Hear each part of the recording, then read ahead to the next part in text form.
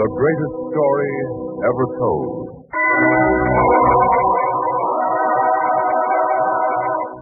Presented by the United States Armed Forces Radio Service.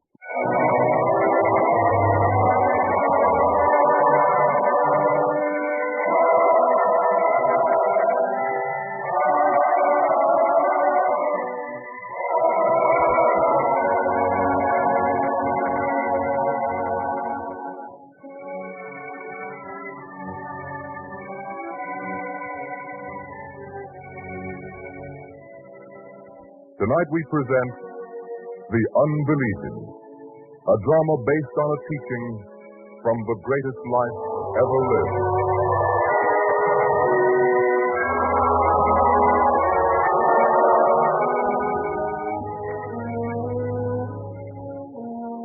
In a Galilean town that faces on the Great Sea, there is sudden activity down at the waterfront.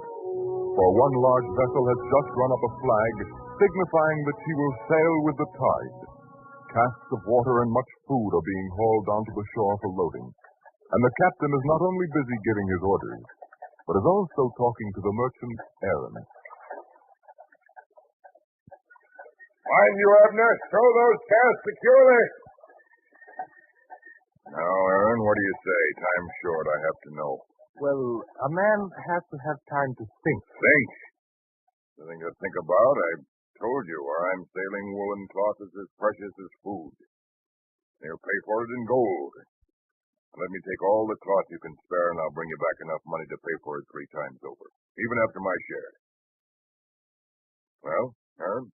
I don't know. Risk a good part of my possessions, and a vessel can sink. No vessel of mine has ever been lost, Aaron. I know, but I have to be a little more cautious than most men. What do you mean? Well, the man doesn't like to talk of it, but I have a son, and he's not a well lad. Not that he's sick all the time, mind you, but suddenly from out of nowhere, the sickness seems to come on him like an evil spirit. And when it strikes him, he tosses and twists frantically as though he had a struggle going on inside of him, as though he wanted to throw off the evil spirit. Too bad, that.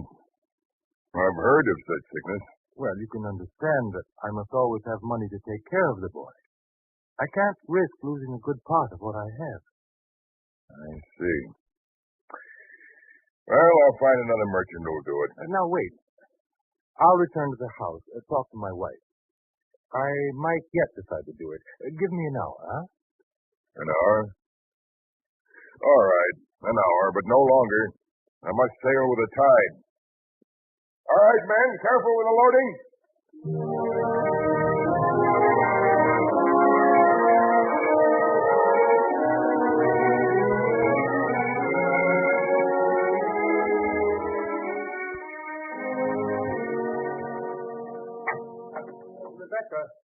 Rebecca. Yes, Aaron, what is it?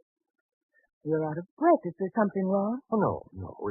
It's just that the time's come to make an important decision. It must be made in a hurry. I want your advice. Well? If we could triple our money... Triple it? How? All I have to do is entrust most of my stock of woolen cloth to Nathan, the sea captain. He'd take it to a port where he assures me he can sell it for 3 times its price here. Nathan? He's a very honest man. And a good captain, too. Why not do what he asks? Well, you know how the seas are. Gales blow up suddenly. Huge waves. Treacherous rocks. Anything could happen. But isn't that one of the risks of doing business? Is it a risk I can afford to take? After all, we must think of Michael. There must always be enough money for him. Oh, Aaron. Aaron, why did it have to happen to our son? Our only child. Did anyone ever expect it? The first time it happened, I thought the end of the world had come for us. Never since then, it's been uppermost in my mind. That's why now I have to consider how this could affect him. Still, you have to believe in something. You have to believe that things will work out right. Believe? You're reproaching me again, Rebecca. Oh, no, Aaron. I'm trying to help you. You know me better than anyone does, my dear. that I'm a man who believes only what he knows. A fact is a fact, and there's nothing more. Aaron, tomorrow the master will be here again. No, please, don't ask me to go. It would be mockery. I don't believe. Can't be. I don't belong there.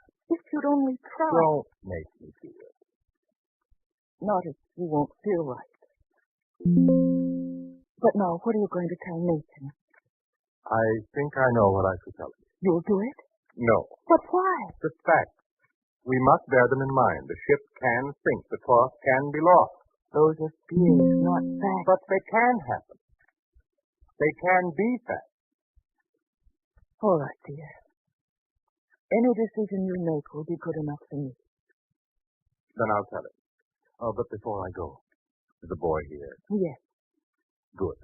I want to see him. To make sure he's still in good health. I'll call him for you. Michael, your father wants to see you a moment. Yes, Father? You want me? Yes, son. How do you feel today? Why, fine, Father. Very well. Why? Why? Must the father explain because he cares about his son? Must he, lad? Come here. Yes, Father. Now then, hold out your hand. There. Copper coin for you, Michael. And you're to spend it on something frivolous. Something that's no good at all, but something you'd like to have. Promise? Yes. But why? Just because you're a fine lad? Strong? Healthy? That's why. And now I have to go down to the waterfront. Business, you know. Thank you very much, Father.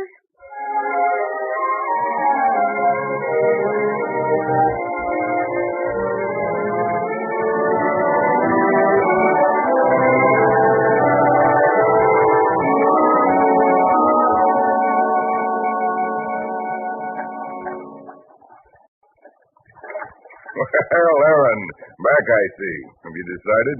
The answer is no, Nathan. No?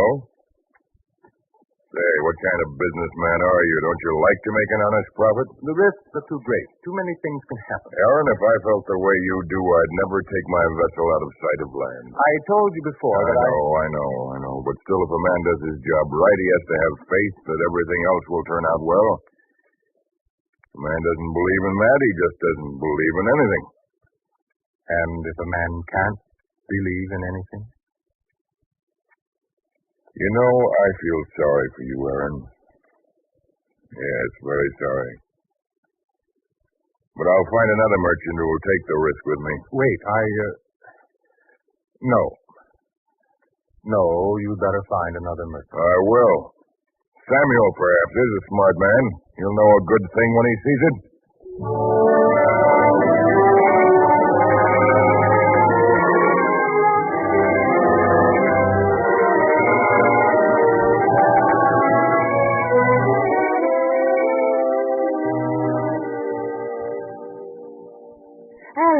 Aaron, I'm glad you're early today. What is it? Not the boy. Oh, no.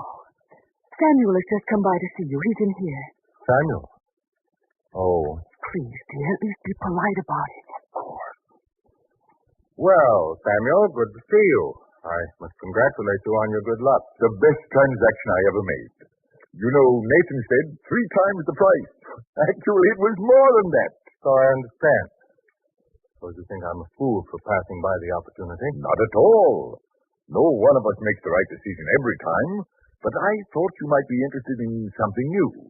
You see, that one transaction has convinced me there's a great opportunity, so I decided to put in my money, with several others, of course.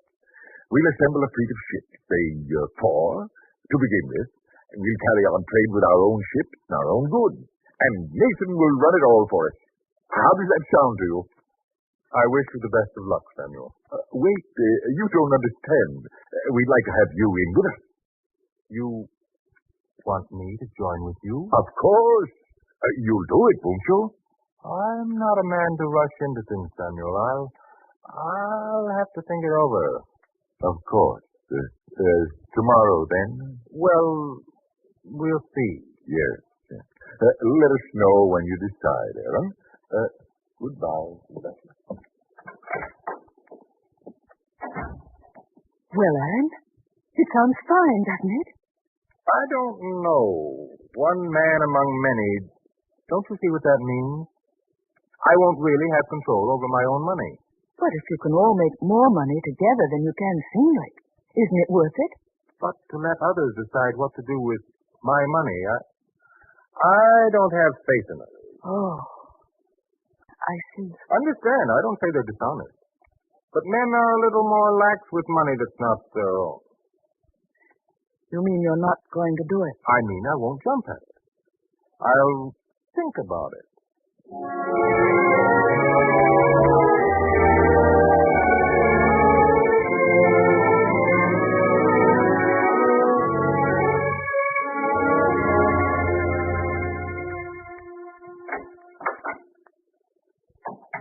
Aaron, have you seen them? Talked to them? Yes. And?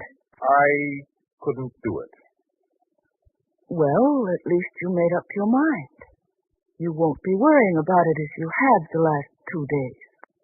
Rebecca, you don't know. You just don't know. You think it's over when I make my decision. No.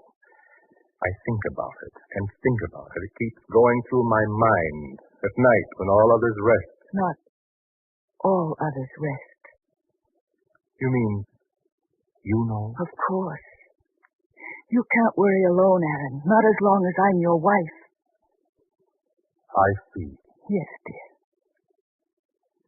I know what it means not to have faith in anyone or anything. It means you live alone in a world full of people who want to be your friends, but don't get the chance. You? I have faith in you. Yet you've never had enough faith to do what I asked. About the master? Yes. You're right. I guess I don't really have faith in you either then. That's not the worst of it, Aaron. Don't you see? You don't even have faith in yourself. But I do. Do you? Here were 2 times when you were faced with a good opportunity, and yet you couldn't make up your mind to do it. It's always been the same. That's the bad part, Aaron. A man without faith is a man without faith in himself. Rebecca. Yes, Aaron. Do you hate me? No, Aaron. But I do pity you. And I want to help you. If you want help. I don't know. I have no faith. And I don't even know where to start to have it. I'm lost. Lost.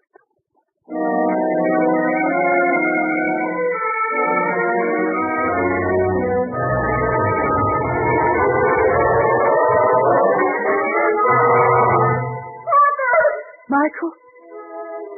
Aaron, did you hear anything? What? Did I He hear? called out. We must go to him. Michael!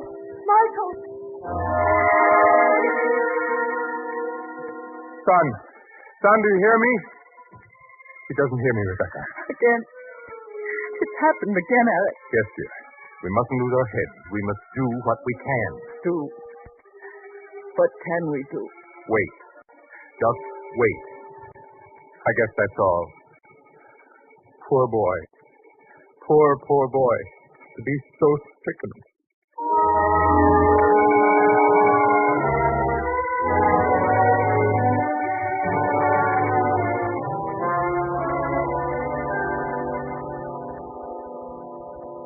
Son, this evil thing will pass. It has to pass. The way he struggles. It was never quite so bad as this before. If only we could talk to him, give him courage, let him know that we're standing here beside him in this moment. We can say nothing, do nothing, just wait and watch. And pray. I wish you would, Rebecca. And you? I'm lost for time like this. It's the price of not believing. You pray, my dear, for both of us.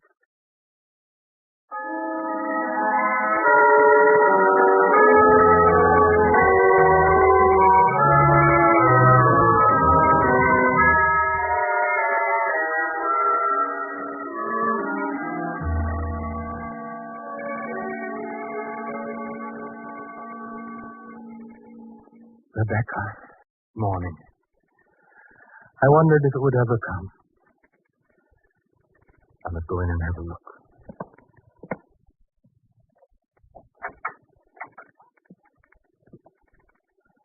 Oh, son. Son, I could never say this to you if you were listening. Never. Maybe you wonder. Maybe it goes through your young mind sometimes, and I can't tell. You'd have a right to ask. You'd have a right to say, Father, can't you do something for me? Can no one lift this curse from me? Yes, you could ask that. And what could I say? Only that I've done all I can. But there doesn't seem to be anything that can help. Aaron. But, Aaron, you heard. Yes. I'm sorry. Haven't I thought the same many times? I guess there are some things a man should never say. He should never say he's done all he can. Haven't I? No, dear. So many physicians, they've all said the same, done the same. Say they're sorry, shake their heads. I wasn't suggesting that you take him to another physician. Oh. I know what you mean now. Yes. The master. You want me to take him? A man who doesn't believe? You could, if you wanted. No. You don't really understand what goes on inside me. Are there times... Mother? Michael. You're here. And you too, Father. Yes, Michael. We're here. Only waiting for you to wake up, son. See? Look out there. It's morning. You've just awakened.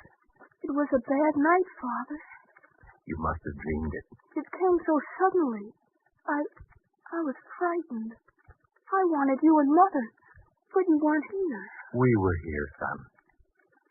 We'll always be here. And now your mother and I must get you something to eat. You must be hungry. Yes, dear. We'll bring you something.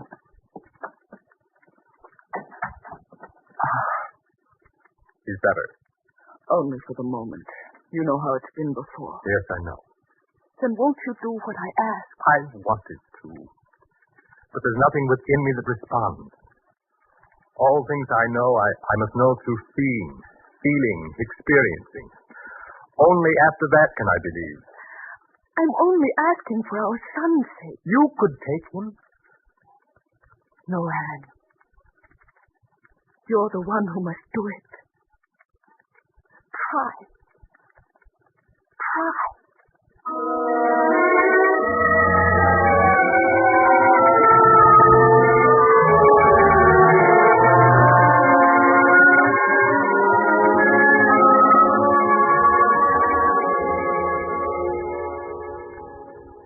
Rebecca, he doesn't look well again. There's that look in his eyes. I'm afraid it's coming on again. I know. So we must wait the next weeks in dread that will happen once more. And because you have no faith, we do nothing, not even for our own son. Perhaps rob our son, too. Oh, I've thought about it. But there's still something missing. In me. Perhaps if we started out, the three of us, on the road it might come to you, the ability to believe. We could find him. We could talk to him before this dread thing struck Michael again. Do you think so? We could at least try. For our own son. Oh, Aaron. Aaron, give him his chance before it's too late. The next time he may die. Please, Rebecca, don't cry. This time I'll do as you say. For the boy's sake, we'll go.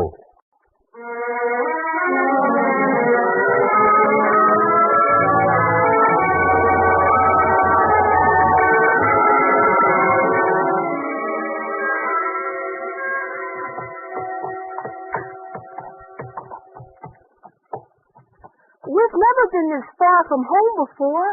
No, Michael. And do you feel well, son? A little tired, but I can go on. We are going on, aren't we? Another day, possibly two. Then we shall be there. Capernaum. Mother. Michael. Michael, what is it? I don't know.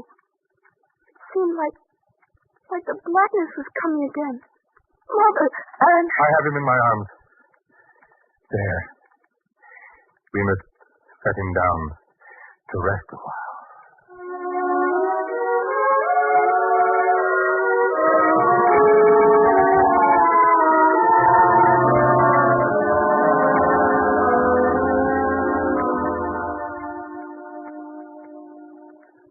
It's growing dark. Will we stay here by the roadside forever? He's more ill now than he's ever been. This time is the worst of all. What can we do for him here? The water's already gone. With nothing to wet his lips with but tears. I know. Rebecca. Yes, Aaron. You have such faith. You're always believing. But if there is any power in this master you worship, then I shall find it out. What do you mean, Aaron? I shall carry the boy in my arms the rest of the way. All the way to Capernaum. Can you do it? I can do anything. If it's for my son. It means traveling all night. I can do it.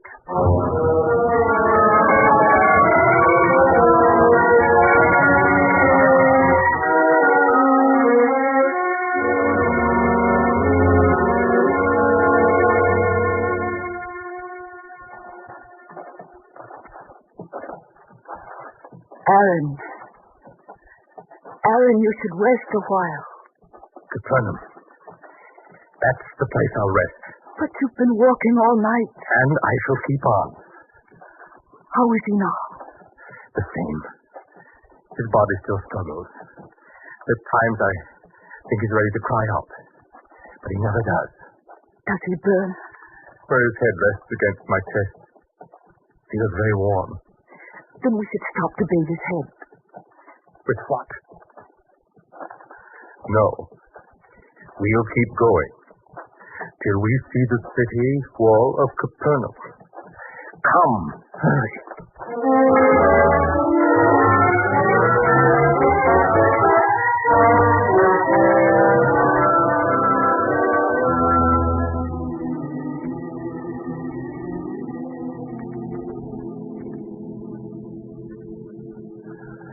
Well, Rebecca, is this the place?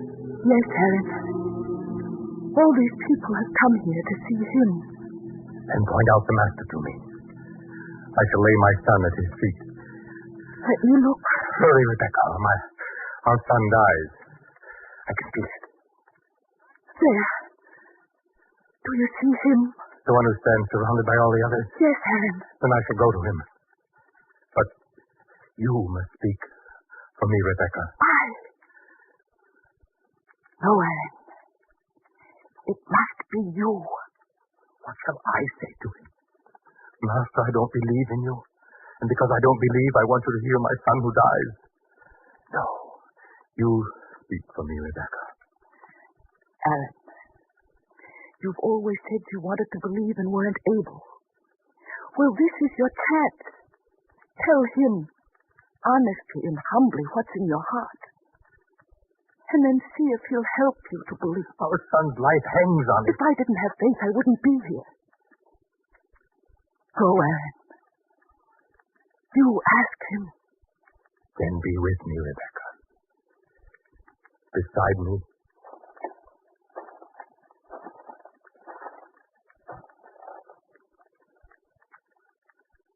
Master. Master, I have brought you my son, who is stricken by a strange evil. I lay him here before you.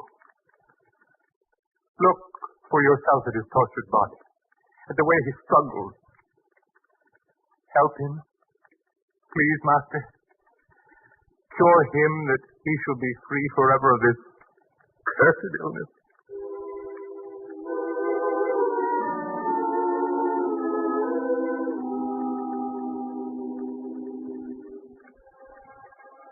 How long is it ago since this came unto him? Since he was a little child, Master. But now, this moment, he seems closer to death than ever before. Master, if you can do anything, have compassion on us. Help us.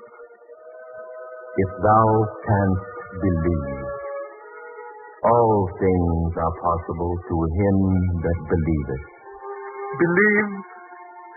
This moment more than any other would I want to believe. Yes, I want to believe. Help me, Lord, in my unbelief.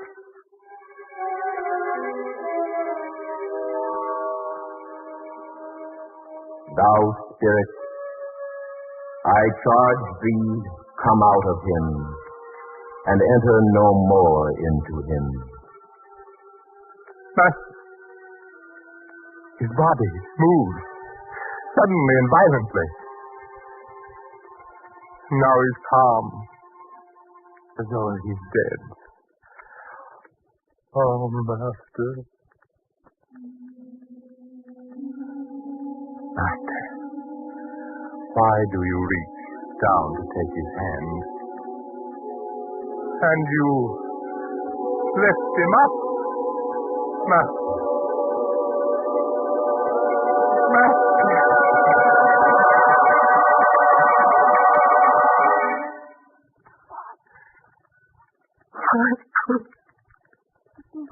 Michael, my son. Yes, Father. Why do you say it that way? Rebecca, look. Our son. Well. Alive. Master. Master. Now I can believe. I see. And what I see is changed by unbelief to great faith. I have faith in you, in my fellow men, in my wife, even in myself. My whole life has changed, Lord. I am no longer alone.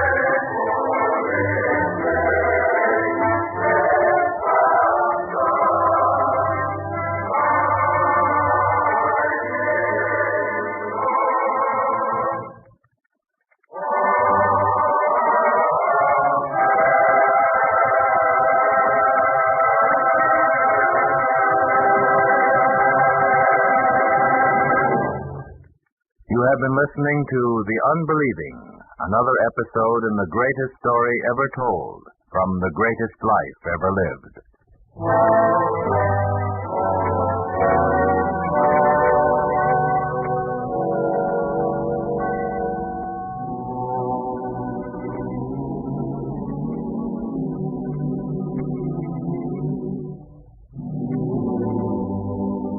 The Greatest Story Ever Told was a presentation of the United States Armed Forces Radio Service, the voice of information and education.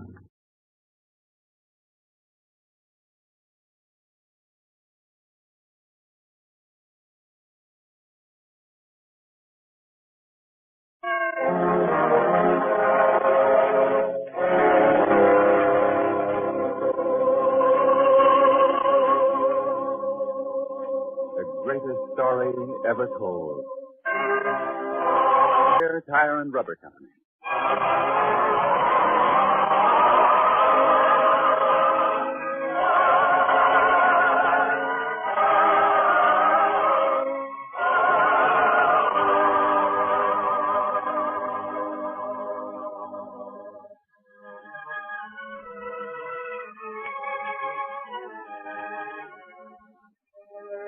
Tonight we present The Lost Coin, a drama of forgiveness and aid to those who need forgiveness, based on a teaching from the greatest life ever lived.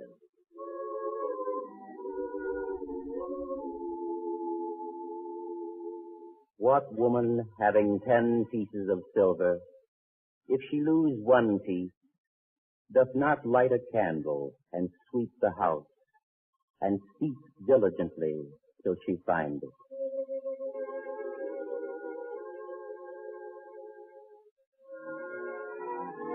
Thus he spoke almost 2,000 years ago. Yet even as he spoke of coins, those who listened knew he spoke of souls, how they become lost and how they are found. And they remembered perhaps a woman and her son, whose story began in this way. At night, on the edge of a vineyard in Galilee. Come on, David. No one can see us. You think it's all right? All the other boys raid this vineyard. Why shouldn't we? Well, then let's hurry. Oh, there's nothing to worry about. Take your time. You know, this is the best time of year for grapes, too. And we can start right here. How do you like them? Large and juicy, too, I'll bet, huh? Come on, taste some. We ought to get out of here as soon as we can. If my mother ever Your found out... mother? So that's it. If I'd known that, I wouldn't have asked you to come along. Now, if you're so jumpy, let's take a few bunches and run. Come on. Who's out there? What are you doing in my vineyard this time of night? Who is it? That's Caleb. Now we'd better run for it. Come on, David. Abner! Abner, wait for me! Help me! Wait? And get caught, maybe? Not me. You'll have to take care of yourself. Sorry. Abner! Abner! Oh, my foot hurts. But I'll get away. Now, you wait, you young scoundrel. I'll see that you get what's coming to you. Oh, so it's you, David. Well, I never expected... I'm sorry, sir. Caleb, it was only a joke. Please don't do anything to me. What joke is it? My best grapes, spoiled before they can ripen, torn from their vines. That's no joke, David, not to me. And this has got to stop. Oh, please, sir. I didn't even touch one grape. I'm sorry, young man, but someone has got to be made an example. And I caught you in the very act of trespassing on my property. You'll come along with me. Oh, please, sir. My mother. What will she say if she finds out? I can't worry about that. Come along. No, I won't. You let go of me. The only time I let go of you is when I turn you over to one of the town guards. This time I'll teach you all. No, let go of me. Oh, there. I told you I'd get away.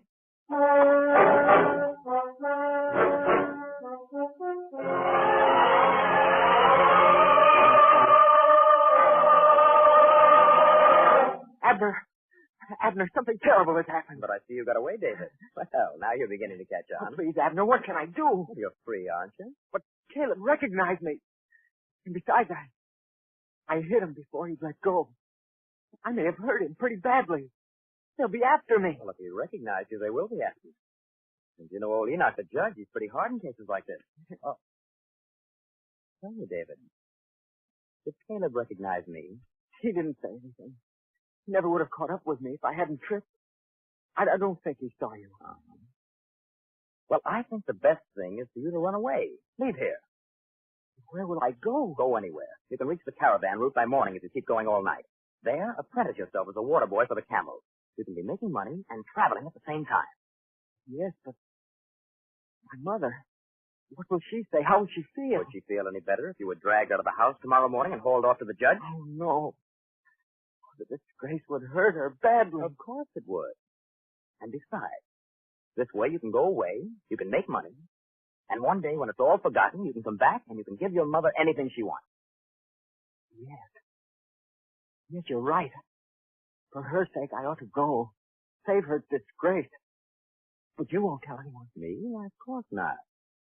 And, by the way, David, if you should be caught, Well, you won't say that I was with you in Caleb's vineyard. Oh, no. No, good.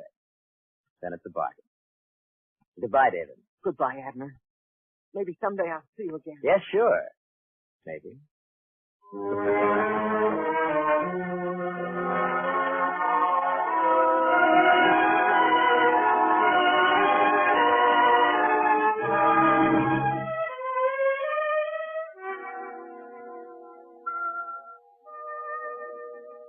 Daylight already, Simon. David's not the kind of boy to get into mischief. What could have happened? Did you ask? Mother, I searched all over the town. There was no sign of it. I even spoke to that boy, Abner, he's been friendly with. Abner said he hadn't seen him all night. Something terrible's happened, Simon. Well, you're worrying yourself sick won't help. You just have to wait and see. That must be him. David! Where is he? I finally was able to rouse the guard. We've come for him. Oh, Caleb, what are you talking about? Whom have you come for? Where is he? Where's David? David? What do you want him for? Stealing grapes from my vineyard and then assaulting me in his effort to escape. I never expected your son would turn out to be a thief. He is not a thief. Simon, go and look for him. He's probably hiding. He's so ashamed of himself. And he should be. Look at my face. See that mark? He struck me. It's lucky I wasn't killed, I tell you. Now you give him up. He's here hiding. I'm sure of it. But I'm trying to tell you he hasn't come home yet. He must be hiding somewhere in town. We've searched all over. No sign of him. I hope he hasn't done something desperate. I'll go. I'll find him myself. Mother, come back here. You can't go, not now. Well, I hope she finds him. He's got plenty coming to him, and I'll see that he gets it.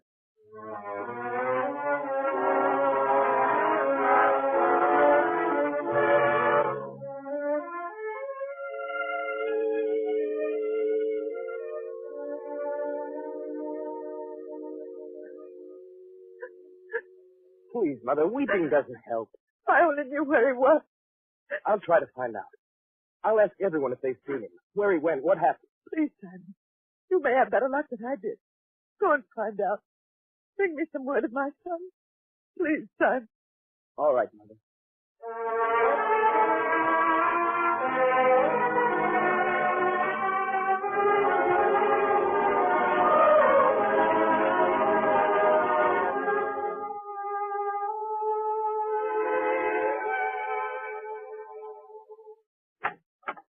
Simon, well? Mother, I didn't find out anything definite. What does that mean, son? Nobody's sure. Simon, you don't usually try to hide your meaning in words. What happened? What did you hear? Someone said that David was last seen leaving town and heading in the direction of the caravan train. The caravan train? But why? No. No, don't tell me, Simon. I think I know. You really think he would, Mother? He was a proud boy. Sensitive. He wouldn't have wanted to disgrace us. Yes. He must have run away. Well, a little rough experience may be what he needs. He'll be back. He'll be back? I'll bring him back. But, Mother, that's impossible. Simon, your brother's young. He's never been away from home before. I can't trust a chance that he'll be all right. I must know. I could never rest until I knew. Mother, I won't let you do it. You can't stop me, Simon. No one can. We must find him and show him the way back.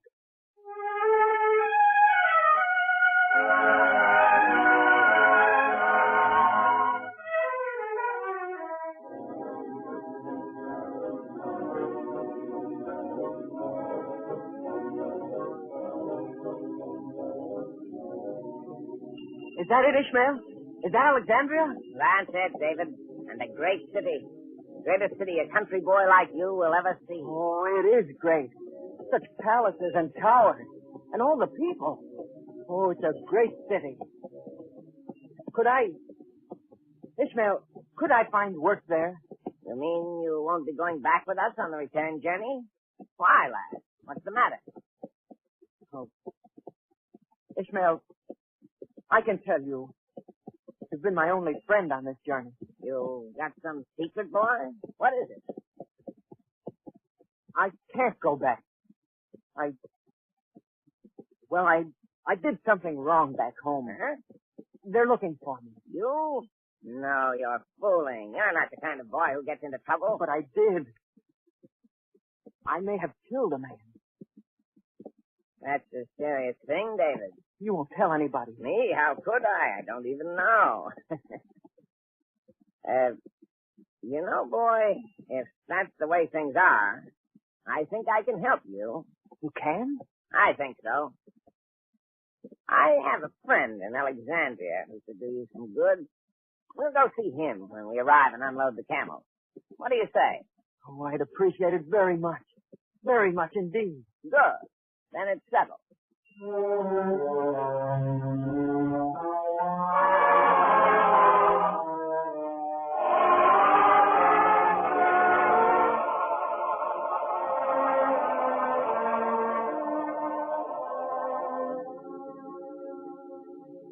Well, Mother, now that we've come all the way to the caravan route, how much better off are we? You've only worn yourself out. You know nothing more now than you did before. That's not so, son. Just because the man said that he'd seen a boy who looked like David. It wasn't that he looked like him. It was the way the man talked about him. How he said that the boy seemed shy, afraid. Remember how the man said his eyes shone so brightly? I knew it was David then. I knew it. And if it was? Then we'll have to follow the same route as that caravan he joined. That could take us all the way to Alexandria. It could. And I'll go. Because it may take me to my son. You know I won't let you go alone. I have to go, Simon. I should know by this time. If it's David who's involved, you'll go. You won't turn back. And if it were you, do you think I would? He's not David or Simon or Nathaniel. He's my son who's in trouble. I'll go along, Mother. You'll need some to protect you from your own zeal.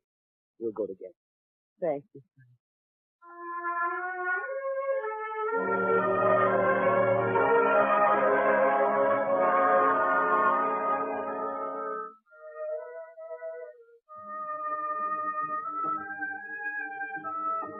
I hope your friend likes me, Ishmael.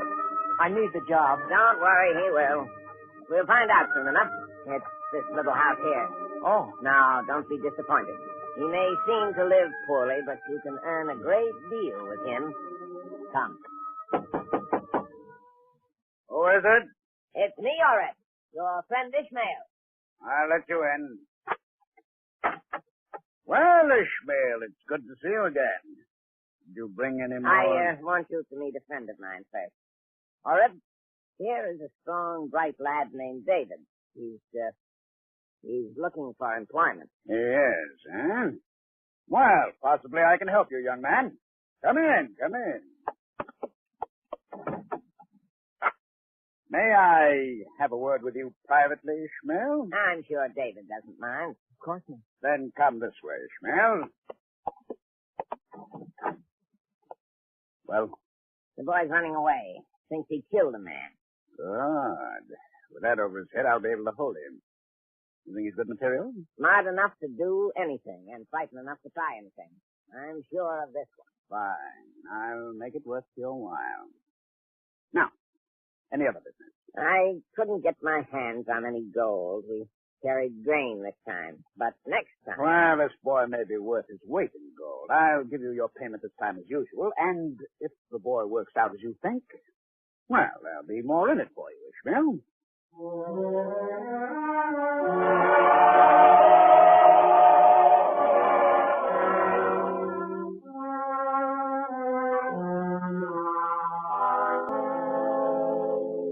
Come here, boy. I want to talk to you. Yes, all right. Did you decide about the job? Ishmael said before he left that you seemed favorable about it. I am.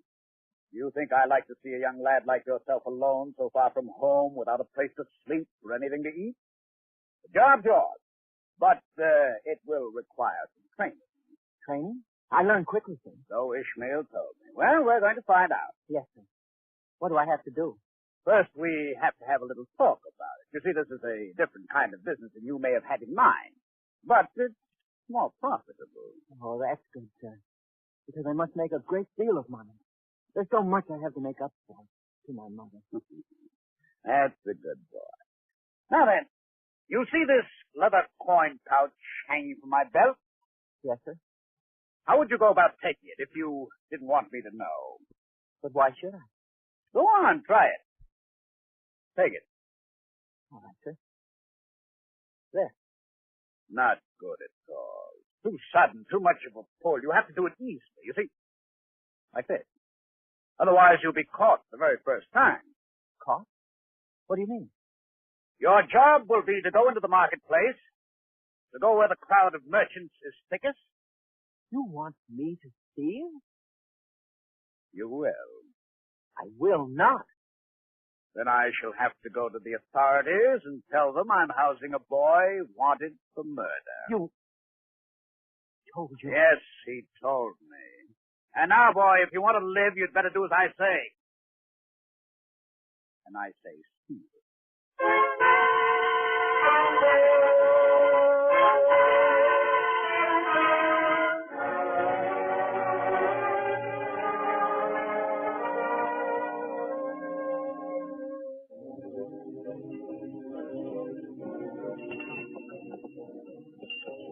But at the last station, no one had seen him, Mother. And if no one had, David must have been more afraid. He must have been hiding.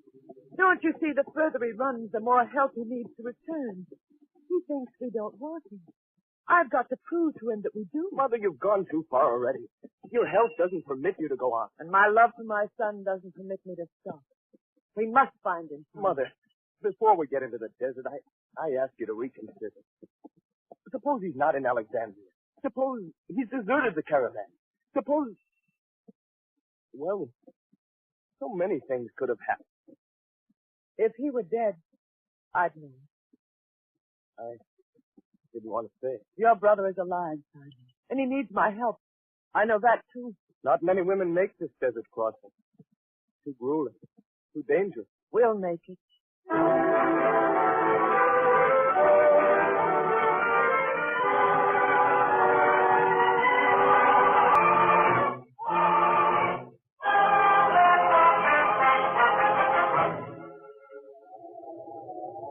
Mother, I can't let you go through this storm. We must turn back. I will not turn back, Simon. Ahead where the storm ends, he may be there, sick, alone, needing my help. We won't turn back. But they've already lost 3 camels and 1 driver.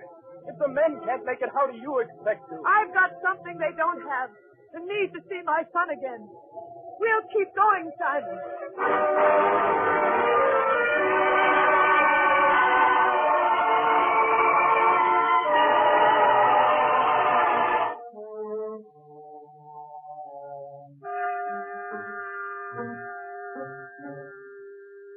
Now, David, we'll try it again. After so many weeks, you should be doing better. Now, this time, try. Yes, sir. All right. The pouch is fastened to my belt here. I'm looking at the shops in the bazaar. You come along. Well, go on. Yes, sir. Wrong. Maybe I can do it, Orrin. Maybe you'd better find someone else. Oh, no, you don't get off so easily. You can learn. You will learn. And you'd better begin making progress soon, otherwise I'll turn you in. You'll hang. But, Orrin... Watch me see how I do it.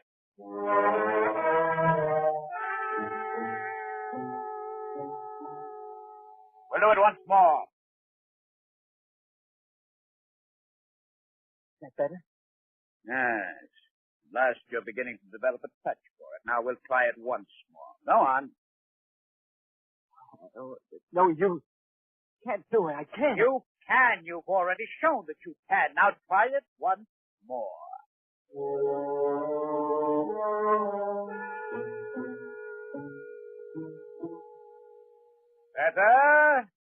Better. The last few days you've been doing it beautifully. But out there, I'll be afraid. I won't be able to do it, Orib. I know. Oh, yes, you will. I'm not a thief, Orib.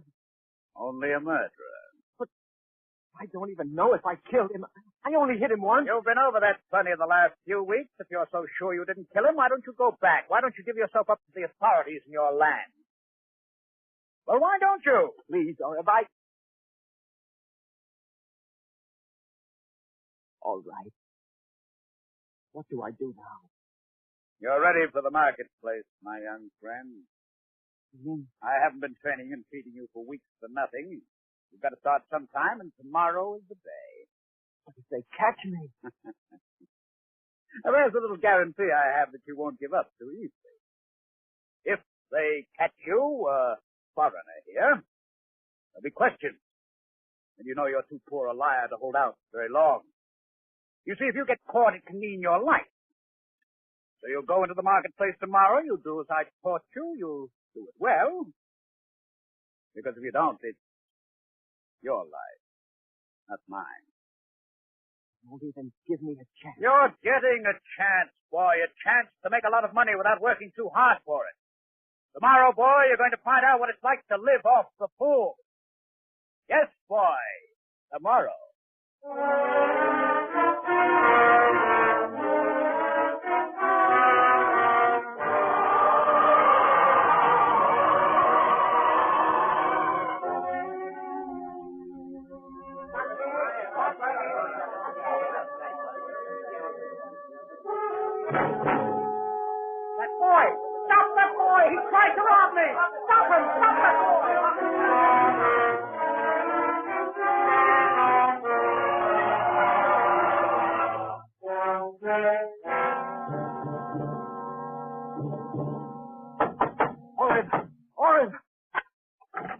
Come in.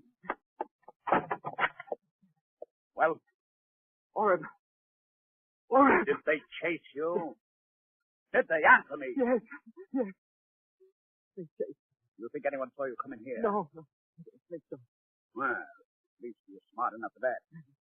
Now tell me what happened. Went into the marketplace, just as you said. I mingled with the crowd. There were many merchants there. I picked out one whose purse didn't seem too securely tied to his belt. I edged up to him, had my fingers on the cord. I pulled it. The purse came loose. And then he discovered you? No. Well, what happened? I can't tell you all this. Oh, yes. Please. You're hurting me. I'll do worse than hurt you. Now, what happened? I couldn't do it. I dropped it at his feet and began running. You what? I couldn't do it. I began running. That must have made him know what I tried to do. Then I heard voices calling to stop me. I just ran. Oh, you did. All right. You ran. I'll teach you to run. I'll teach you.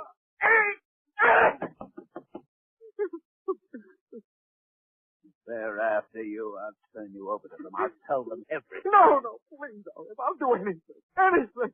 In that case, just be quiet. I'll see who it is.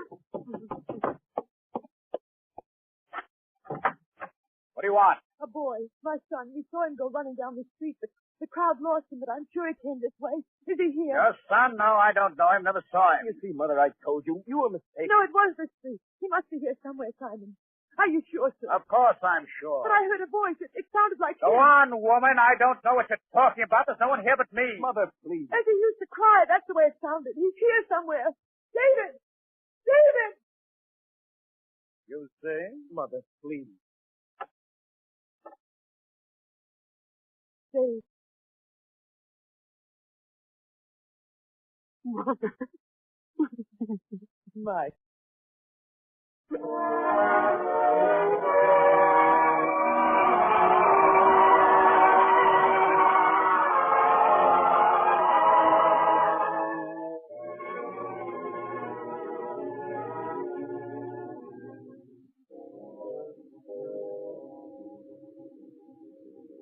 I didn't really injure him?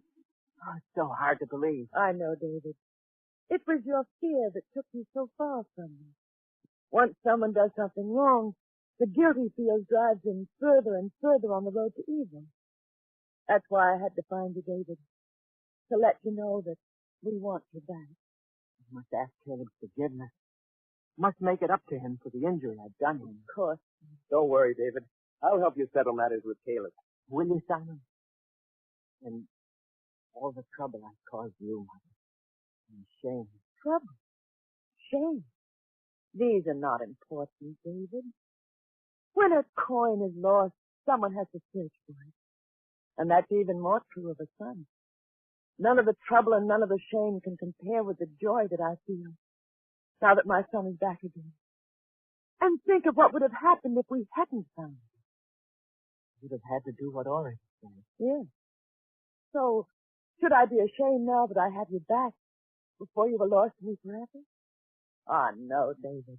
I feel joy and pride, and so will all my friends and neighbors, now that I've found my son and brought him back to good ways and a clean life.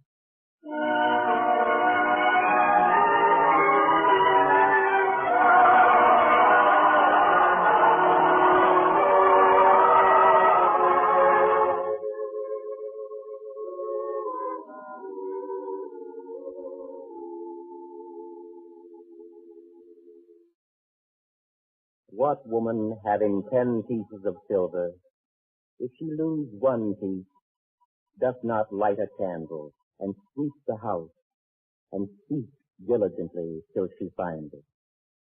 And when she hath found it, she calleth her friends and her neighbors together, saying, Rejoice with me, for I have found the piece which I lost. Likewise, I say unto you, there is joy in the presence of the angels of God over one sinner that repenteth.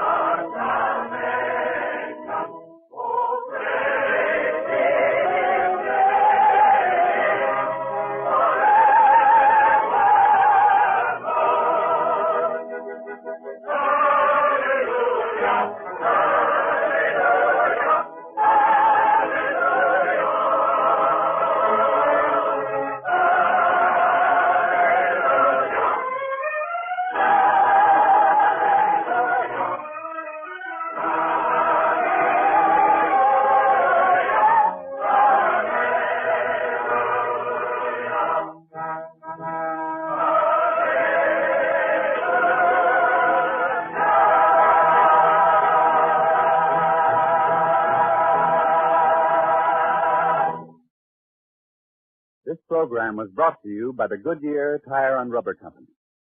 Next week on this same network at this time, we'll present Call Not Any Man a Fool, another episode in the greatest story ever told from the greatest life ever lived.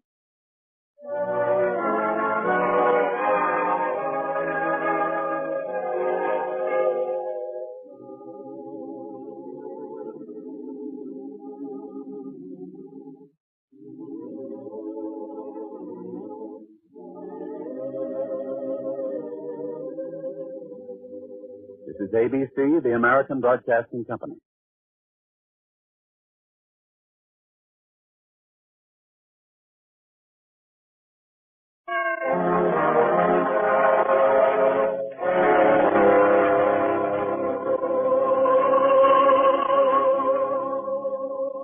The greatest story ever told.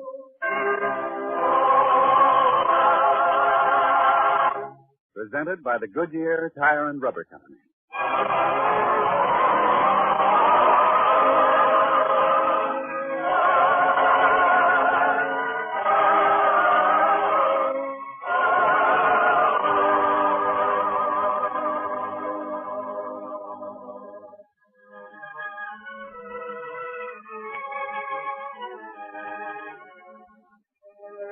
Tonight we present The Lost Coin, a drama of forgiveness and aid to those who need forgiveness, based on a teaching from the greatest life ever lived.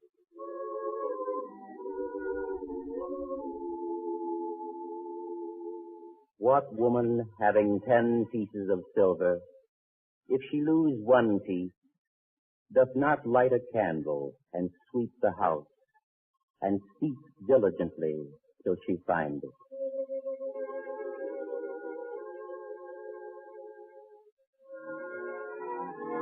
Thus he spoke almost 2,000 years ago. Yet even as he spoke of coins, those who listened knew he spoke of souls, how they become lost and how they are found. And they remembered perhaps a woman and her son, whose story began in this way. At night, on the edge of a vineyard in Galilee. Come on, David. No one can see us. You think it's all right? All the other boys raid this vineyard. Why shouldn't we? Well, then let's hurry. Oh, there's nothing to worry about. Take your time. You know, this is the best time of year for grapes, too. And we can start right here. How do you like them? Large and juicy, too, I'll bet, huh? Come on, taste some. We ought to get out of here as soon as we can. If my mother ever Your found out... mother? So that's it. If I'd known that, I wouldn't have asked you to come along. I'll get so jumpy, let's take a few bunches and run. Come on. Who's out there? What are you doing in my vineyard this time of night? Who is it? That's Caleb. Now we'd better run for it. Come on, David. Abner! Abner, wait for me. Help me. Wait and get caught, maybe? Not me. You'll have to take care of yourself. Sorry. Abner! Abner! Oh, my foot hurts. But I'll get away. Now, you wait, you young scoundrel. I'll see that you get what's coming to you. Oh, so it's you, David. Well, I never expected... I'm sorry, sir. Caleb, it was only a joke. Please don't do anything to me. What joke is it? My best grapes, spoiled before they can ripen, torn from their vines. That's no joke, David, not to me. And this has got to stop. Oh, please, sir. I didn't even touch one grape. I'm sorry, young man, but someone has got to be made an example. And I caught you in the very act of trespassing on my property. You'll come along with me. Oh, please, sir. My mother. What will she say if she finds out? I can't worry about that. Come along. No, I won't. You let go of me. The only time I let go of you is when I turn you over to one of the town guards. This time I'll teach you all. No, let go of me. There. I told you I'd get away.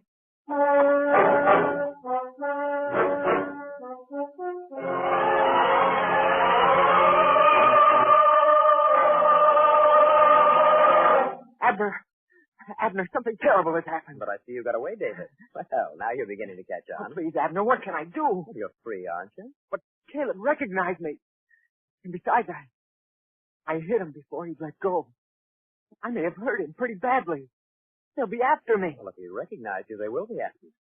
And you know old Enoch, the judge, he's pretty hard in cases like this. Oh. Tell me, David, did Caleb recognize me? He didn't say anything. He never would have caught up with me if I hadn't tripped.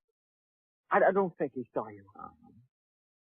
Well, I think the best thing is for you to run away. Leave here. Where will I go? Go anywhere. You can reach the caravan route by morning if you keep going all night. There, apprentice yourself as a water boy for the camels.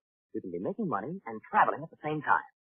Yes, but my mother, what will she say? How will she feel? Would she feel any better if you were dragged out of the house tomorrow morning and hauled off to the judge? Oh, no.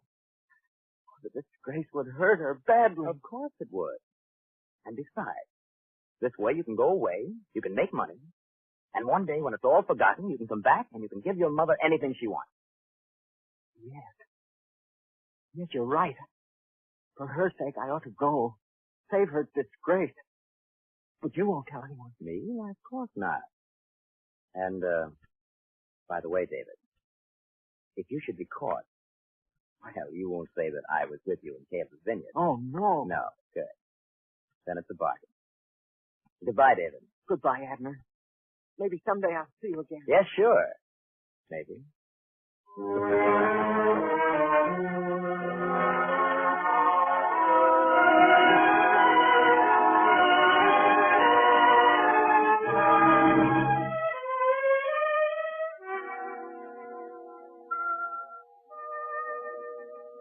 Daylight already, Simon.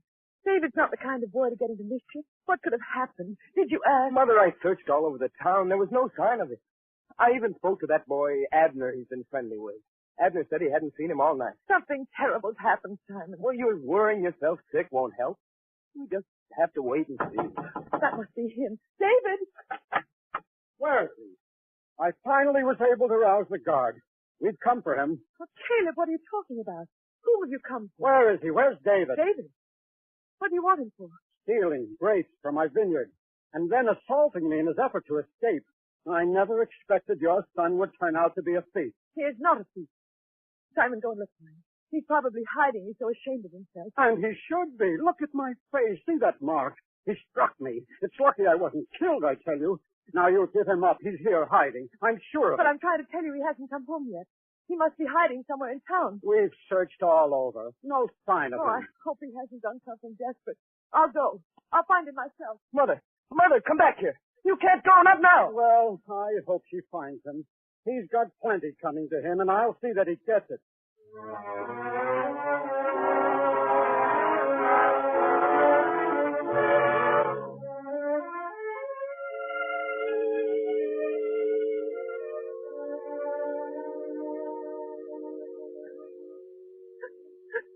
Please, Mother, weeping doesn't help. I only knew where he was. I'll try to find out. I'll ask everyone if they've seen him, where he went, what happened. Please, Simon. You may have better luck than I did. Go and find out. Bring me some word of my son. Please, Simon. All right, Mother.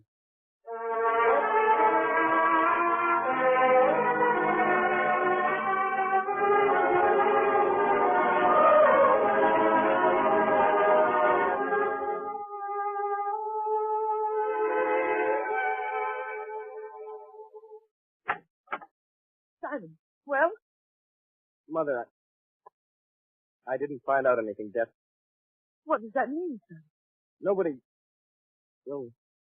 sure. Simon, you don't usually try to hide your meaning in words. What happened? What did you hear? Someone said that David was last seen leaving town and heading in the direction of the caravan trail. The caravan trail? But why?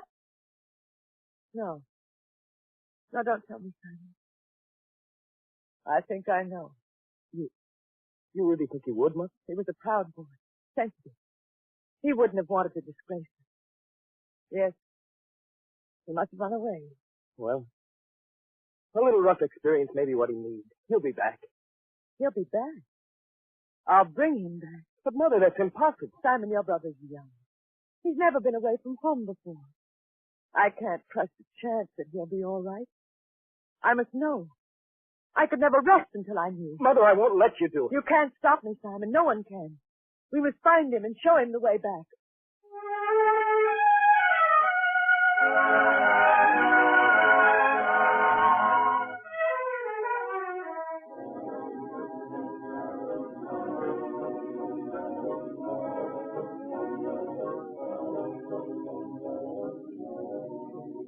Is that it, Ishmael?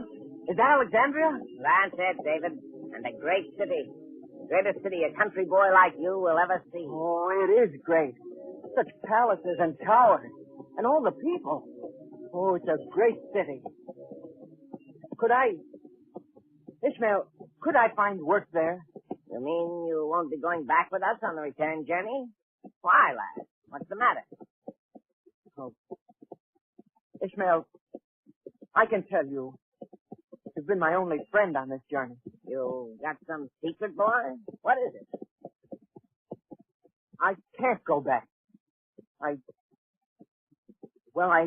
did something wrong back home. Huh? They're looking for me. You? No, you're fooling. You're not the kind of boy who gets into trouble. But I did. I may have killed a man.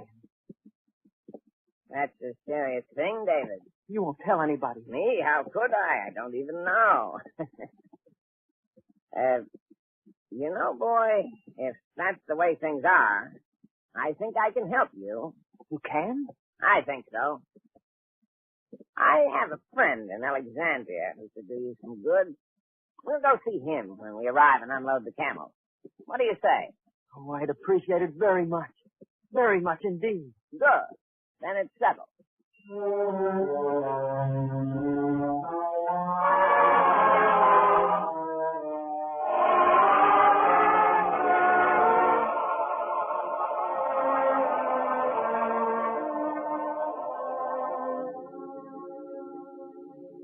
Well, Mother, now that we've come all the way to the caravan route, how much better off are we?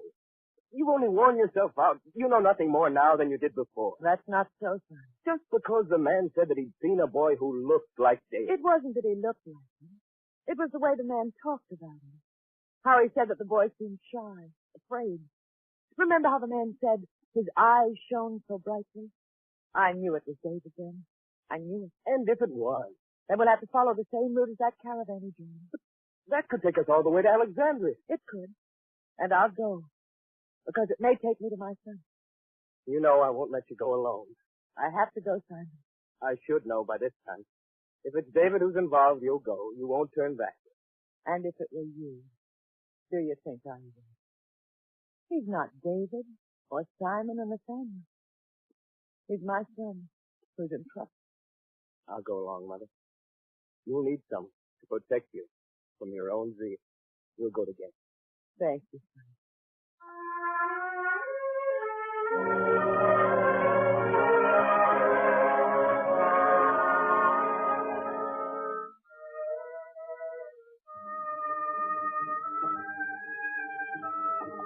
I hope your friend likes me, Ishmael.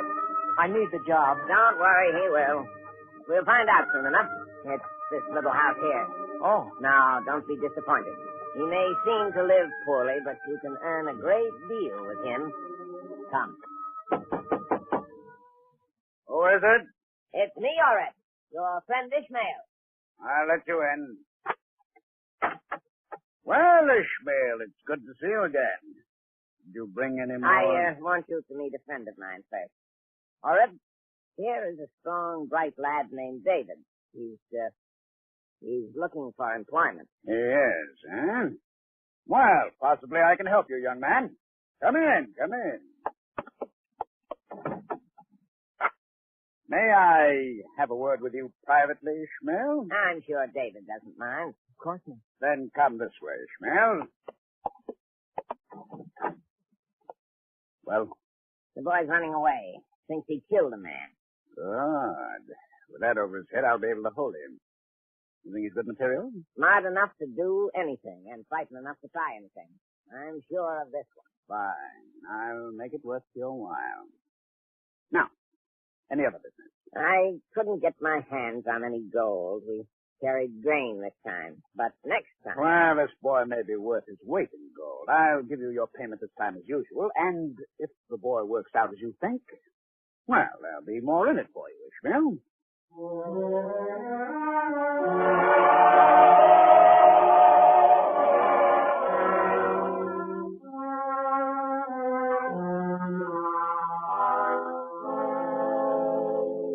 Come here, boy. I want to talk to you. Yes, all right. Did you decide about the job? Ishmael said before he left that you seemed favorable about it. I am. You think I like to see a young lad like yourself alone, so far from home, without a place to sleep or anything to eat? The job's yours, but it will require some training.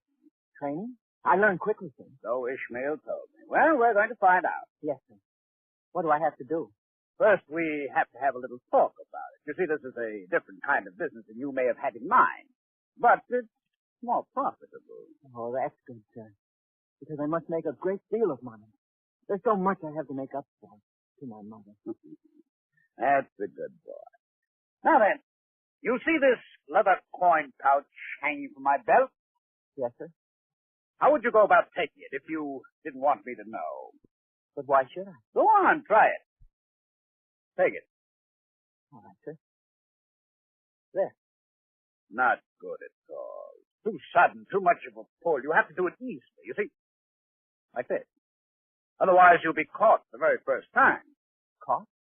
What do you mean? Your job will be to go into the marketplace, to go where the crowd of merchants is thickest. You want me to steal? You will. I will not.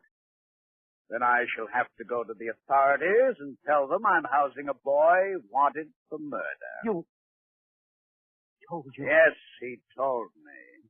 And now, boy, if you want to live, you'd better do as I say. And I say steal.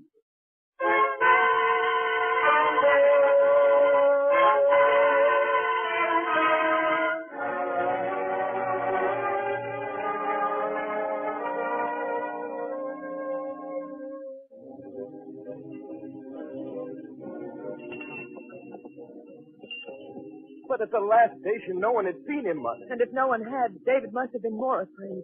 He must have been hiding. Don't you see, the further he runs, the more help he needs to return. He thinks we don't want him. I've got to prove to him that we do. Mother, you've gone too far already. Your health doesn't permit you to go on. And my love for my son doesn't permit me to stop. We must find him. Mother, before we get into the desert, I ask you to reconsider. Suppose he's not in Alexandria. Suppose he's deserted the caravan. Suppose... Well, so many things could have happened. If he were dead, I'd know. I didn't want to say it. Your brother is alive, Simon, and he needs my help. I know that, too. Not many women make this desert crossing. Too grueling. Too dangerous. We'll make it.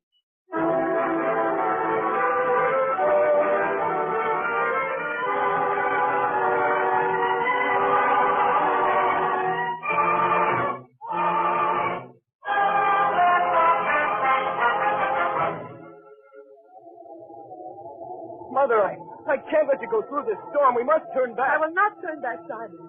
Ahead where the storm ends, he may be there, sick, alone, needing my help. We won't turn back. But they've already lost 3 camels and 1 driver. If the men can't make it, how do you expect to? I've got something they don't have. The need to see my son again. We'll keep going, Simon.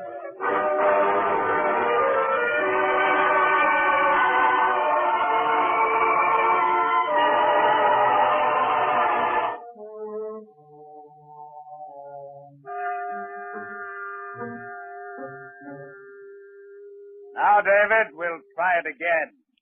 After so many weeks, you should be doing better. Now, this time, try. Yes, sir. All right. The pouch is fastened to my belt here. I'm looking at the shops in the bazaar. You come along. Well, go on. Yes, sir. Wrong.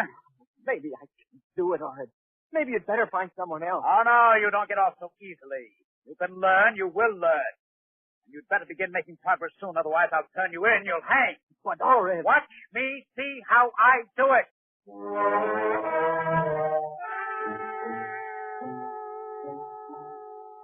We'll do it once more. Is that better? Yes. Last you're beginning to develop a touch for it. Now we'll try it once more. Go on. Oh, no, you can't do it. I can't. You can. You've already shown that you can. Now try it once more.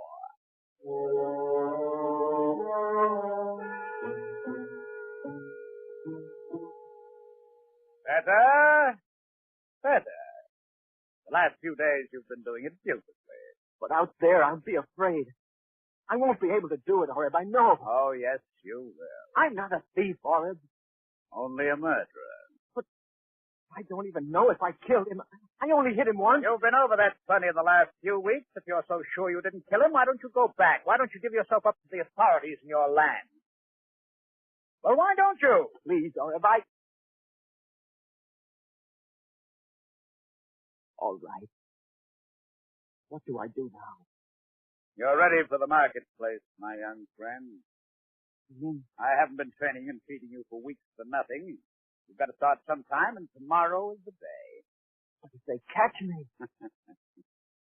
Now, there's a little guarantee I have that you won't give up too easily. If they catch you, a foreigner here, there'll be questions. And you know you're too poor a liar to hold out very long. You see, if you get caught, it can mean your life. So you'll go into the marketplace tomorrow, you'll do as I taught you, you'll do it well. Because if you don't, it's your life, not mine.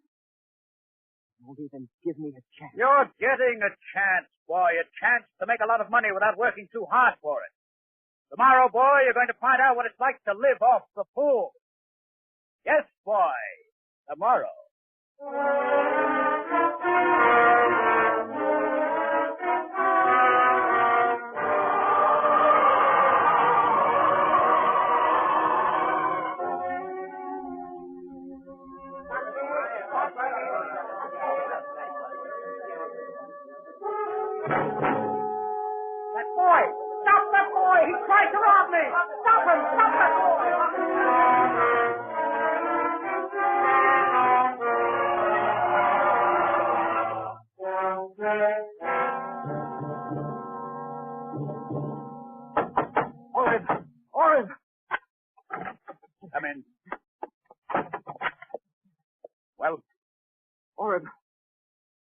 Did they chase you? Did they? Answer me. Yes. They chased me. You think anyone saw you come in here? No. I don't think so. Well, at least you're smart enough for that. Now tell me what happened. Went into the marketplace, just as you said. I mingled with the crowd. There were many merchants there. I picked out one whose purse didn't seem too securely tied to his belt. I edged up to him, had my fingers on the cord. I pulled it. The purse came loose. And then he discovered you? No. Well, what happened? I can't tell you all this. Oh, yes. Please. You're hurting me. I'll do worse than hurt you. I couldn't do it. I dropped it at his feet and began running. You what? I couldn't do it. I began running. That must have made him know what I tried to do. Then I heard voices calling to stop me. I just ran. Oh, you did. All right. You ran. I'll teach you to run. I'll teach you.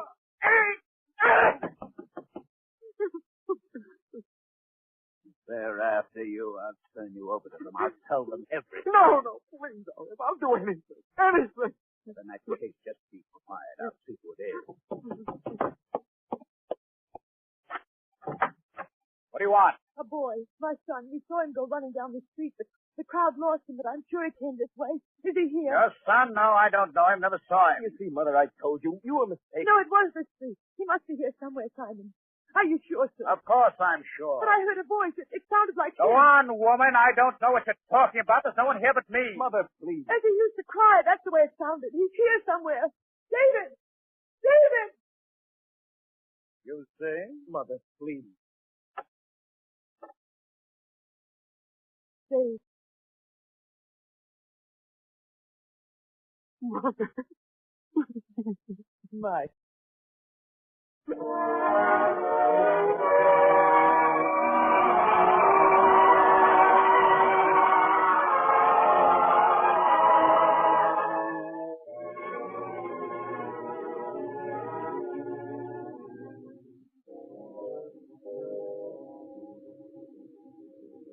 And I didn't really injure him? Oh, it's so hard to believe. I know, David. It was your fear that took you so far from me. Once someone does something wrong, the guilt he feels drives him further and further on the road to evil. That's why I had to find you, David. To let you know that we want you back. I must ask Caleb's forgiveness. Must make it up to him for the injury I've done him. Of course. Don't worry, David. I'll help you settle matters with Caleb. Will you, Simon? And all the trouble I've caused you, Mother. And shame. Trouble. Shame.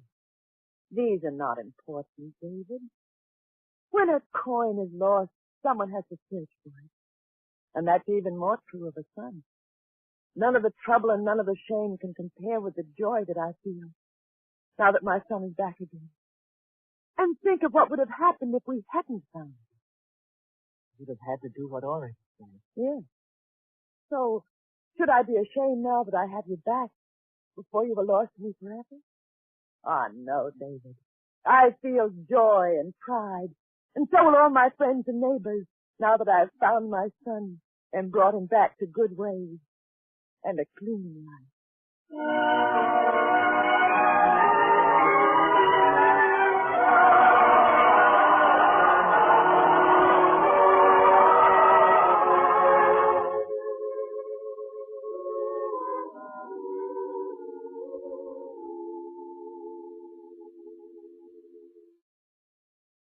What woman, having 10 pieces of silver, if she lose one piece, doth not light a candle, and sweep the house, and seek diligently till she find it? And when she hath found it, she calleth her friends and her neighbors together, saying, Rejoice with me, for I have found the piece which I lost. Likewise, I say unto you, there is joy in the presence of the angels of God over one sinner that repenteth.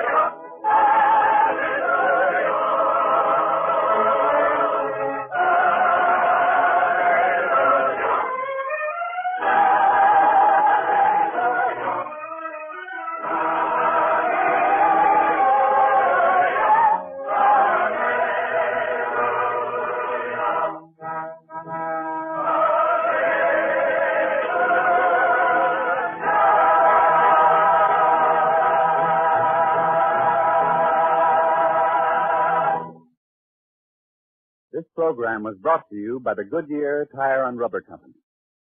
Next week on this same network at this time, we'll present Call Not Any Man a Fool, another episode in the greatest story ever told from the greatest life ever lived.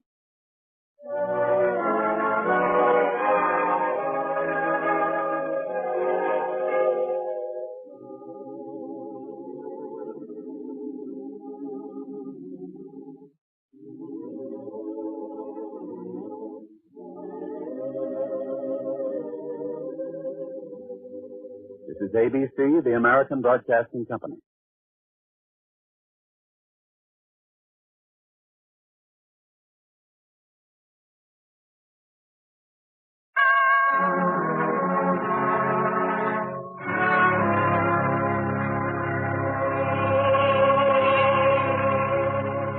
The greatest story ever told.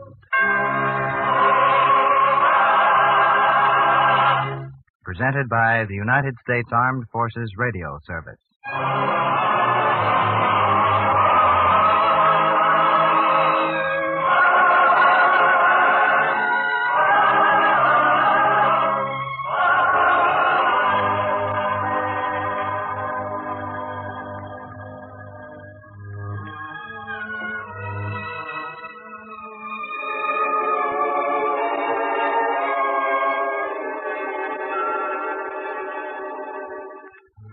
Tonight we present And Her Name Was Mary, the first of 5 Christmas season dramas about the birth of that child who was to live the greatest life ever lived.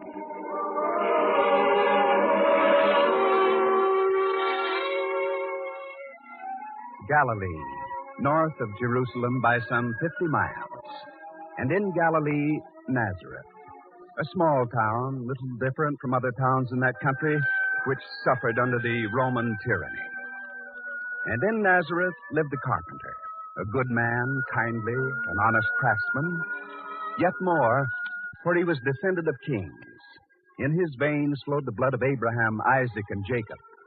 A prince of the house of David he was. And though destined to play a great role in the dramatic events of Bethlehem, he was unmindful of it as he worked one day in his carpenter shop. There, the traveling box is finished.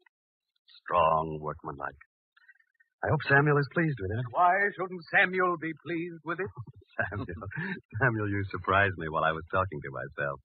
A habit one develops from living alone so long. Is that the box? Good. Sturdy. Able to take the hard service, I'll put it to. Samuel, you're planning a long journey. I may never come back. You mean I'll never see you again?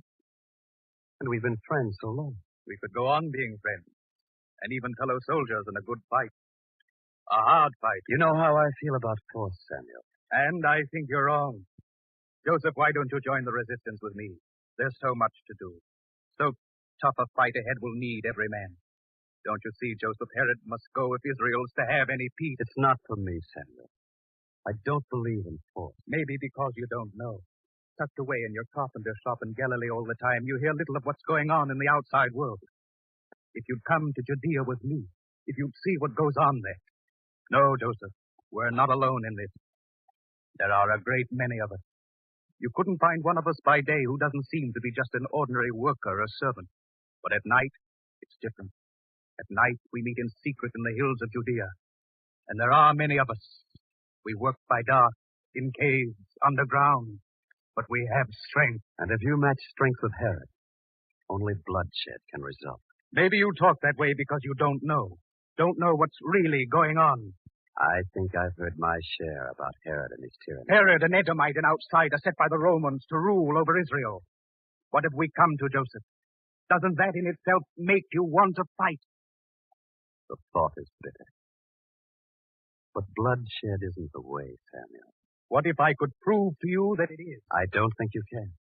When you hear this, you'll change your mind. This is secret, Joseph.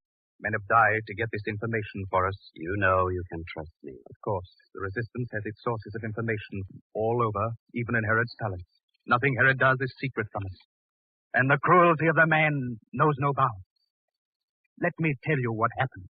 And when you hear it, even you must realize that peaceful ways are not the answer. This Herod is a monster.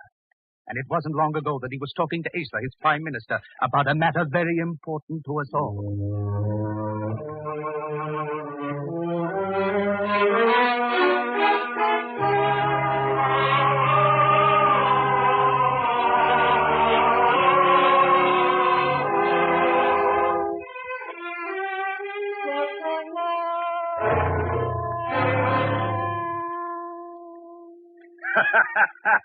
They complained, Asa, did they?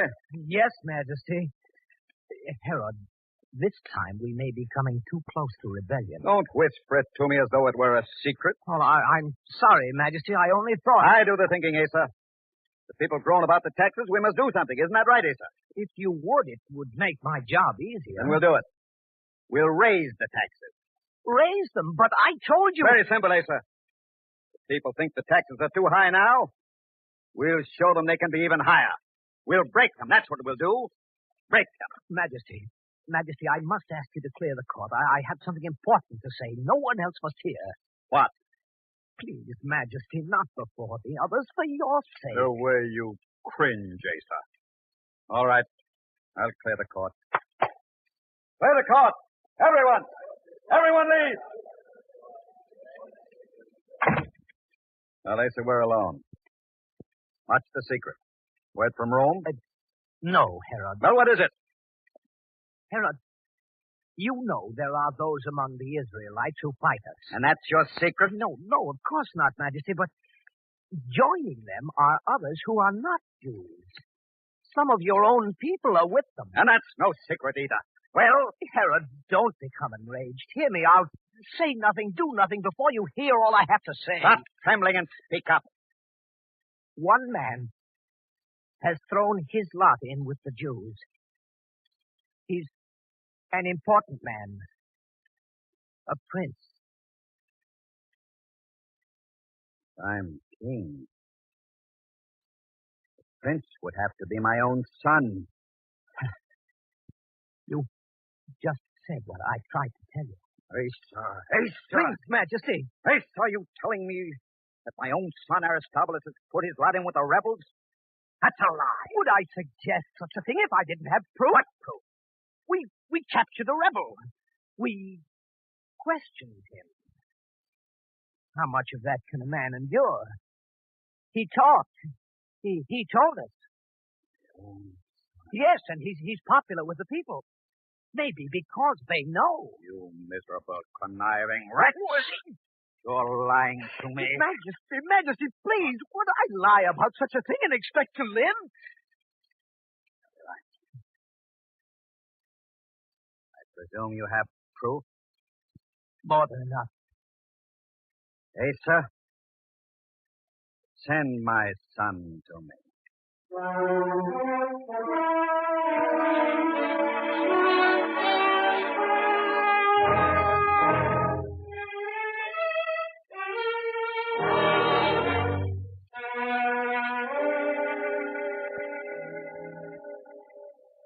Father, you sent for me? Yes, Aristobulus. I have news. Upsetting news. Bad news has a way of coming to this palace. And what does that mean, son? The news you spoke of, what is it? A band of rebels attacked one of my strongholds. We captured one of them. And under persuasion, he gave us certain information. Valuable information. If it didn't appear so ridiculous. He talked. He talked indeed.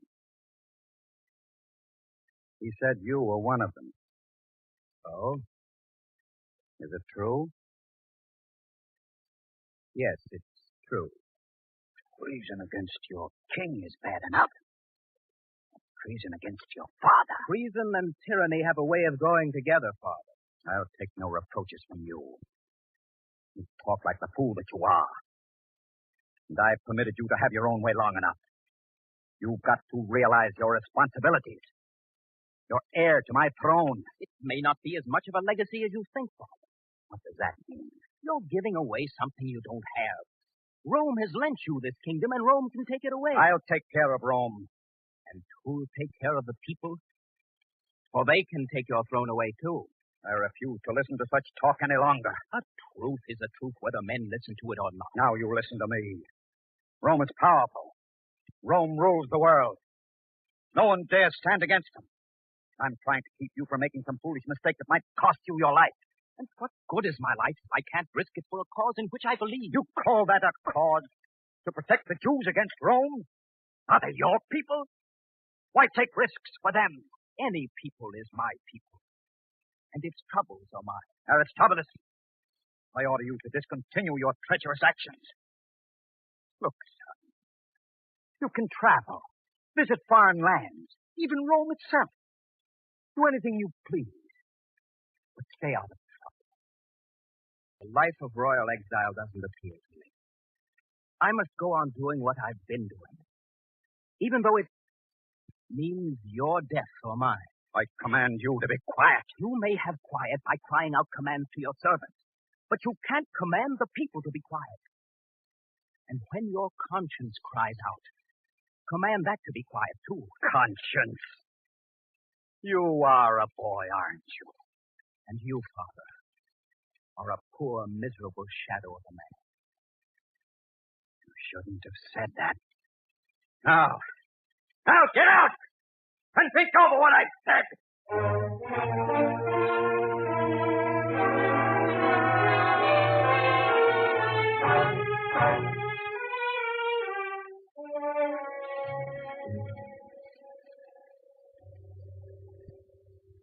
Your Majesty has spoken to your son?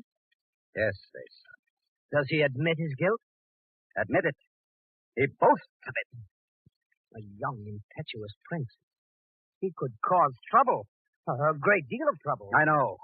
And the way gossip travels these days in Israel, it might become known. You mean that Herod is weak?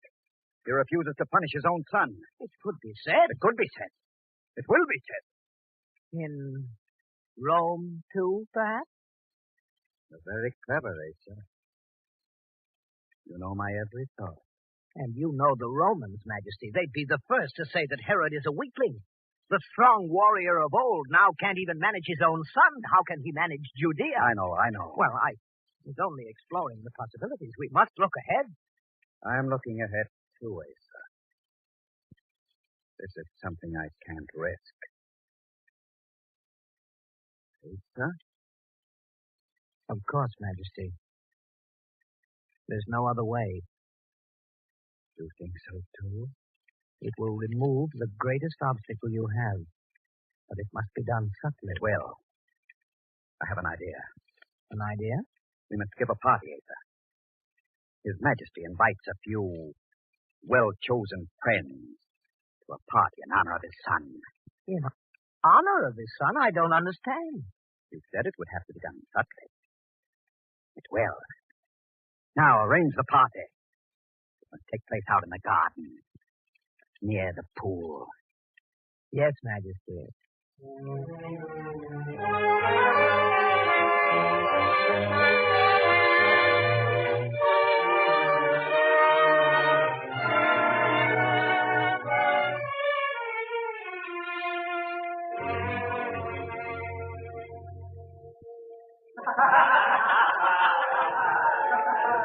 And all this, my son, is to show you that I don't harbor any grudges against you. You mean... I mean that your father is not the tyrant you think he is. He respects your opinion and the strength with which you voice it. Although back in his mind, the old warrior feels he's stronger than you are. They say you're still one of the strongest of men. They say I am. And if you don't believe that, let me show you. Stand up, son. But why? I'll show you how strong I am. From hand wrestling. Please, Father, at a party? I feel I've been challenged. I can't refuse. My friends, a little sport to begin the evening. My son has challenged me to the hand wrestle, and I have accepted. Now then, clear a space. Come on, son, out here. Take your stand. Father, please, you're too old. Too old? That's exactly what I'm going to prove I'm not. Hold out your hand. Come now. All right, Father. Now we clasp hands and start. The prince is strong. Look, the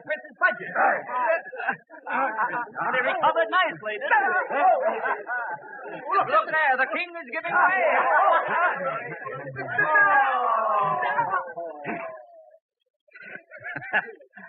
You did it, son.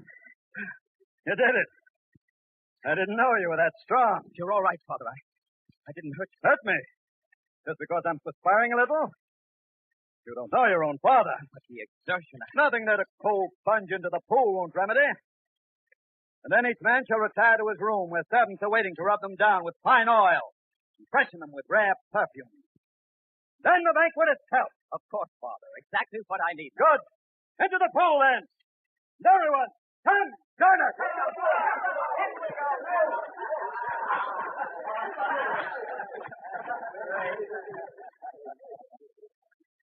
Asa, Yes, Majesty.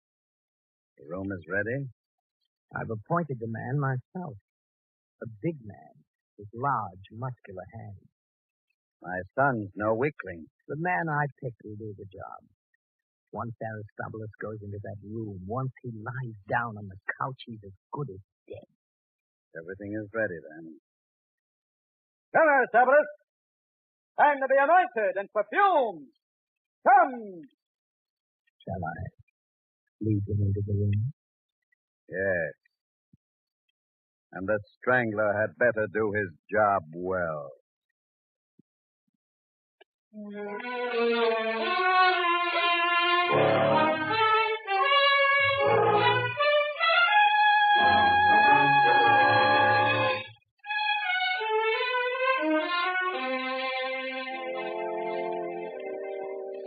There, Joseph. That's the story of the tyrant Herod. The kind of man he is. Murderer of his own son. Doesn't that make you want to go to Judea and help us fight against the man? It's unbelievable. I could tell you more, too, but that should be enough. Well, Joseph, will you join with us? We could use a strong man like you, a man with skill. His own son? Yes, the son is dead. One of the servants who was there is a member of my own band. He swears to every word of it. Well, what do you say? We must have faith, Samuel. Is that all you have to say? Well, I'm through with bowing down to an alien king placed over Judea by the Romans. Are you through with faith, too, Samuel? Faith? Yes, I'm through with faith. Can faith shield you from the tyrant's sword? Tell that to the dead of Israel whom the Romans have killed. No, extravagant, cruel, despotic Herod lives on Israel's blood. And you want me to have faith. Our people have come through other evils before. We'll outlive this one, too. Don't be too sure. Just because Herod doesn't rule in Galilee yet doesn't mean he won't reach out for power here, too. After all, Judea, Galilee, they're both part of Israel. No, Joseph. We have a choice between two faiths. Revolution or destruction. It would seem that the time must come soon. The time to fight? It's here already. I didn't mean that. What other time can be so important? The time for the third way. Neither destruction nor revolution. He was promised when the hour was darkest. He? Whom do you mean? The Messiah. Messiah? Yes. Samuel, you're forgetting God's place in all this.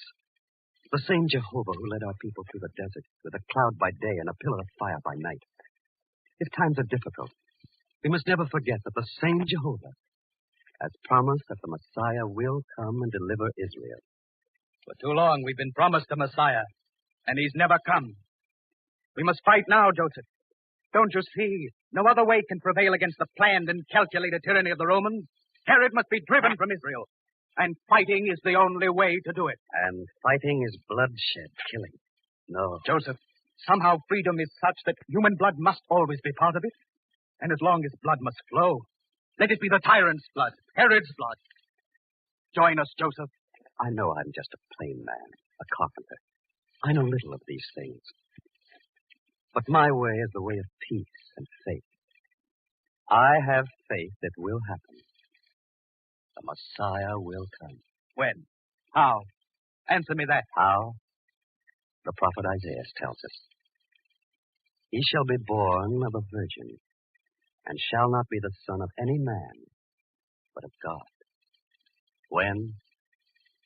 I should have to be gifted with the divine knowledge of a prophet to know that. But I'm content to wait. And some of us aren't. We know what the answer should be, but it's not the Messiah. Can he help throw off the yoke of the Romans or of Herod? If you mean, is the Messiah to come to us as a general leading great armies? No, I don't think so. Then what chance will he stand against Herod? Herod would think no more of destroying your Messiah than he did of killing his own son. Anything that stands between Herod and his throne must die. And that goes for Messiahs, too. That's no way to talk, Samuel. I'm sorry, Joseph. I know how dear the belief is to you. To all Israel.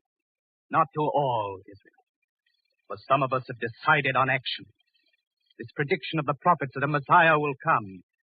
It could be a mere legend handed down, a tale born in time of stress and brought to light to keep up hope in other times of trouble. Joseph, I don't believe it. Oh, Samuel. I didn't want to hear that. Not from you. It's said, and I don't retract it. Think, Joseph.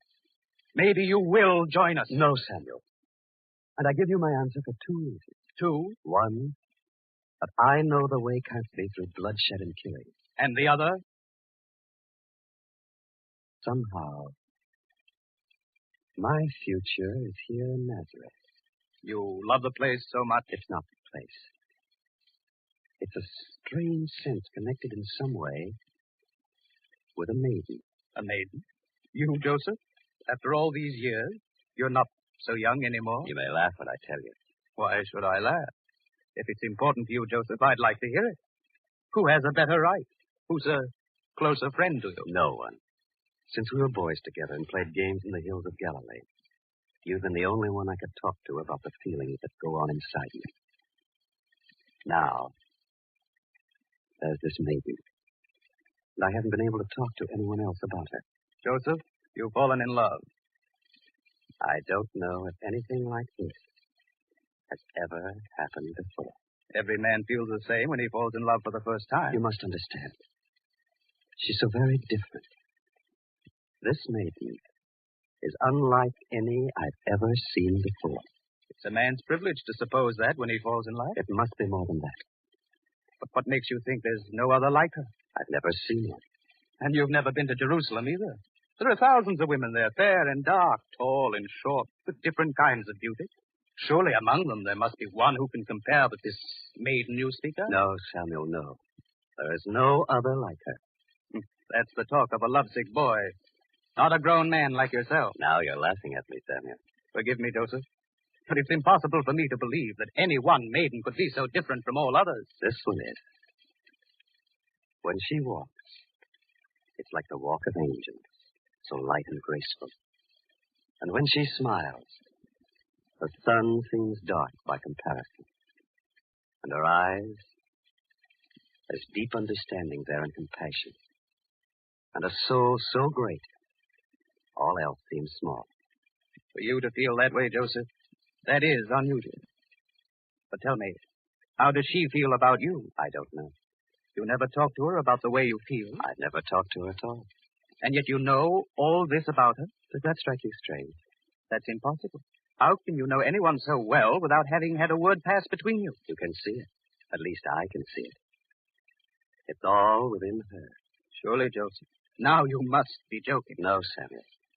I've never heard of any such thing. Never expected you would talk that way. Would you like to see for yourself? Indeed, I would. Well, you can. It's almost time now for her to take her daily walk down to the well to fetch water. Come.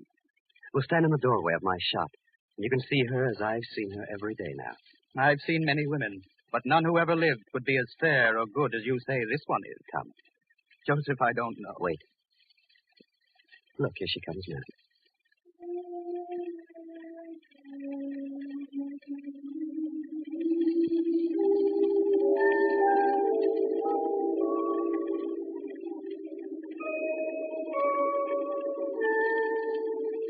From here, she looks like any other maiden in Nazareth. Not to me.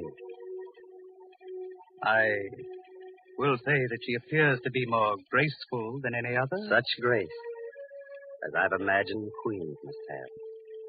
Yes. And her face. Her face. Joseph, she is truly beautiful. Most beautiful. Quiet. She passes now.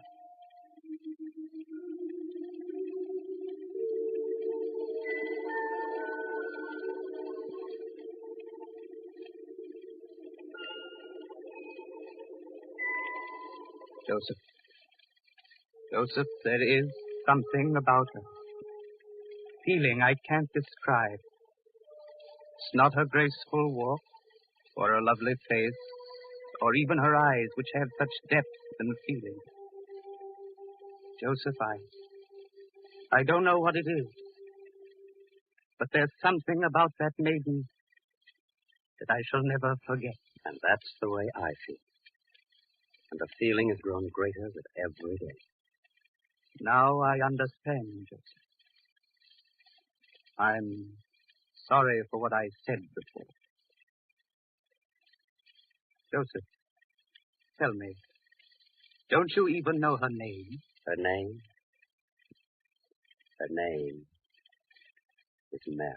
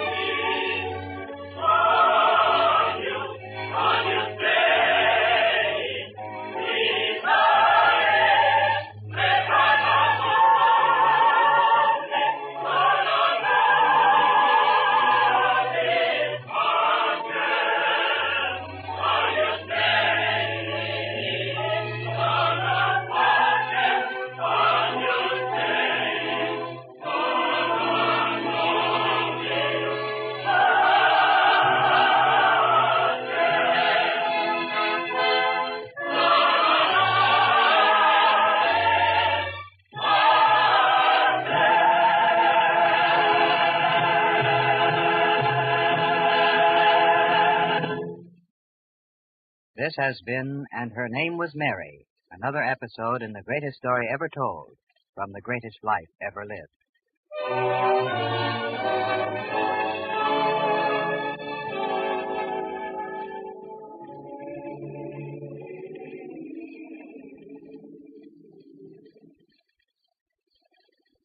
This program was the first in a special series of 5 to be presented this week through the United States Armed Forces Radio Service, the voice of information and education.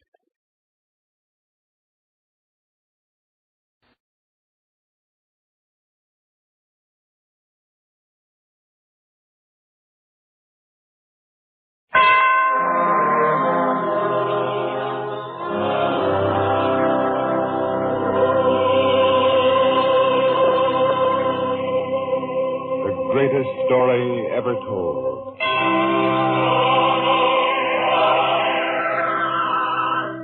Presented by the Goodyear Tire and Rubber Company.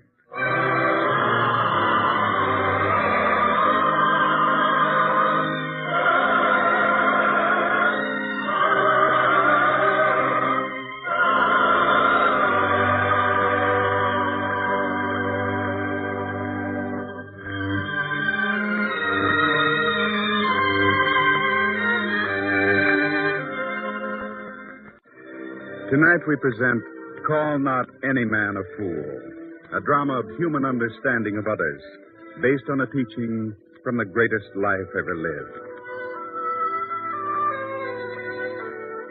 Our scene is the town of Bethel in Judea, where in one house a man waits for his son. After looking through the doorway again, he turns to his wife. Rachel. Please, Samson. I know what you're going to say. And if you do, does that deprive me of the right to have my say in this household? Samson, after all, he's only a boy. It's when they're boys that their lives are shaped and formed. Of course. Well, will you tell me that I'm trying to do the boy harm? Do I try to teach him bad habits? Well, can't you be gentle with him? Gentle? How long can I indulge him in his foolish ways? The boy is not foolish. I have to say it, Rachel. Our son is a great disappointment to me. Oh, no, Samson. I never thought I'd hear it. I know it's not a nice thing to say, but I had such plans for the boy. When he was born, I used to imagine what it would be like. The boy and I, good friends, proud of each other. The boy loves you, Samson. Maybe, but I want a son I can be proud of. A son that other people would envy us for. The boy will grow. He'll learn. Besides, there's something about him. There certainly is. While the other boys are out playing games, displaying their strength, he roams the hills collecting stones and flowers and all sorts of things. He has natural curiosity. Well, he'll learn to have some curiosity about the things I want him to do. And when he... There you are. Yes, Father? Well, out with it. Where have you been? It's almost dark. Yes, sir. Well, my dear, did you hear the brilliant answer my son gave me? He quite agrees with me that it's dark. We're making progress. Come here. Samson. Now then, where were you till this hour? Out. Playing games with the other boys, perhaps? Learning to hurl a spear or run swiftly? Well? No, sir. I know that, because I saw the other boys at play. Do you know that Andrew can hurl a spear almost as far as I could when I was a boy? Yes. I was the best in all Bethel in my youth. But you, can you even hurl one correctly? No. And why? Because you don't try. And in the evening when all the men gather and they talk about their sons, what do I have to say? Nothing. Absolutely nothing. I have to say it, son. I'm disappointed in you. Father, I tried. Samson, leave the boy alone. That's what I mean. How can I make an impression on the boy's mind when you're always coming between us? Rachel, we have a man-child, a great honor. A very fortunate thing in view of the fact that you... Samson, please. I'm sorry. Go to your room, Philip. Yes, sir. I'm sorry, Rachel. I'd rather have cut out my tongue than said anything like that. I know how you risked your life to have the child. Please, Samson, anything. I could stand anything. Only never reproach me for that. I'm sorry, more sorry than I can tell you. But it's because he's our only child that I want so much for him to be everything I dreamed. Well, then if you feel that way, try with the boy. Be kinder to him. Spend more time with him. I'll do it. But honestly, Rachel, I have no faith in our son. No faith. He's a fool. A fool. But I'll try.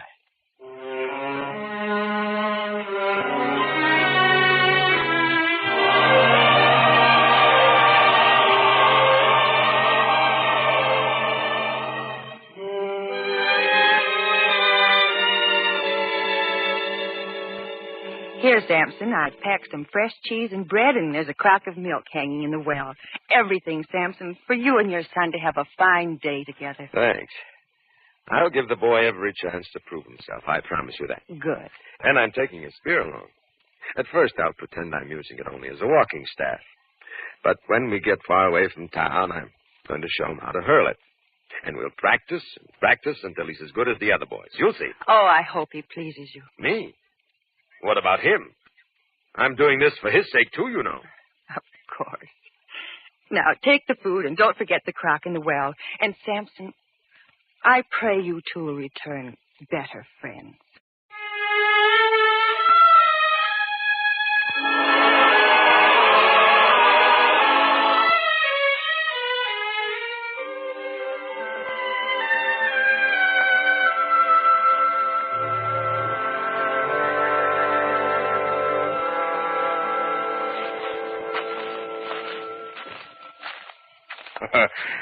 Not tired, are you, son? Oh, no, Father. I could walk all day like this with you. Well, I must confess I'm getting a little hungry. How about you? Well, I've been hungry for quite a while. I thought if you could wait, so could I. Then there's no need to wait any longer. We'll stop here. We'll have that fine meal your mother prepared for us. This is a good place, right here. Here, Father? Shall we sit here? If you like. And let me open the napkin with the bread and cheese. There we are. Go on, Philip. Help yourself. Thank you, sir. Meanwhile, I'll take the cover off the milk crate. There we are. Drink. Yes, Father. Of course, after we've eaten, I think we ought to rest a while. If you think it's best. Yes, and as long as we have the spear with us, why, maybe we'll be able to practice hurling it. What do you say? Hurling the spear? Father, I don't do that very well. You might be disappointed in me again. If you don't do it well at first, we'll practice for a while. All right, huh? But Yes, Father. We'll practice.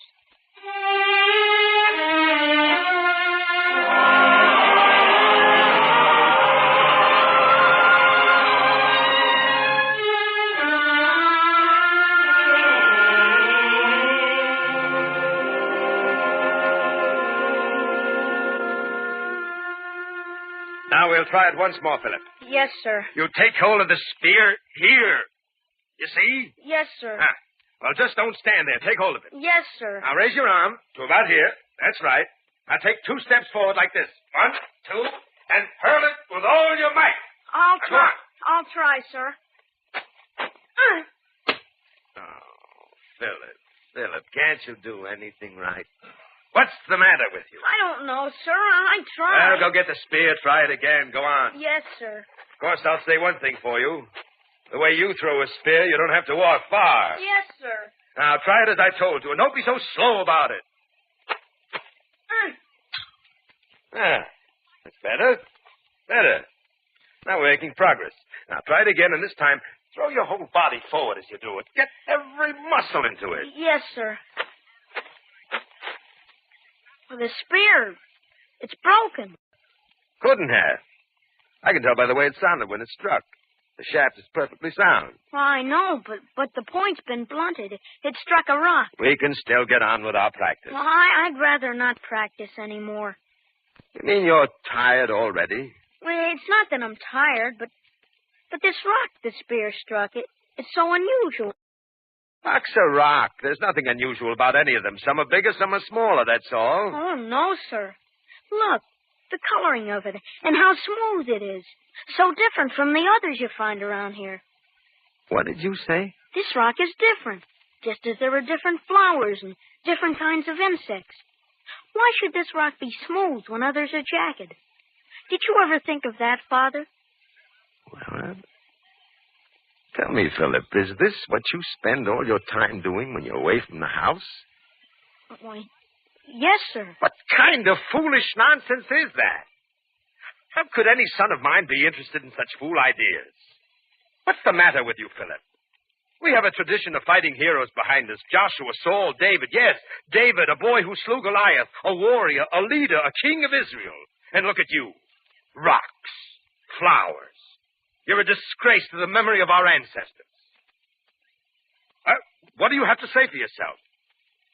Father, I can't help it. But, well, David was a warrior. But Solomon, his son, he was a scholar, a poet, wasn't he, Father? And if he was? Did he disgrace his father, David? Are you comparing yourself to Solomon? Well, now I've heard everything. I promised your mother I'd do my best, and I did. But you're hopeless, Philip, hopeless. Just a born fool, I guess. Come on. Come home. I give up with you.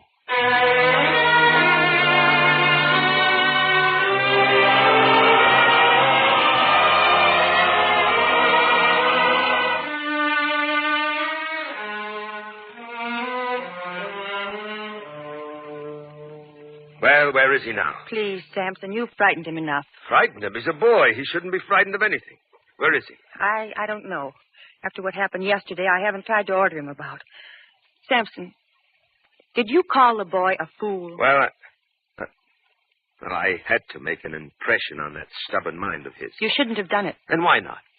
If I can't convince him, I'll try to goad him into doing the right thing.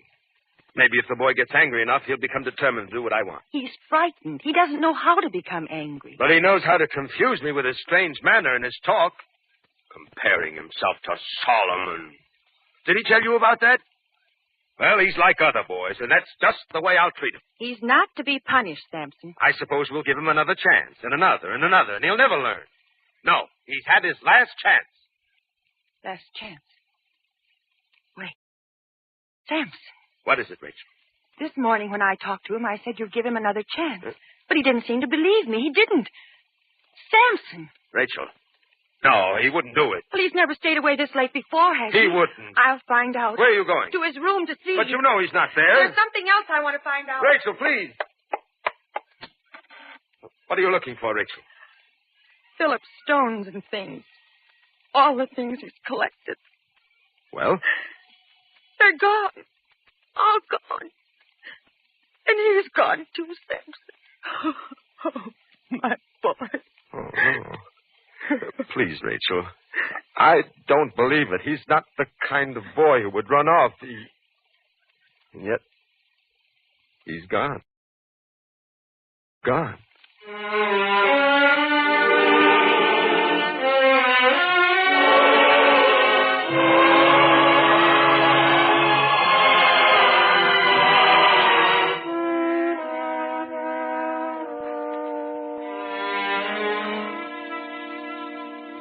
Tell me, Micah, you're his teacher. Where would my son have gone? And why? Samson, your boy's gone? What do you mean? Run off into the night somewhere. I don't know. Rachel's going from house to house searching for him. We can't find him. Oh, that's too bad. Such a fine lad. So smart. This is no time for idle flattery, Micah. Now, no matter what the boy is, I find him. After all, he's my son. What do you mean, Samson? I forgive the boy everything. Only I must find him. I must get him back. Oh, what is there to forgive? The lad's smart in school, and he has such ingenious ways of collecting knowledge. I tell you, I learn almost as much from him as he learns from me. What? Of course. He keeps all of us entertained with his little talks on rocks and flowers. I believe the other boys would rather listen to him than to me. Useless knowledge, all of it. There's no knowledge that is useless, Samson.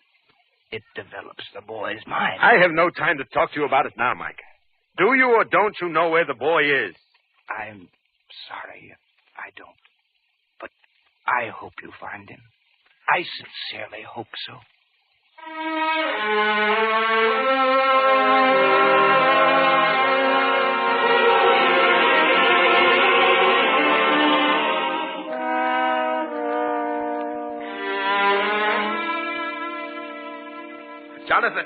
Jonathan, have you seen my boy? Philip?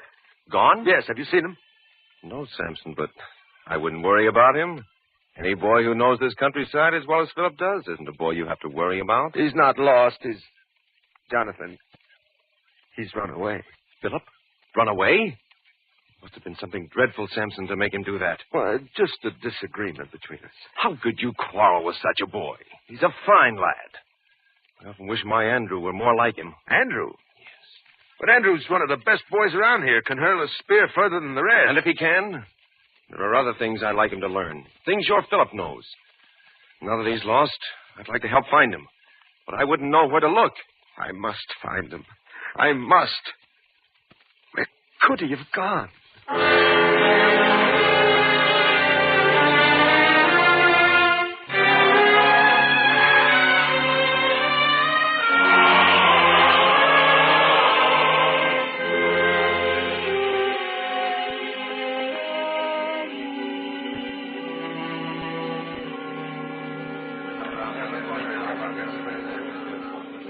John, people are gathering again to hear the master. John, do you hear me? What, Peter? Oh, you didn't hear me. Something's on your mind, John. What is it? Over there. That boy. Well, he's come to hear the master. Is there anything wrong in that? It's the way the boy looks around him. as though he's afraid something or someone will catch up with him. There's a boy who's in trouble. Then it's our duty to help. Come. Son, is there anything we can... What do you want? We thought there was something we could do for you. Me? I'm all right. Of course you are. But maybe you could help us. Me? Help you? Yes. There's a boy somewhere around here, and he's alone and in some kind of trouble. And if we could help him, it would make John better. Now, if you've seen such a boy... A boy in trouble? Yes. Well, I guess you could say I'm in trouble. If you'd feel better helping someone, you could help me. Would you let us do that? Well, sure. Well, that's just fine. You come with us, son. And it's your good luck that we're just about to eat our midday meal. Isn't it, John?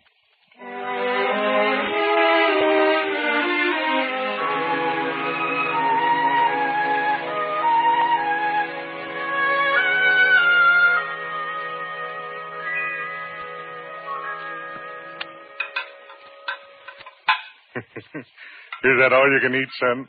Yes, sir. We'll have to be content with that, Peter. Now, my boy, what is this trouble you're in? Nobody wants me. I see. Oh, that's too bad, son.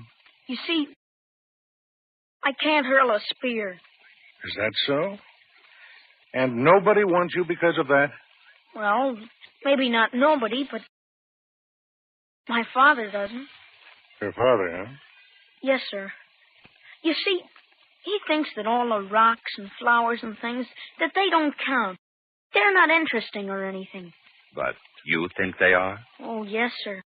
I think they're interesting. But you'll laugh. No, we won't, son. Well, I think they're beautiful. Even as the Master does. For they're God's work. God's work. Yes, sir. I never thought of it that way, but it's true. It is. And the Master, he feels the same way I do. I don't know what to say. Perhaps you better not say anything more, son. You look tired. A little sleep might make you feel better if you haven't slept all night. Tell the truth, sir. I haven't. Then come along, son. Sleep is what you'll have.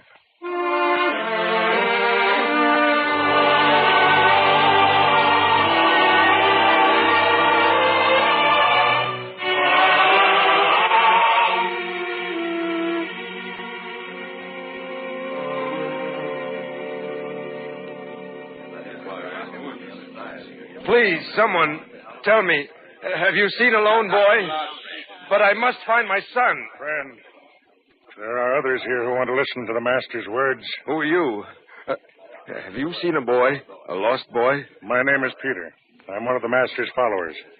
And as for having seen a boy, I've seen many. But this one was lost. I thought he might have come here. Somehow I feel he'd come to the Master if he were in trouble. And is he in trouble? My son... He's run away. Oh, I see. John, did you hear? A boy who's run away? Oh? He wouldn't have been carrying a spear, would he? My son? I'm afraid not. He must be a fine boy, then. What do you mean by that? How much good has ever been done by hurling a spear, friend? Well, I hadn't thought of that. There are some boys who have more important interests in life. Is that right, John? Yes, Peter. Some, for example, who seek after knowledge of different things, after the beauty of God's creations. Aren't there, Peter? Why, from the way you talk, you must have seen my son. We do have one boy here who would fit your description. Then I must see him. Take me to him at once, please. First, we must take you to someone else. Someone else? Yes, to the Master. Me? You'd take me to the Master? But why? He has something to say to you. The Master is aware of me? More than you know. Come along, man. Come along.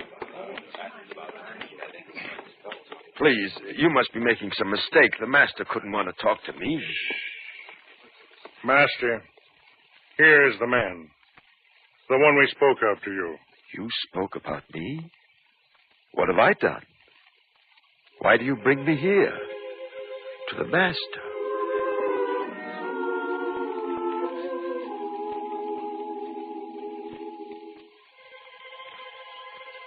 Ye have heard that it was said by them of old time, Thou shalt not kill. And whosoever shall kill shall be in danger of the judgment. But I say unto you, that whosoever is angry with his brother without a cause shall be in danger of the judgment.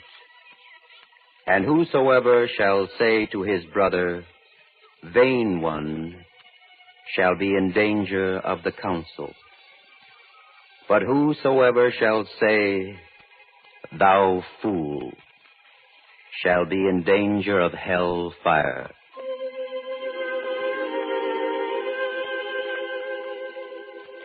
Does this apply to me? Whom have I... Oh. What is it, friend? I haven't hated anyone, but I have called someone a fool. Now the master says it's a crime. Hellfire, the master said, for calling someone a fool. Why? Why? Because, though it's not one of those crimes punishable on earth, it's the kind of crime that cuts deepest and leaves the greatest wound. But if someone's wrong, if he does foolish Who's things, to say? What a man does in his enthusiasm may be wrong. But shall we rob him of his enthusiasm because we don't agree with him? How else is the world to go forward? How else is new thought to be born?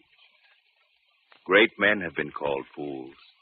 Even greater men will be called fools. And to do so can be the greatest crime of all, for it destroys people. Then I'm a criminal, John. And if the master wants to have me punished for the great wrong I've done my son, I'm ready to take my punishment. I can see in your face that you've been punished enough. You've punished yourself by driving your son from you. And now, Peter, shall we help this man find his son?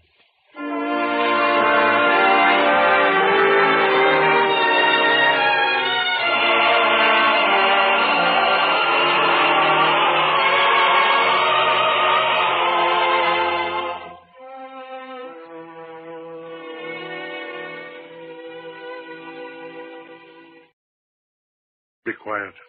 The boy is still sleeping. My son. My son. What's that he's clutching to his body? A collection of rocks and flowers and things he loves. He showed them all to us. I know. I taunted him about them. Son. Philip. What? Father, Philip, look at me. There's nothing to cry about now. I've found you. I'll take you back home. Home? Of course. Your mother and I, we want you. We need you. But all the things you said to me, I thought you didn't love me. I'm a fool. How could you love me? I loved you as much as anyone could love a son. I just didn't understand you. I didn't know how wrong I'd been. But now we're going home together. Is it true? Is it? Yes, son, it's true. Your father wants you. And your mother's waiting for you. And on the way home, you can tell me all those interesting things you tell your classmates and your teacher. You'd really want to hear them? Of course. Then we'll go as soon as I thank these two men for helping me. They fed me and gave me a place to sleep. Thank you, sirs. Yes. Thank you, sirs, for giving me back my son. For having the master teach me a lesson I needed very badly. From now on, no more cruel words for my son. Because I'll keep repeating to myself what the master said.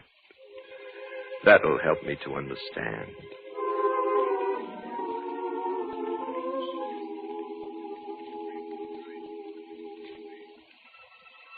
But I say unto you, that whosoever is angry with his brother without a cause shall be in danger of the judgment.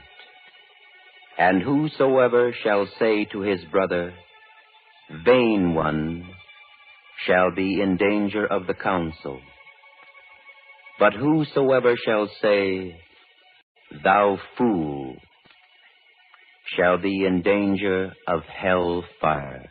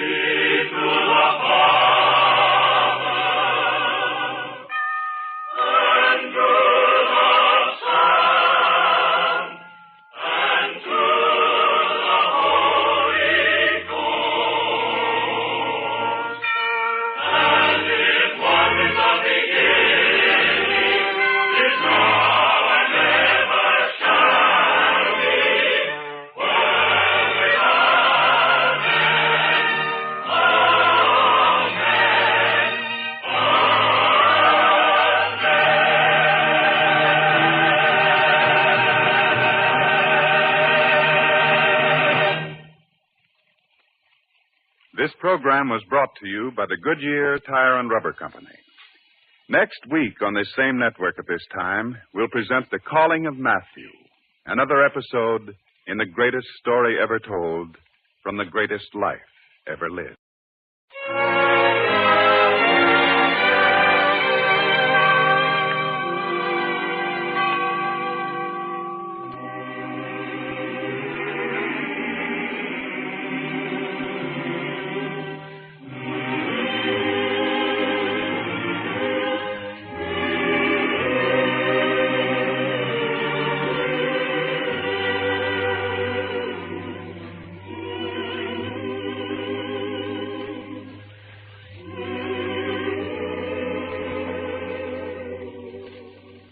This is ABC, the American Broadcasting Company.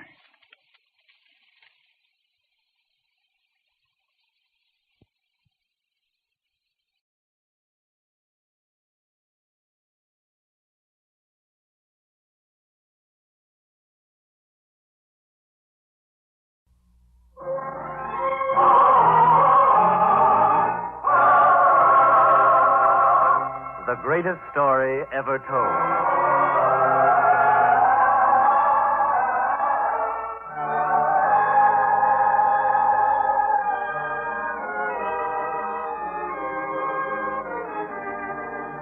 Today, we present Of Such is the Kingdom, a drama inspired by events set forth in the 12th chapter of the Gospel according to St. Matthew. Events from the greatest life ever lived.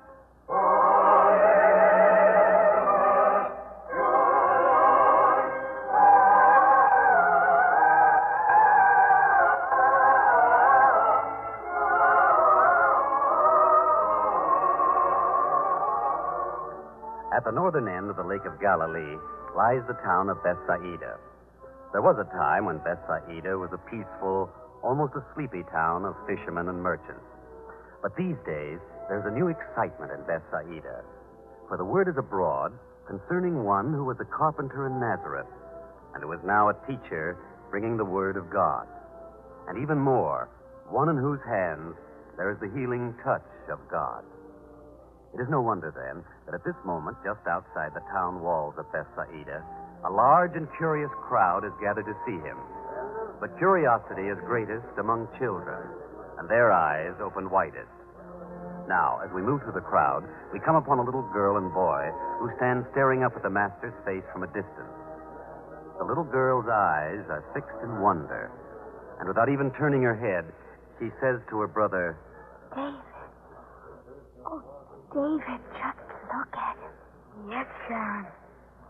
You know, David, I think I've seen his face before. How could you? I think I saw it in a dream. What kind of dream, Sharon? I don't know.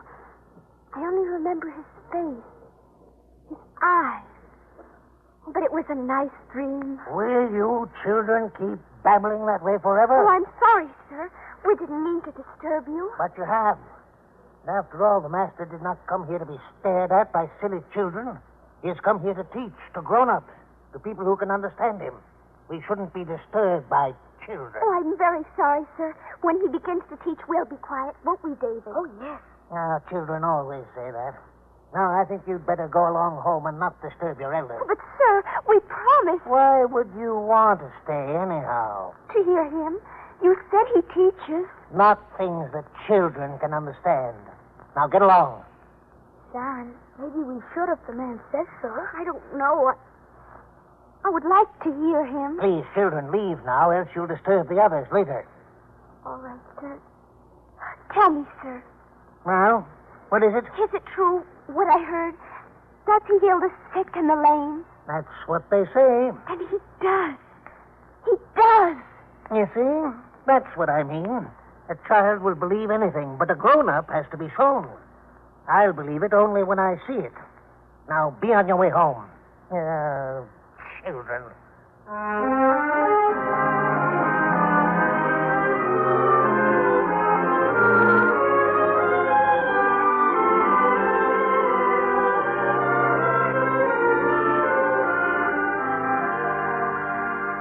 Oh, David, I wish we could have stayed.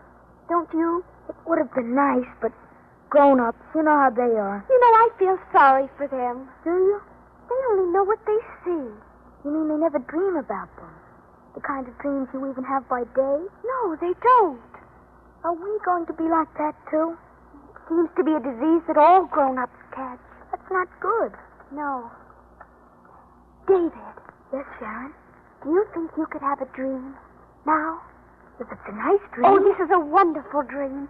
We can wish anything that's in our hearts. All right. In this dream, Uncle Noah will be with us, and we'll be walking through a field. And the light wind is blowing, a cool wind, and it bends the grasses so that they make a path for us. Oh, yes, Sharon, yes. And we walk along that way. And Uncle Noah has my hand in his. Your hand? What's the matter, David? If he's holding your hand, then he can't hold mine. Oh, but he can in this dream. But, Sharon, you know he only has... Well, I don't like to say it. I don't even like to think about it. David, that's the wonderful part about this dream. Well, in this dream, Uncle Noah's hands are both whole and strong. But you know they're not. Oh, David. I'm sorry, Sharon. Maybe I'm growing up too fast, but I can't dream like that. Not about Uncle Noah. Yes, you can. Because Uncle Noah goes to the master, and his withered hand is cured. In the dream? David, suppose it wasn't just a dream. What do you mean? Suppose we really took Uncle Noah with us, and then he was cured. Yes, suppose he was. David, give me your hand. We're going home. But you know Uncle Noah doesn't like to talk about it. Give me your hand, David.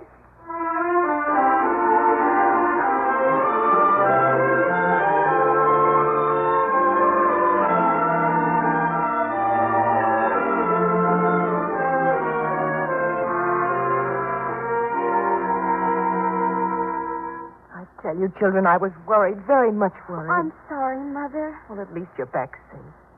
Now sit down and eat your evening meal. I'll have your food in a moment. Sharon, shouldn't we ask Mother about it? She won't like it. But we have to talk to her. She'd want to see Uncle Noah cured, too, wouldn't she? Of course. Still, here she comes. And you're to eat every drop of this broth, do you hear? Yes, Mother. David? And yours, Sharon? Well, why don't you eat? Mother? Yes? Mother, may we talk to Uncle Noah when he comes back to the house this evening? Well, who's to stop you? Of course you can. But, Mother, this is different. You're not to ask him for anything, if that's what you mean. He pampers you too much as it is. Sometimes I think you care more for him than for your own parents. Mother.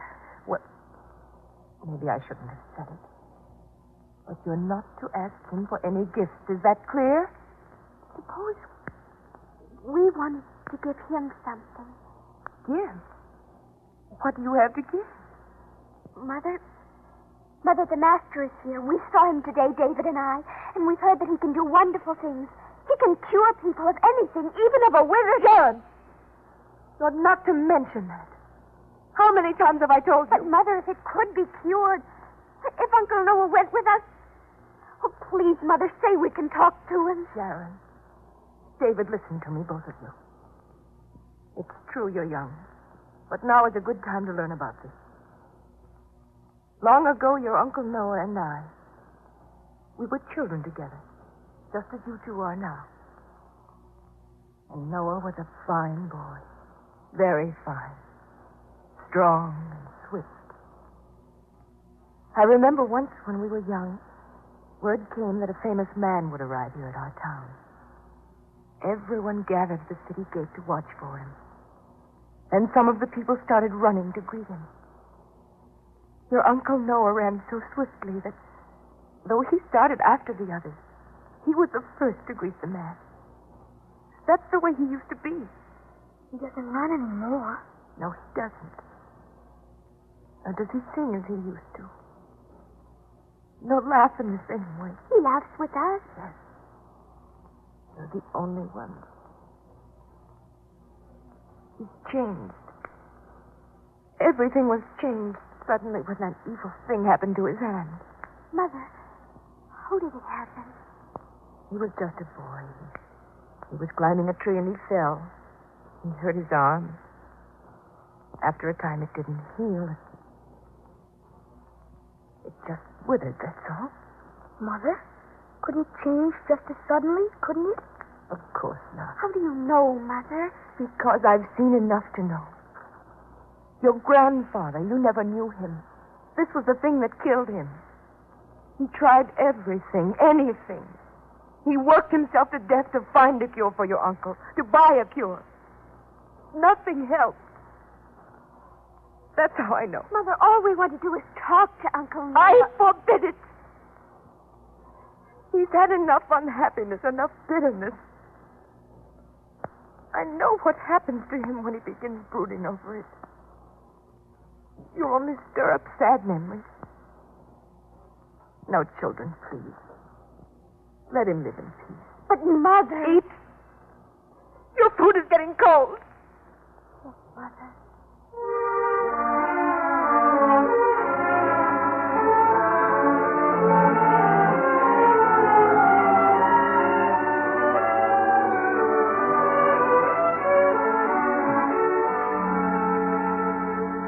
Sharon, I can see him. He's coming along the road now. Yes, David, there he is.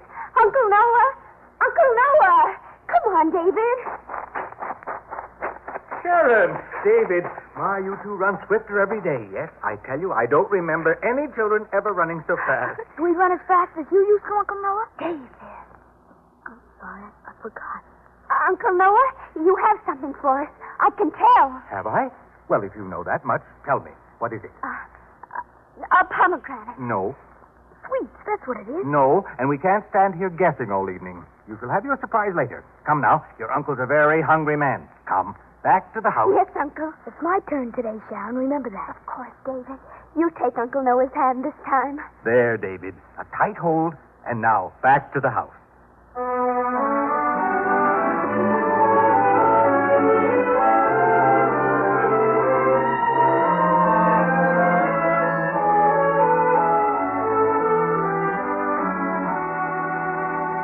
Well, how much can a man eat, huh? Enough is enough. It was good, Ruth, very good. Maybe that's why I continue to live here. Who else could cook like our mother used to? It wouldn't be the same house if you didn't live with us, Noah. Now, the surprise for the children. Are you ready? Oh, yes, Uncle. Noah, you spoil them. My own children, and I say you spoil them. Spoil them, Judah? No, I spoil myself. They are only innocent victims of the joy I get in giving them things. Now, both of you, close your eyes. Yes, sir. Come, David, I can see. Close them. Yes, Uncle. Now, listen. Oh, Uncle Noah. A bell. A silver bell. It's so small and delicate. It's beautiful. Uncle Noah, may I ring it? Of course, David. Here. There, isn't it a wonderful sound? It's for both of you, and I will tell you why. This bell is the closest thing to the laughter of children that I ever heard. You should keep it forever as a reminder of childhood. Oh, Uncle. Uncle. There. Why, thank you, Sharon. That's the nicest kiss I ever received. Uncle, we would like to give you a gift, if it were possible. What do you mean, Sharon? Children, it's time for bed. Come with me, both of you. But Ruth, the child was saying something. Children will do anything to delay their bedtime. Come, Sharon. David? Yes, Mother. Good night, Father. Uncle Noah.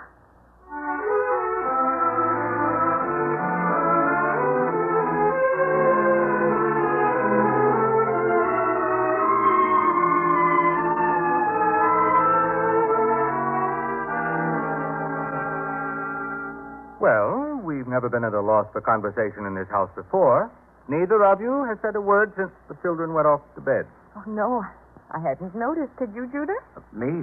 Why, I don't know. I suppose if there were anything to talk about, we'd have talked. You're not very good at it, either of you. Now, Noah, what do you mean by The that? child was going to say something. You wouldn't let her. Why?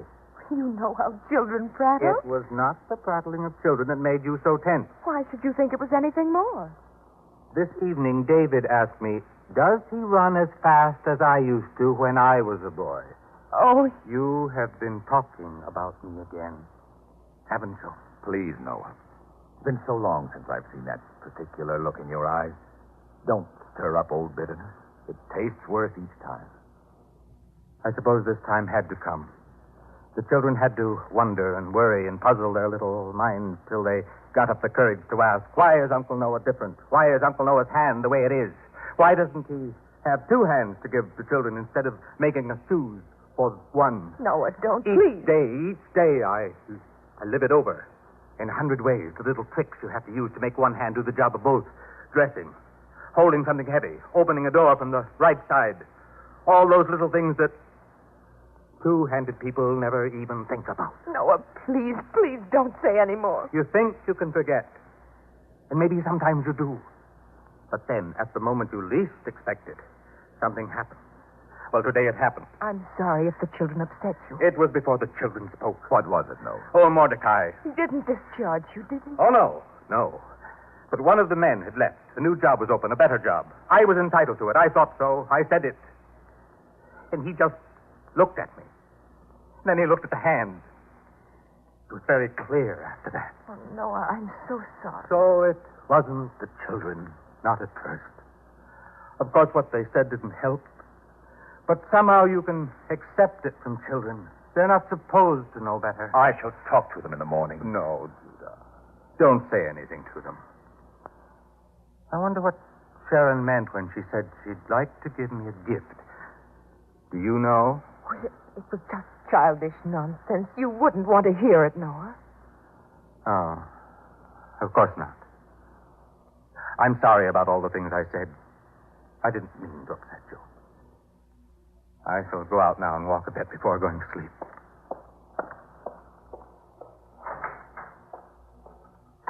I'll talk to those children first thing in the morning. I will. Please, Judah, let them forget it. By tomorrow, the whole idea will be gone. The idea that he could be cured. Who else but a child could believe that? Well, if you think about it for an instant, it seems possible. Then your good sense takes hold again, and you know it cannot happen. Master, you must have made a great impression on them. Yes. Sharon has never talked that way about anyone before. She seemed to glow from within, as she described it. But curing a withered hand, that's a different matter. Let's hope they don't mention it again. It only brings pain to know it.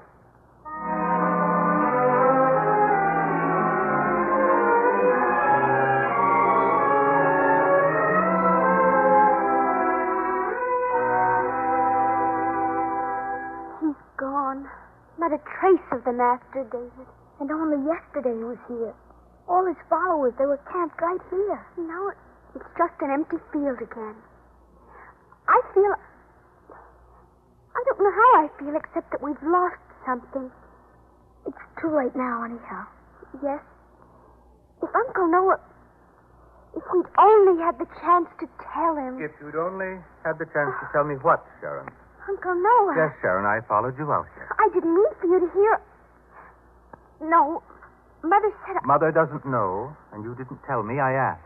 That's why I followed you. What was it, Sharon? No, Uncle, please. The gift you wanted to give me, what was it? Why wouldn't they let you speak? David? I don't know, Sharon. Sometimes you never know what's right or wrong. Come here. Now, Sharon, tell me. Well? Uncle Noah, we wanted to have your arm cured. Oh. So that's it. Please, Uncle, listen. The master, we saw him yesterday. We looked at him and we knew that he could do it. It's impossible. But he's cured others. How do you know? We know because we've seen him. Because we can feel it inside here. That's how we know. You're only children. You don't know anything about life, about its disappointments. That's why children are happier. No, this useless hand cannot be cured. I know that. Uncle Noah, please. If we ask, wouldn't you at least try? What's useless is useless. No. Uncle, Oh, don't cry, my dear. I didn't mean to sound so harsh. Don't cry. We wanted it so much for you. You wouldn't even try. You wouldn't even try. I'm sorry, child. If it would make you feel better, if it would make you stop crying, I'd go. I'd try anything. Would you? Yes. You'll have to learn sometime. Grow up sometime. It happens to some earlier than to others. And this seems your time to learn. Yes, we'll find your master. We'll shatter those precious, fragile little things that are the dreams of children. Come.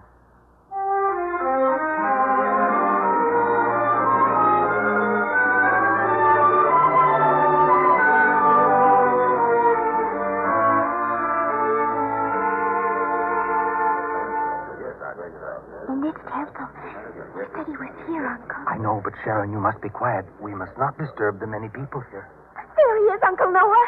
There he is. Quiet, children. Have you no respect for a holy place? Uncle, there he is, standing at the altar.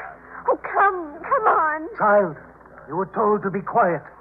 The master is here to teach to grown-ups. But my uncle, we came a whole day's journey to see the master. Be quiet. No, I won't be quiet. My uncle, he needs the master's help. Quiet, child. Warren, remember him? His name's Peter. Remember we saw him yesterday. Did you, lad? Well, in any event, you must be quiet. You're disturbing your elders who have come here to learn. Please, sir. We must see the master at once. Talk to him. Ask him about my uncle's hand. But you can't disturb all the others now. Sir, please take these children out of the temple. You say the master teaches to grown-ups.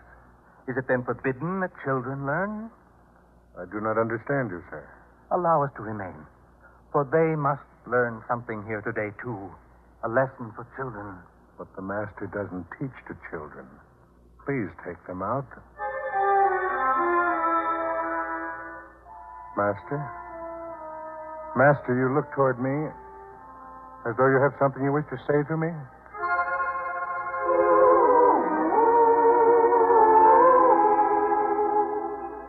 Suffer the little children to come unto me, and forbid them not, for of such is the... Yes, Master. Of course. Come, children. You too, sir. Come with me. I shall make room for you beside him. Come. Come. Here, Master, are the children. Go, Sharon. David, the master beckons you. His arms go out to embrace them.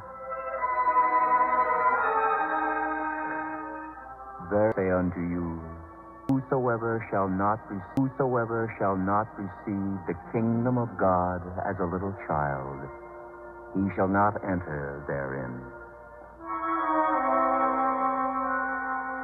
He's closed his eyes. He blesses them now.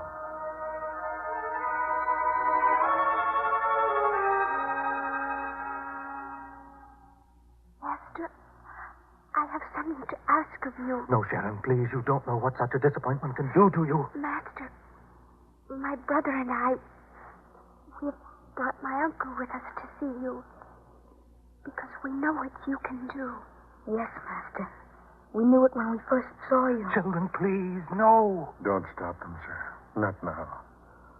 Look at their faces. The belief and the hope that is there. Truly, only children can believe that way. Go on, child. Speak. Master, my uncle is a fine man and a good man. He's never done an evil thing to anyone. And we love him. We want him to have the one thing in the world he wishes. And only you can give it to him. Only you. Uncle, give me your hand. Sharon, no. Please, Uncle. Look, Master. His hand, withered and no good. Not even for children to hold on to. Please, Master. Can you heal our uncle? Stand forth. Sir, he talks to you. Yes. Yes, Peter. Master, it is strange. Perhaps because these two little ones believe so strongly, it is possible for me to feel again as I did when I was young and this affliction first came on me. Then I believed that it could be healed. I felt it. But it did not happen. And so I grew embittered and despondent and hopeless. But now, Master, I feel once again that it could be. Yes, Master, I believe it can be healed if you will it.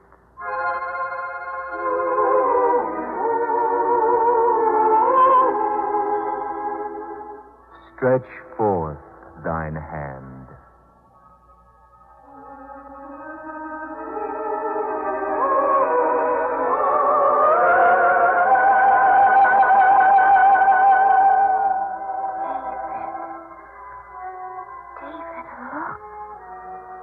Uncle. This hand. This hand over which I have mourned and wept and even cursed. Look at it. Everyone, look at it. I hold both hands up for you to see. Can any one of you tell which one was withered only a moment ago? Master.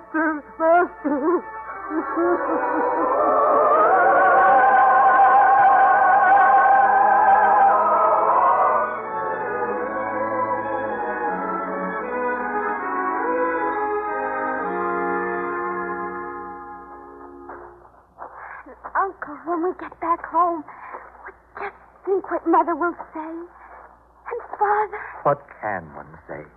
One can only believe now. Hey, David? Oh, yes, Uncle, yes.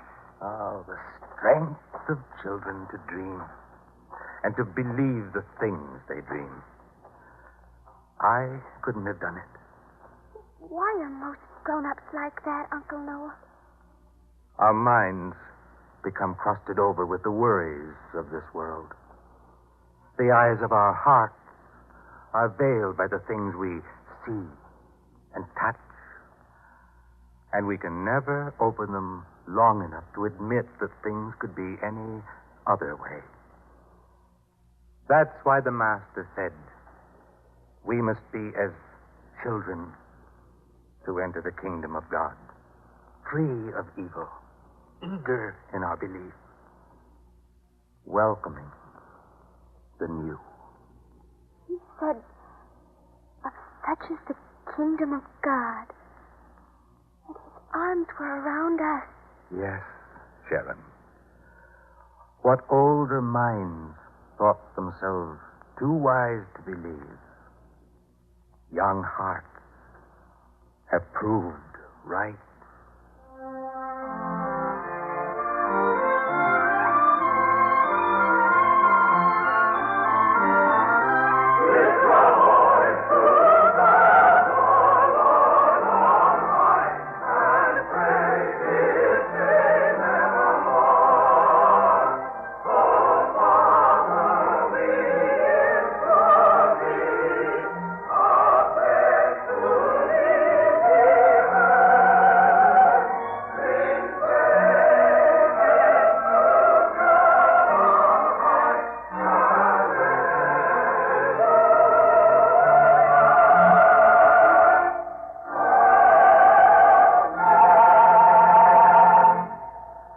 Next week, on this same network at this time, we will present another episode in the greatest story ever told from the greatest life ever lived.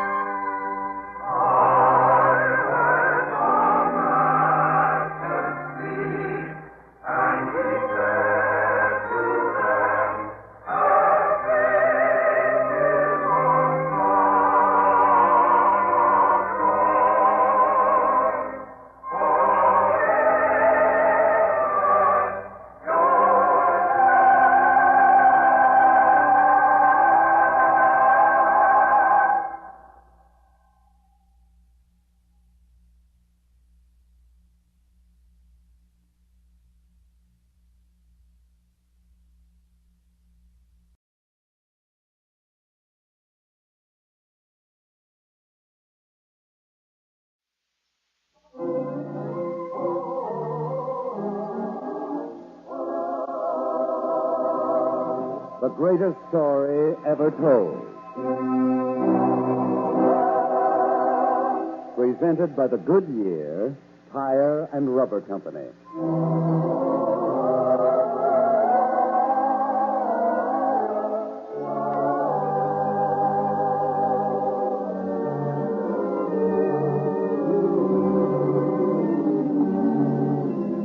Today, we present Voyage to Rome, a drama based upon events set forth in the 27th chapter of the Acts of the Apostles. Events which are all part of the greatest life ever lived.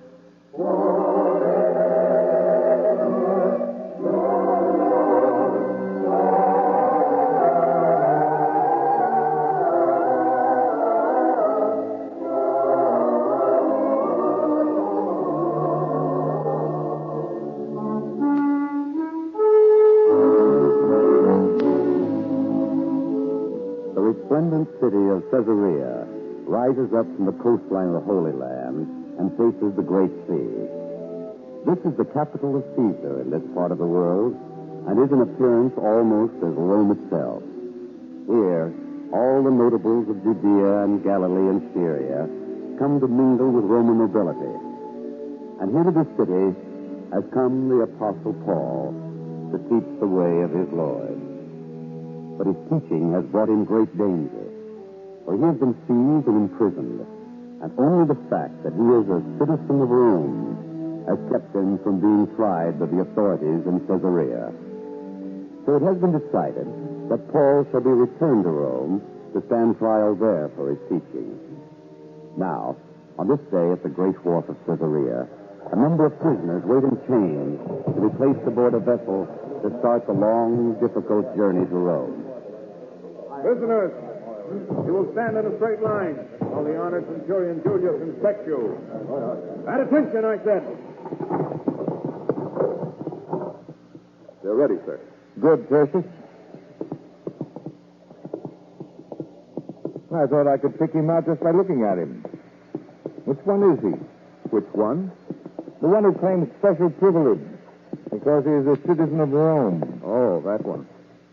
Here, sir. Well, no wonder I couldn't pick him out. Look at him. Dressed in such poor clothes. So you're the one, I am, sir. Paul of Tarsus, citizen of the Roman Empire. You do no credit to Rome, dressed like a poor man. And from what I hear you teach of a strange God. I teach of my Lord, Jesus of Nazareth. And for your teaching, you will pay with your life. You know that, don't you? I know only that I must teach, and must pass on to those whom I meet the truth, as I know it. Well, let me warn you now. There'll be no teaching on this voyage. My assignment is to take you to Rome, to deliver you to the authorities there. This I will do. But without trouble from you, do you understand? Centurion, you are an extremely anxious man. In some way you fear me, yet I have no hatred against you. How much better your life would be if you could trust and love your fellow man. That's the way it starts, sir. He always talks that way. Well, he won't start it with me. March the prisoners on board. Yes, sir. Prisoners, march. As for you, noble Paul, you'd best watch your ways. Do you understand? March.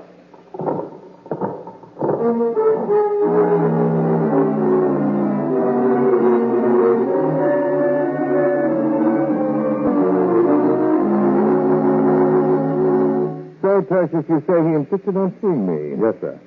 Well, Paul, only a single day has gone by and you've come to register a complaint. Well, no complaint, worthy Centurion. Oh. There was only a single request that I had. I hear that at dawn this vessel arrives in Sidon, and there I have many friends. What of it? If you would grant me the liberty, I would like to visit them. For who knows that I will ever have the opportunity to see them again, the charge against me being so grave. A man with a grave charge against him might see fit to escape. Better to be a fugitive than dead, huh? I will not seek to escape. They never do. Please, sir. Have you no compassion? I'm a soldier. I'm not trained to have compassion. I'm not paid to be merciful. I'm not a centurion because I practice leniency. I am what I am because those in command trust me to do my duty, and I will do it. A pity. A man so resolute as you could be of great service in a worthy cause. And what does that mean? Would that you were so strong in the cause of righteousness. What a pity that you have never heard the teaching of love which my Lord pronounced on the mount. I don't know what you're talking about. Shall I take him back to the hole, sir? No, not yet. I'd like to hear this teaching. There can be no harm in it. I was not there when he taught these words, but I've heard them many times since from his disciples. And in my mind, I've even heard the way they must have sounded as he said them.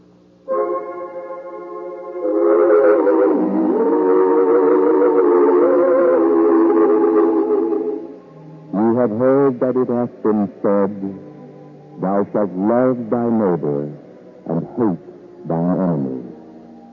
But I say unto you, love your enemies. Bless them that curse you. Do good to them that hate you. And pray for them which despitefully use you and persecute you.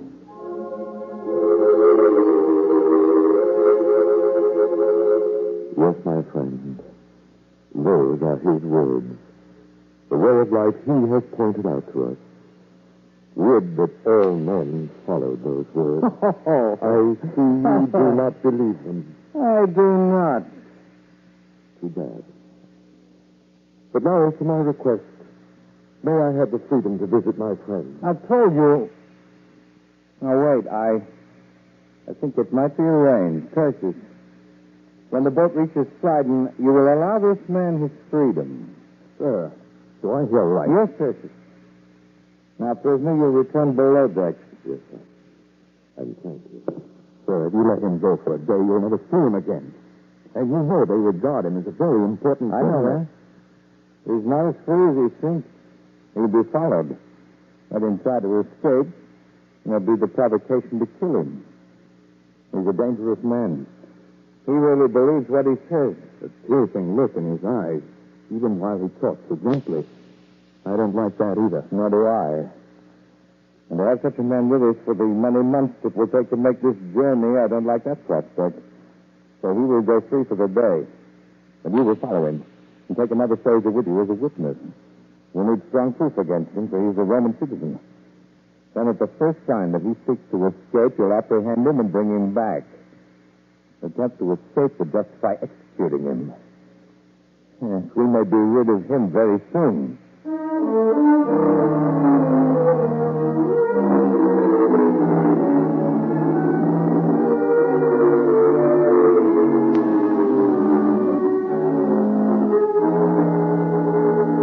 Well, Tertius, don't stand there mumbling. Speak up. What happened? I don't know. I saw him one moment, and in the next moment he was gone. Gone? Well, we had followed him closely. Had seen him go from house to house. People greeted him. He went inside. Always he came out. Always I followed him to the next place. Yet you lost him. You let him get away. I don't know how it happened. I don't. But you do know what this will mean to me. Think of what will happen when we reach Rome. They'll ask for this special prisoner, and I'll not be able to produce him. Think of what will happen to me. I should have you last for this. Oh, please, sir, please. Let me go by my throat. As you were. Yes, sir. Yes. Come in. You're surprised to see me, sir? You should not be. I gave you my word. But still you had the chance to escape. But that would mean that I value my life more highly than yours. More highly than the mission on which I go. That is not so. I would not put you in jeopardy by escaping. Nor would I turn from the work which awaits me in Rome. Work? A trial awaits you there. And even death. Yes. But before that, I will have the opportunity to teach of my Lord to Caesar himself. I would not seek to save my life and lose that chance. So you see, it was not really necessary to send Tertius after me. We'll return to the hold of the ship. Yes, sir. He knew that we followed him, that we lost him. And in spite of that, he returned. So he really believes what his Lord teaches. He even risked his life to save us, his enemies. But surely we would both have been sentenced to death for allowing him to escape. He's the strangest man I ever met. Well, if this is your turn, we can set sail again. Give the order to the captain of the vessel. Yes, sir.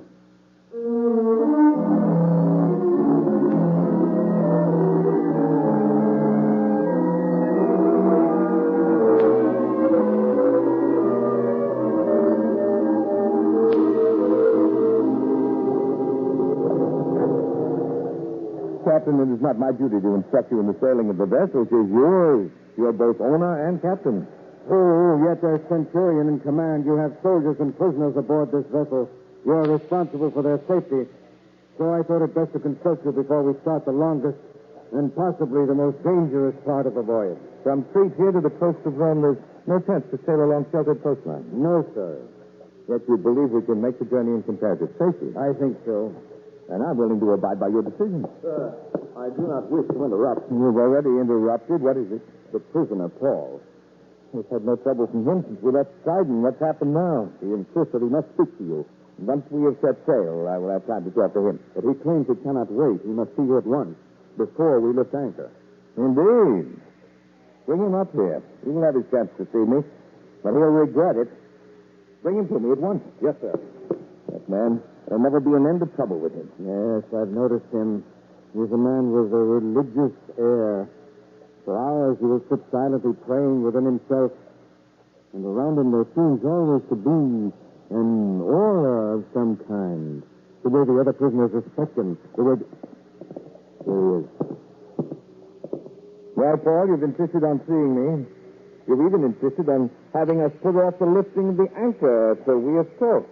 Doesn't it suit your pleasure to sail at this time? Sir, I feel sure that the sail now is to cause danger and difficulty.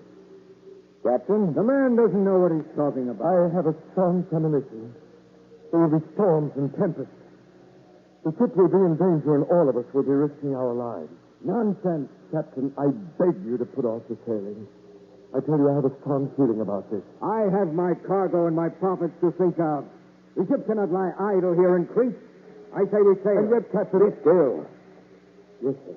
Who are you to proclaim yourself an expert over the winds and the tides? If the captain says it is safe to sail, we will do so. And another word out of you will bring you great punishment. I have done my part by warning you.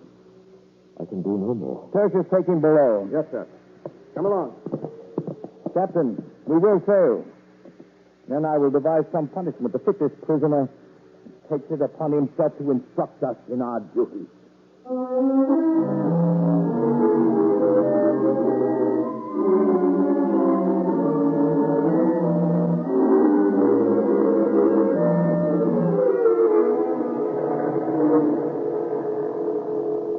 So, Paul, you have taken it upon yourself to be responsible for the lives of all. Instruct us in our duty. I meant only to do good. Did you? Sir, why do you treat me as your enemy when I would only be your friend? Well, I said to help you, not to hurt you. You know I don't trust you. That's because you've lived a lifetime among people who hate and distrust others. If only you would listen to the words of my master, if only... I've not called you to my cabin to discuss such things with you, but only to warn you. You risk your life by seeking to tell me or the captain of this vessel how things could be run. To give you a taste of how things will be unless you change your ways. I've decided that you will be beaten. If you have set your mind to it, I will not try to change it. For I believe that in spite of all this, you're a good man at heart. And once you know the truth, you will change. If it will make you feel better to beat me, do so. See here, I want no tricks out of you. You have said I am to be beaten. I am ready. Come in. Sir, I've been sent to tell you. There's trouble. The prisoners. They've revolted? No, sir. This word is from the captain. We're heading into a storm, a very bad storm. Everyone must stand by. We will need every able-bodied man. A bad storm? Yes, sir. And I will go above and join the captain. And we'll see how things really look. And this one, what do you want done with him? I would want him returned to the hold where the other prisoners are. Thank you, sir. I will not forget this kindness. It's not kindness. There's no time for anything now but thinking of the danger we are in.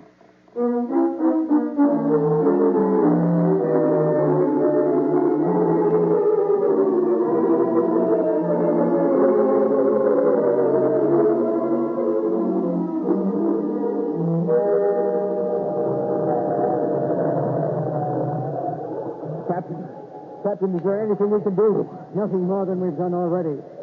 I've had all the sails gathered in. We can only put ourselves at the mercy of the storm and the wind and ride with it, hoping that the storm will be over soon. But you said that yesterday. This storm will never end if one can judge by looking at the sky. It must come to an end sometime. We will come to an end before this storm does. Do something, Captain. Do something. Hold fast! With every wave, more water seeps into the hold. Already our decks are almost level with the sea itself. I know. I've been watching. There is a point at which the vessel becomes so heavy that we must lighten it. We may have arrived at that point now. What can you do? I will give the order.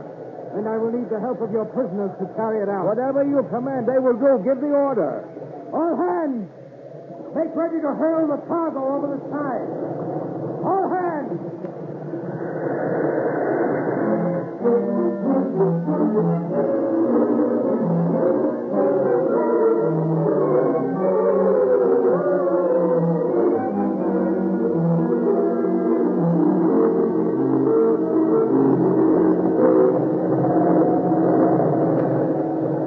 Still it rages.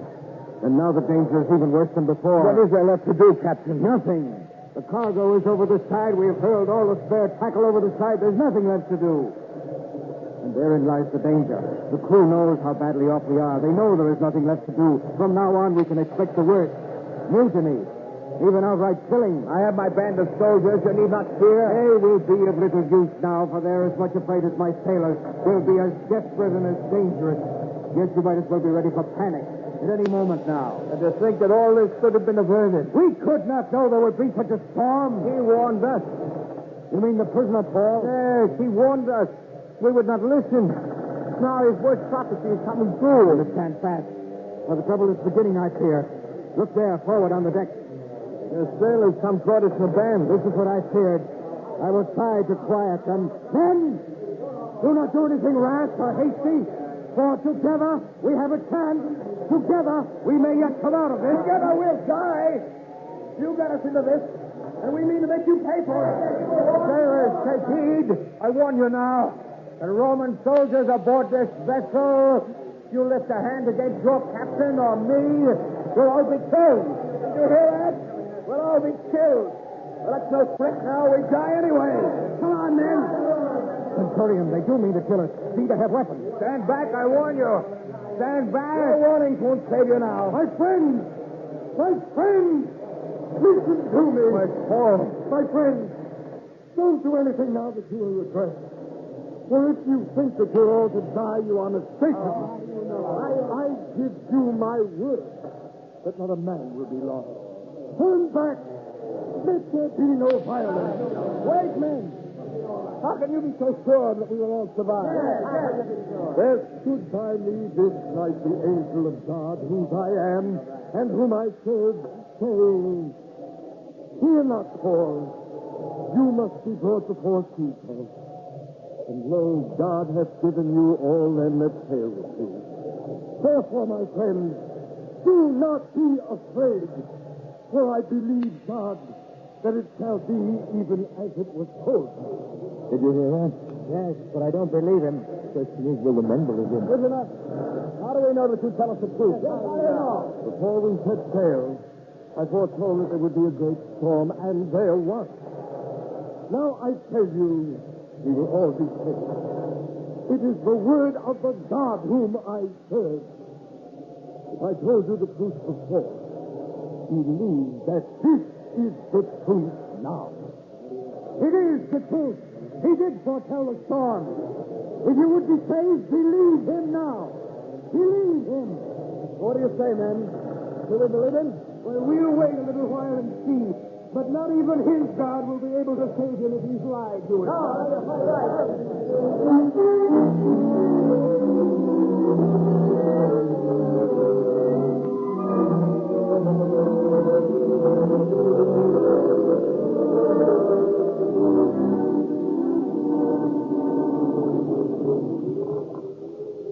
I wouldn't have believed it, sir. Nor I, Tracy. The storm has come. The men have come. But we're a long way from being safe, Centurion. Why do you say that, Captain? Our rudder washed away, no tackle left with which to work. We drift aimlessly. Sooner or later, we must reach land. Must we? You think we won't make it? I haven't said we wouldn't, but don't expect too much. Our fate is in the laps of the gods. Paul says we are in the hands of his God. A powerful God. Don't expect too much, that's all I have to say. There, Captain. You see? Yes, land is one thing reaching toward another. This may be a treacherous coastline. Let me have a look. Well, is it a familiar view? I'm afraid it is. Afraid? Why? If this is the place I think, then there is a great whirlpool close by. Two seas run together near here. We are not yet safely out of this. Stand by, and we will soon see.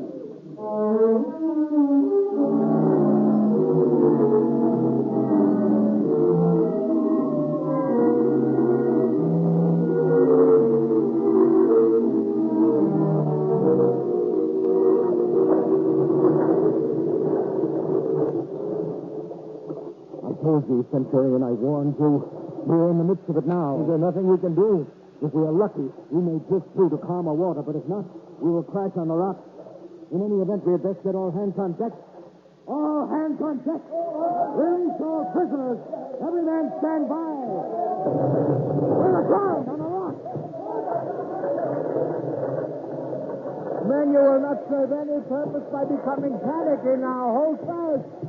Every man will be saved if it is possible. Captain, what do we do now? The vessel is pinned here on this rock. She will be pounded to pieces by the swirling water. Yet we are close enough to land. Those who can swim can probably make it. Then I will give the order. We will abandon the ship, and each man will strike out for himself. But, sir, we have a duty to perform first. What duty? The prisoners. We cannot let them escape, and they surely will if we let them abandon the ship. So they might. Then we go back to Rome and admit that. You know what is expected of us. We have no choice. We must kill them. Kill them? Well, what is it, sir? You seem squeamish. As though you'd never killed a prisoner before. Come, give the order and have it done with. There's little time. There will be no order. You can't let them escape. You wouldn't dare. Think of the consequences.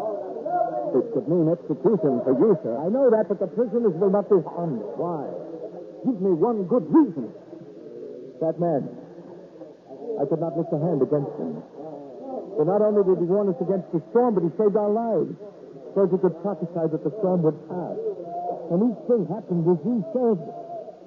Truly, his God has powers beyond any we know of. I could not shed the blood of that man. This man, Paul, whom you hate, whom you are going to punish? But still, I wish I'd never seen the man. I hope I shall never see him again.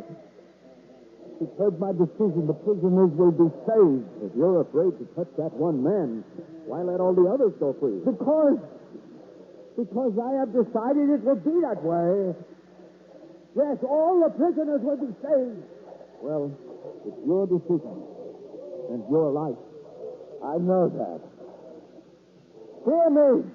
All you men, soldiers, sailors, prisoners, hear this. All prisoners will be unshackled. Then you go over the side. Each man who can swim will strike out for the shore. Men who cannot swim will take broken timbers from the vessel and try to float into shore. Each man is on his own. Good luck. Well, Centurion, you'd better take off your armor to make yourself light enough to stay afloat. As for me, I go over the side now. Farewell. Farewell, Captain. Sir, may I help you? Hey, Paul, you're still here. I thought I'd be rid of you once I gave the order to abandon the vessel. Let the others go first. I can wait. Now perhaps I can help you to unbuckle your armor. There's not too much time. The vessel will sink very soon. I can do this by myself. Then may I at least thank you. You've saved many innocent lives this day, but at risk to your own. I've done what I thought best in my judgment. That is the most heartening thing of all, my friend. What do you mean by that? You are no longer a centurion, but a man with a free soul and free judgment of his own. You are not the man you were on the day we first met. Something fine and wonderful has happened to you. Nothing has happened to me. You do not know what it is as yet. But one day you will know. You have encountered him, and you will never be the same as you were. No, for his spirit has touched you, and you have learned to love your fellow men. I knew that you would. I knew it. You knew it, yes. As I knew all those other things would happen. And now, friend, into the water before this vessel cracks in two. And remember, we will meet again one day in his service. Yes, we will meet again. I know it.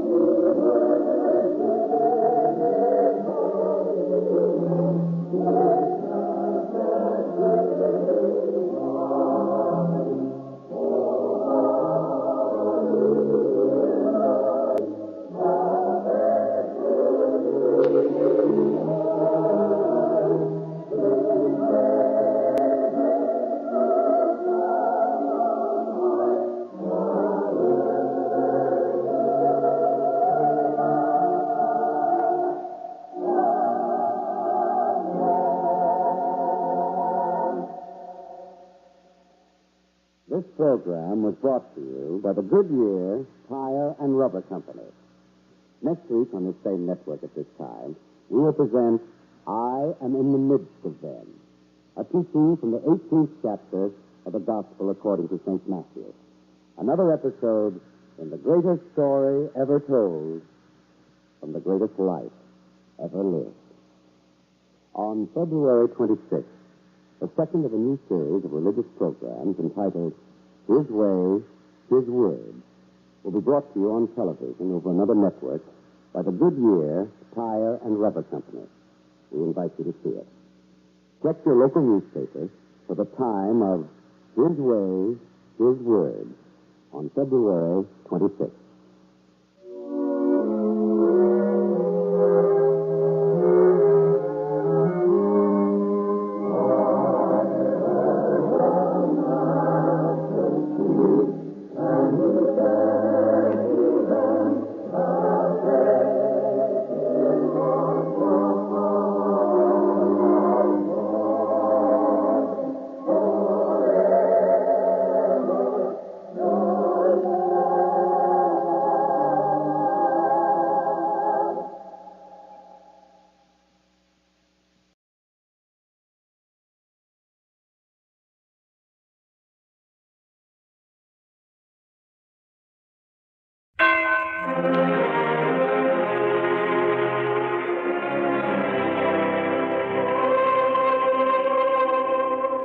The greatest story ever told.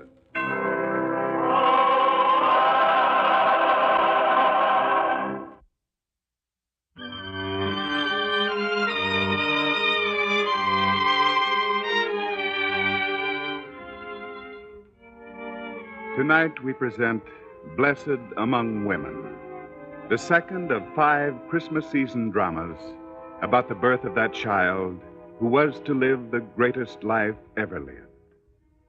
Yet another child was to be born before him, to herald his coming, and this child was to be John the Baptist.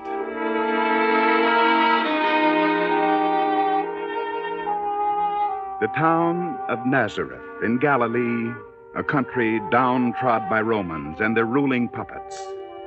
And here lives the maiden Mary, in the home of her parents, Joachim and Anna. Now, to their house came a gentle carpenter, Joseph, who this day was uneasy in his new clothes and very mindful of his mission there as Mary's mother greeted him. Welcome to our house, sir.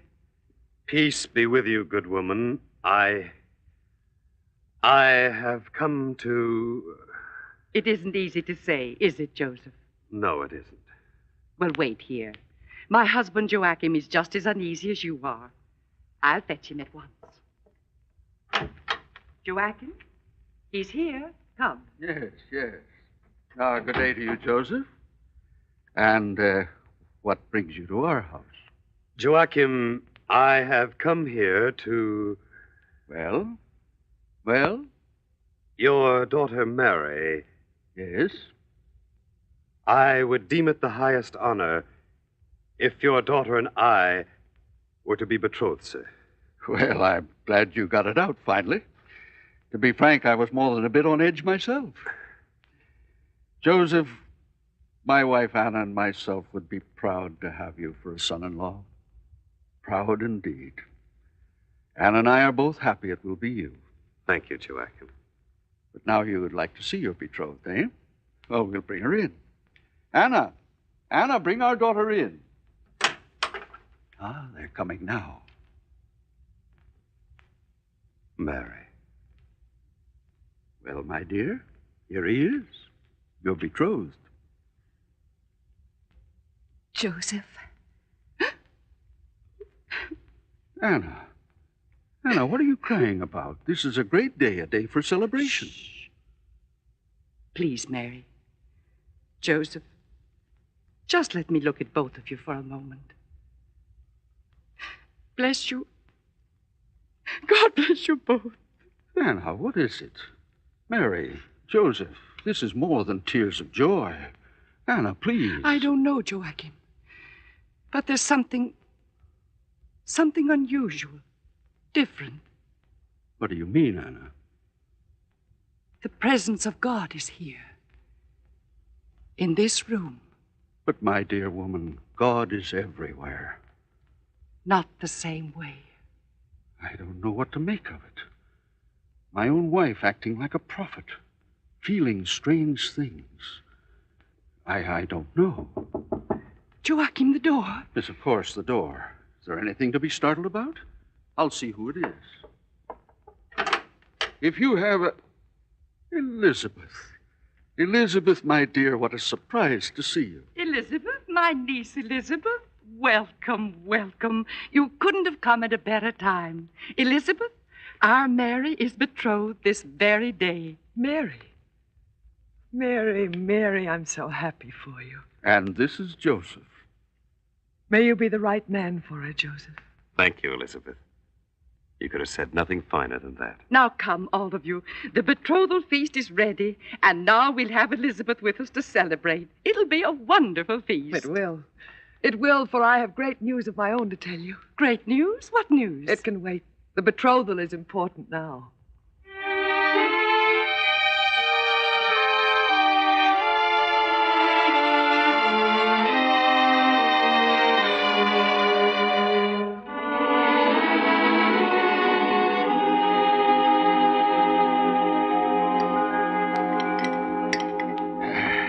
Well, Elizabeth, the betrothal feast is over. And I can see my Anna's bursting with curiosity. Let's have your precious secret. Joachim, Anna, you know my husband Zacharias very well. You know how diligently he has pursued his duties as priest in the town where we live. Never asking much, never seeking to advance himself. Content to serve and let the service be his reward. That's Zacharias. But now, in his turn, the greatest honor has come to him. What do you mean, Elizabeth? Zacharias is to go to the temple in Jerusalem, to burn the incense there.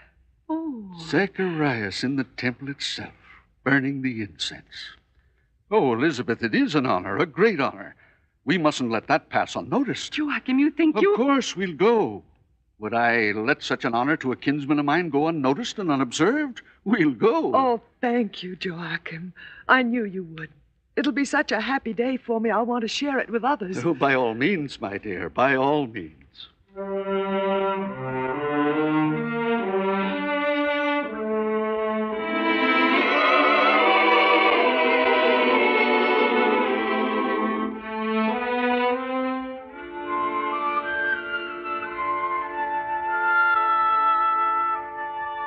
I knew it somehow, Elizabeth.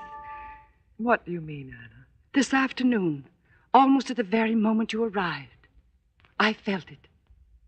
The strange presence of God.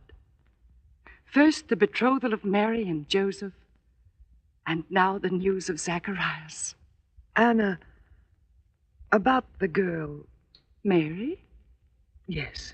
Well? When we're in the temple, I shall pray for her. I shall pray that she may be honored in her womanhood, as I am not. Elizabeth, please. One child. All I ever wanted was one child. Only for Zacharias' sake, that's all. I pray that Mary may have a child. I shall pray for it. Why not pray for yourself, Elizabeth? Myself. I'm an old woman now, Anna. No, Elizabeth, no. You're my aunt, Anna. But the difference in our ages is only months. No. I'm too old. So I'll pray for Mary. Pray for both of you, my dear. Oh, Anna. Anna, sometimes I do think that I could still be blessed with a child. But now I know how useless it is. You mustn't feel that way. Nothing is impossible if it's God's will. We'll go to Jerusalem. We'll go to the temple. We'll all pray for you and for Mary.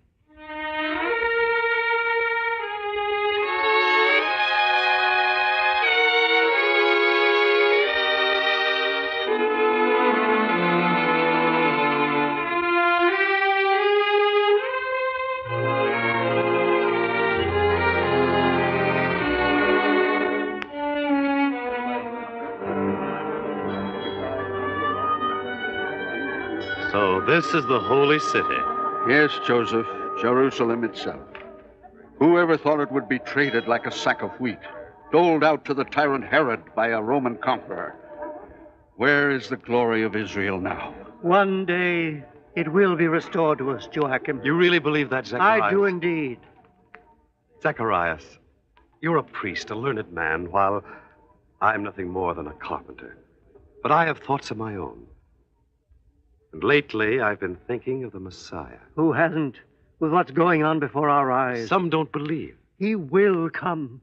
He must come. If not in our time, then later. But he must come before this world destroys itself. It seems now that who destroys most rules most in this world. I'd never thought of it that way before. Zacharias, I would like to talk to you more about this, if I may. Of course, Joseph, but not now. After the ceremony at the temple. After I've performed my duties as priest. It's not just an empty promise. Of course not, Joseph. After the ceremony, we'll talk with the Messiah as much as you like. Eh? Good. And now we must join the women and take them to the temple. Come.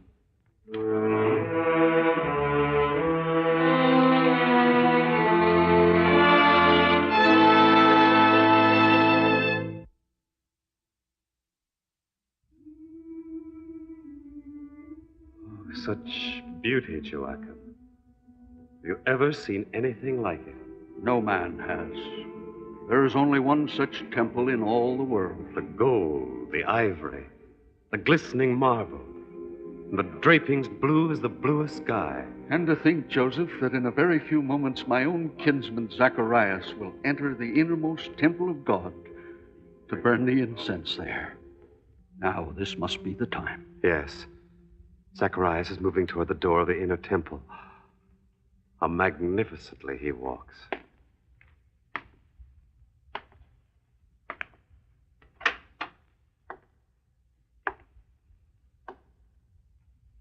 This incense do I offer to you, O Lord, in the sacred solitude of your holy temple. And this prayer do I make to you, Almighty One, that my wife Elizabeth should... What is this presence here? I am the angel Gabriel. Lord, have I offended thee that I am visited thus? Fear not, Zacharias, for thy prayer is heard. And thy wife shall bear thee a son, and thou shalt call his name John. A son?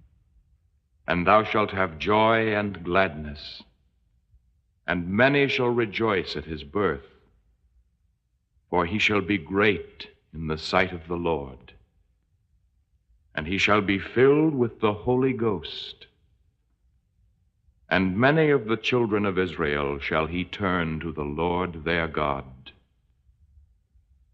And he shall go before him in the spirit and power of Elias, to turn the hearts of the fathers to the children, and the disobedient to the wisdom of the just, to prepare a perfect people for the Lord. But how shall I know this? How could it be? For I am an old man, and my wife is also well along in years. I am Gabriel, who stands in the presence of God, and am sent to speak unto thee and to show thee these glad tidings. And behold, thou shalt be dumb and not able to speak until the day that these things shall come to pass, because thou believest not my words, which shall be fulfilled in their season.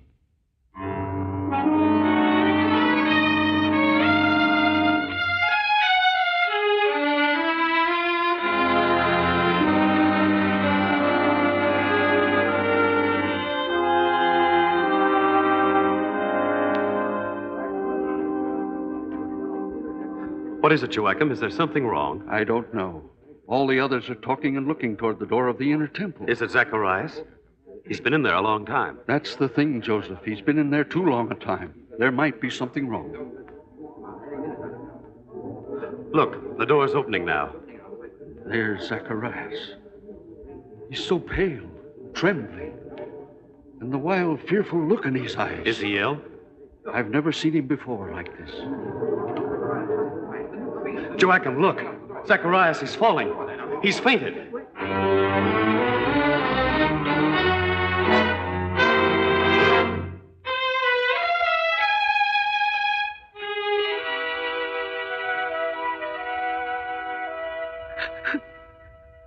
Elizabeth, my dear, weeping can't help. Oh, Anna, why? What could he have done to be so strangely affected? To be struck dumb, not to speak one word. One single word. Please, my dear, Joachim and Joseph are in with him now. Maybe they'll have good news when they come out. Maybe it was something I did. Could I have offended the Lord, Anna? You? A finer person never lived, Elizabeth. Don't you reproach yourself. Perhaps I trouble the Lord too much about a child. Elizabeth, the fault isn't yours. Mary, let this be a lesson to you. My dear child, whatever burden is placed on you by the Lord, accept it without complaint. Remember, Mary, remember. Yes, Elizabeth. Yes. Well, Joachim? Anna, we must take them both back home to their own town. What happened in there, Joachim? Nothing. Oh, Joseph, you tell me. Anna, he didn't say a word. Shh, my dear. Anna, we must all do what we can to see that they both are brought home safely. If there's anything I can do to help, Joachim. Thank you, Joseph. But we are not a family to thrust our burdens on others. Why? Why? Elizabeth, you must contain yourself. Now, with this new affliction, Zacharias will need your help more than ever. You must be strong. Strong? I've borne my disgrace quietly till now. I've been strong. Is this my reward? To have my dear husband struck dumb in the waning years of his life? Is it? Elizabeth, please. If there was some reason. Now, don't start blaming yourself again, Elizabeth. Elizabeth, it could have been my fault. No. Yours, Joseph? Joachim can remember before we went into the temple how Zacharias and I talked of the coming of the Messiah. And he told me we could talk about it later after the ceremony in the temple. Yes, I heard it. And so? I have a feeling that in some way his being struck dumb has something to do with that. Joseph, I dare say men have said that same thing many times before. What of it? I can't tell you, Anna, except that I feel in some strange way these things are all joined together. Too far-fetched, Joseph. Now we have work to do. We must take our kinfolk to their home.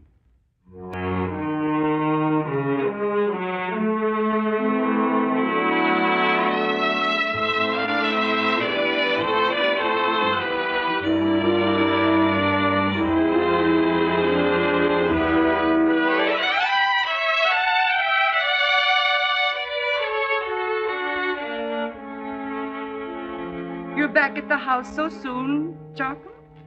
My work is done. Why not come home to rest? There's some word from Elizabeth? Why should you ask that today of all days? It isn't the first time in the last months I've asked. I feel sure that Zacharias will recover one of these days. But why you should have asked today? What's that to do with anything? I merely asked. A message did come today. Well, what did it say? You'd never believe it. But what did it say? I have the scroll here. Read it for yourself. I don't understand women. I never will. A message from a relative takes on the proportions of a state secret. Why, Anna. I know what it says. Elizabeth. She's going to have a child. Oh, that's wonderful news. And Zacharias? It's in the letter, too. Still the same. At least he will have this to comfort him in his troubles. Mary, did you tell her? Yes, she knows. She must be very happy. After all, Elizabeth is her favorite. Yes.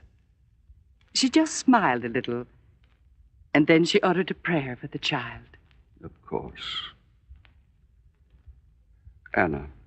You're not going to say it again, are you? Have you noticed since I first mentioned it? She was always different from other girls. Yes. So quiet. And in a way you always feel she's thinking fine thoughts, noble thoughts. I wonder, Anna, what does she think about? Do you know? She doesn't tell me. and I never pry.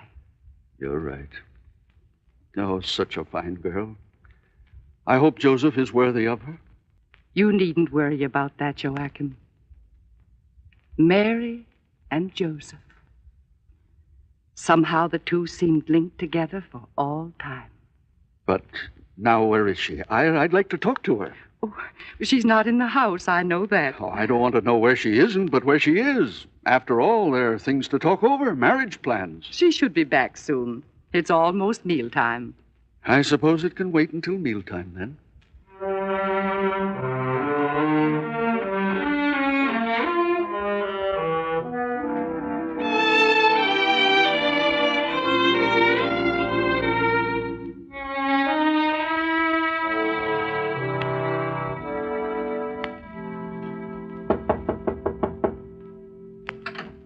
Ah, Joseph. Is Mary with you? Why, no. We thought she might have stopped by at your carpenter shop to bring you home for the meal. I haven't seen her, Joachim, not all day. I can't understand it. Anna, Joseph hasn't seen her either. He hasn't? Oh, then I don't know. I'm worried. And you think I'm not? Go to her room. But she isn't there. Go anyhow. Maybe you'll find some indication, something. Yes, Joachim. I'll go out looking for her. After all, it's almost dark now. She shouldn't be out alone. I can't understand it. She's never done this before. Joachim? Hannah, what is it? Gone. Her clothes are gone. Mary's left. Left? Where? Why? I don't know. Oh, Joachim. Now, don't cry, Anna. We'll find her. Somewhere. Someplace. Won't we, Joseph?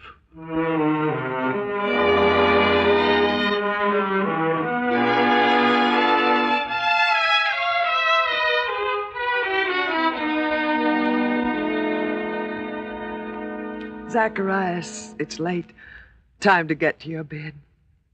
Oh, Zacharias, if only I could read your thoughts. If only you could speak. No, if it's such an effort, you mustn't try. Our child will speak, though. I know it. And maybe someday, Zacharias, a visitor, so late. No, Zacharias, I'll see. Mary. Elizabeth. No, child, I'm all right. The babe within me stirred suddenly. Blessed art thou among women. Elizabeth. You know. Somehow, I know. But tell me, Mary, tell me. How did it come to you? Alone. I was alone, Elizabeth, when the voice came to me.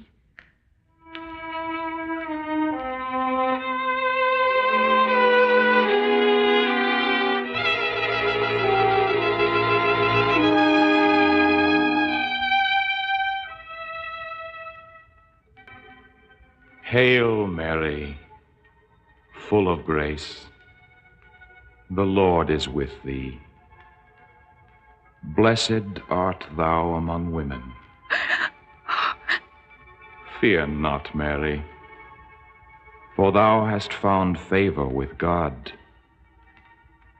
And behold, thou shalt bring forth a son, and shalt call his name Jesus. He shall be great, and shall be called the Son of the Highest. And the Lord God shall give unto him the throne of his father David, and he shall reign over the house of Jacob forever. And of his kingdom there shall be no end. How shall this be?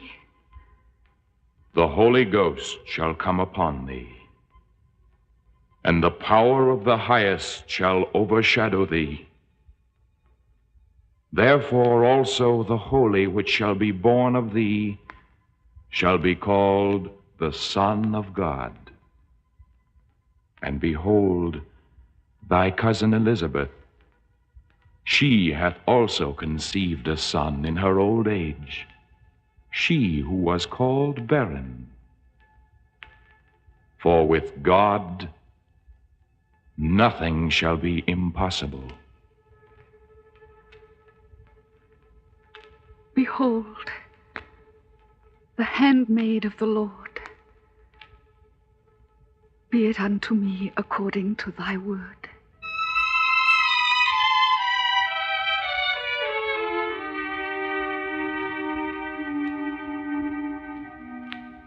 Mary, Mary. And when I greeted you, the same words came from my lips. Blessed art thou among women. Oh, child, child, what will be in store for you? I've already said,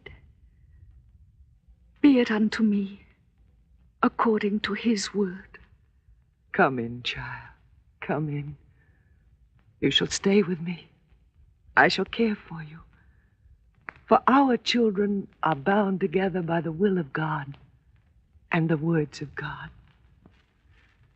Come in, child.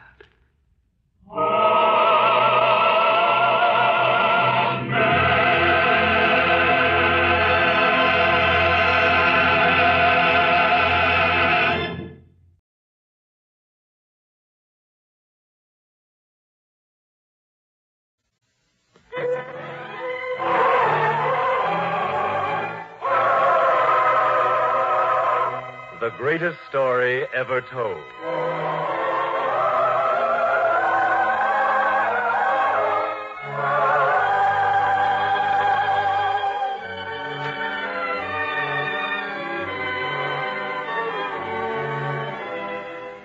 This afternoon we present No Room at the Inn, the first of two Christmas season dramas about the birth of that child who was to live the greatest life ever lived.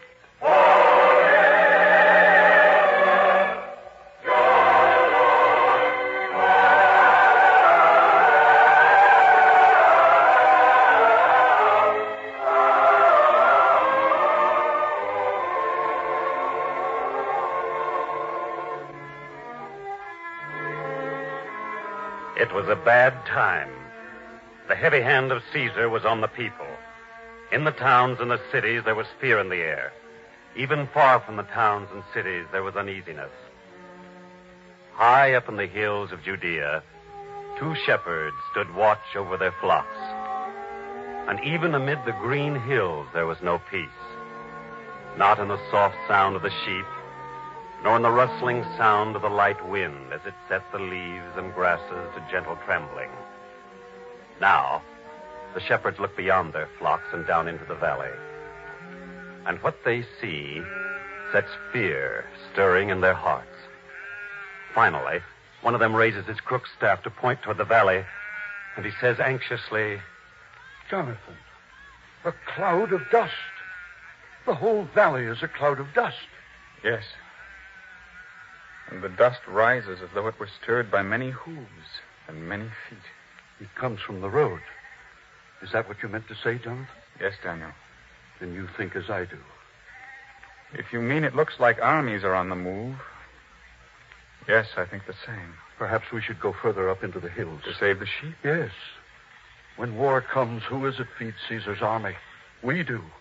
The sheep and the lambs we risk our lives to protect are torn from our arms by Roman soldiers. If it is an army down there, we should move up into the hills. But I don't think it is. What else can it be? Do you see the glinting of shiny steel or silver? Do you see spears glistening in the sun? No, but then there's so much dust. I thought of that, too. The dust might obscure the shiny metal. But there's something else missing, too. What? The sound of trumpets. Do Romans ever move in silence? No. They want the whole world to know and hear and tremble at the sound of their trumpets. Yet we hear nothing. Strange. An army that would move in silence. So it may not be an army at all. It must be. I think we should lead the sheep further up into the hills. Why run the risk? Yet, why disturb the ewes so close to giving birth to their lambs unless there's good reason? We must do what's best for the sheep. I shall go down there. Down there? It could be dangerous. I shall go down and see what this strange thing is. Then stay out of sight. Keep away from Caesar's men. Human life means nothing to them. And try to be back before dark. I'll try. Don't worry, Daniel. I'll be back.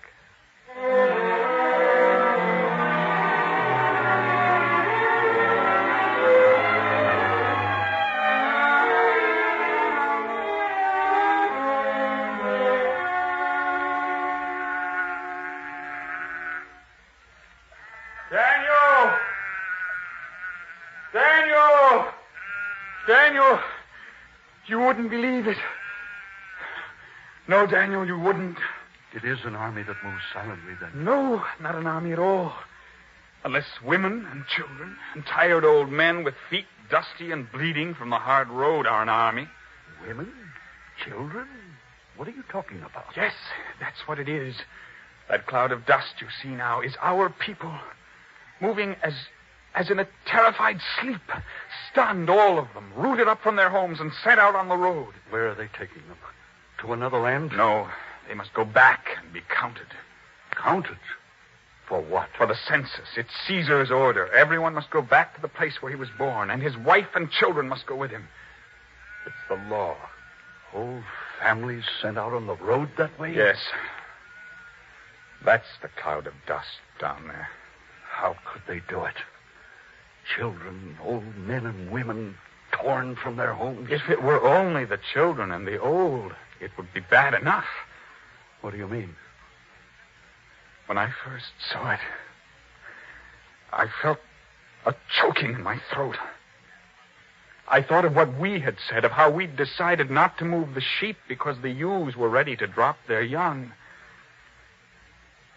Well, Caesar thinks less of people than we do of our sheep. You mean women close to giving birth are down there, too? I don't believe it. It's true. The first one I saw was a woman, strong and healthy. But then came another one. Sweet of face and frail. Seated on a donkey she was, and a tall man held the reins and guided the donkey gently around a rock here and a stone there, so that the animal wouldn't stumble and the young woman wouldn't be disturbed. That's good. Her discomfort must have been bad enough as it was. I don't know. Jonathan. There was something in her face, a glow of peace and contentment which seemed to radiate even through the dust and the noise and the crying of children. Her time was near, but there was no fear in her, no sign of pain or suffering. That's strange. I thought so, too.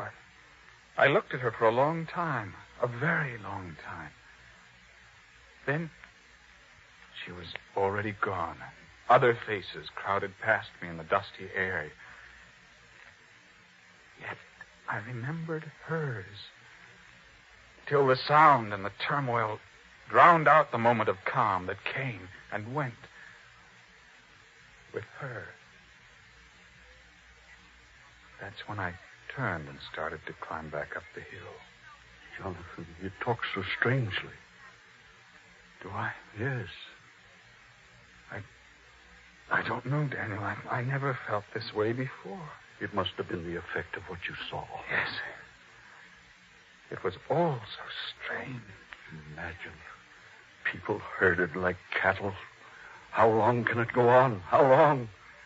We were promised a savior. Where is he? We were promised deliverance. Where is that?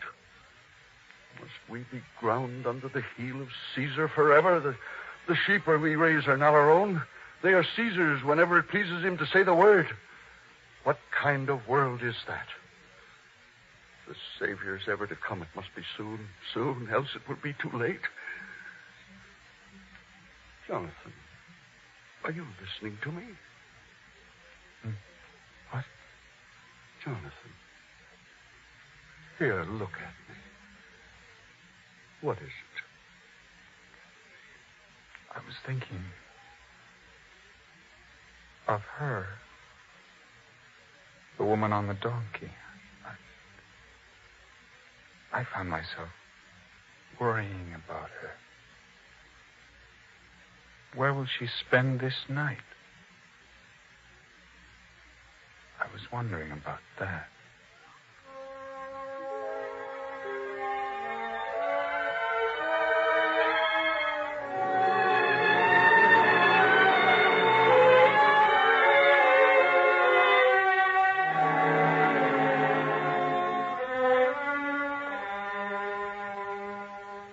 Rebecca, come, my dear, away from the door.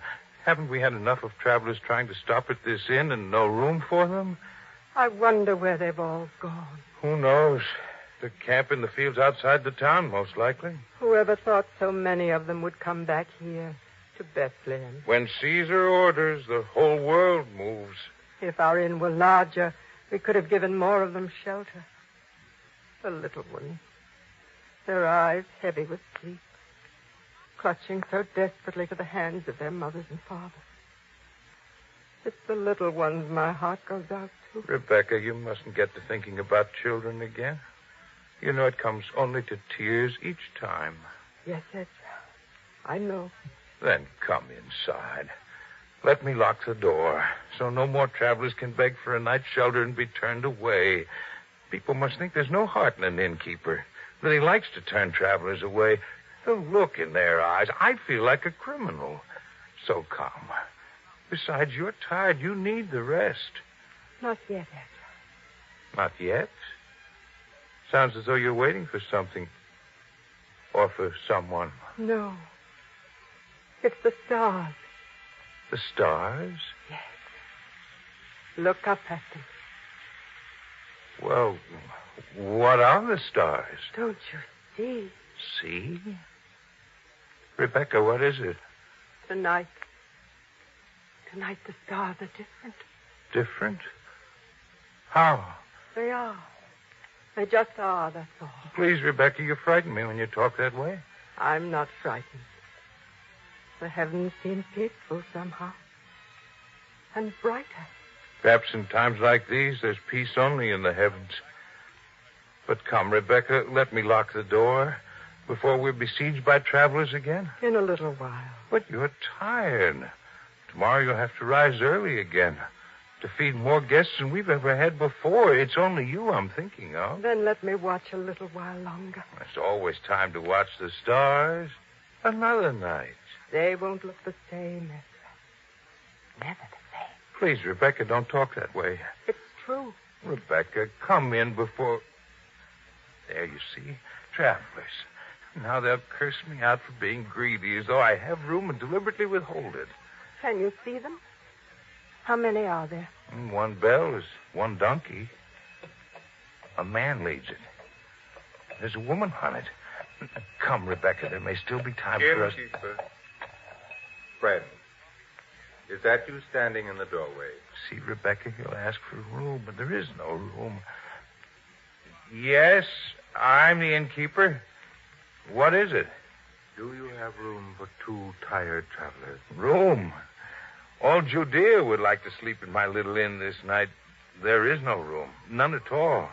Our own bed is given over to travelers. We must sleep on a handful of straw in the kitchen. Please, sir. I wouldn't ask again except that we need a place. Any place. Any place where my wife could find shelter from the night air and the dampness of early morning. I wouldn't ask except that we'll draw near and you can see for yourself. What do you mean? Ezra, wait. I can see. Ezra, we must make room for her. But where? You know as well as I... Wait, Ezra, there is room. A dry place and warm, too. What? Yes, Ezra. The stable. The stable? Even that will do, if it is sheltered. And please, there is no time left. No time. Well, of course you may use the stable. There's fresh straw there. You can make a bed for her. Straw? Ezra, she must lie on linen. Fresh linen. Linen? In a stable? She should lie on linen, fresh and clean and soft. A woman needs every little comfort we might give her in a time like this. Please, Edgar. Yes, Rebecca. The finest linen we possess. Come, my dear. I shall see your maid comfortable. Come.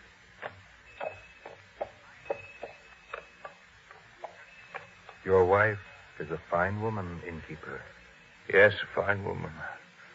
Of good heart. And always giving. And every child which is born hereabout is her child. You see, friend, we have none of our own. I understand. So Rebecca takes her joy in the children of others. Perhaps it was meant to be in just this way. What did you say, friend?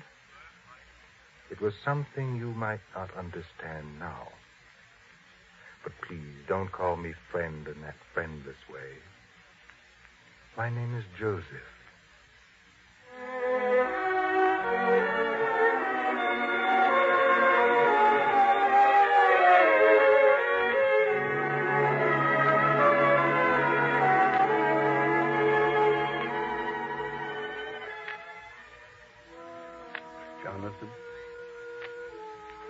Jonathan, do you sleep yet?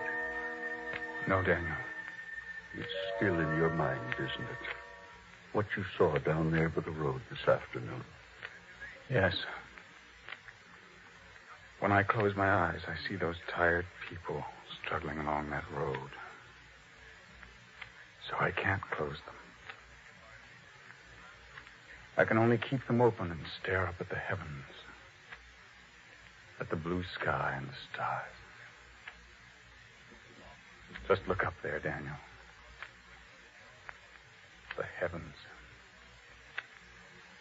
Such blue should be silk and velvet, the fairest woman who ever lived. Perhaps it does. Daniel, what did you mean by that? I don't know. It was though I'd spoken with the voice of someone else.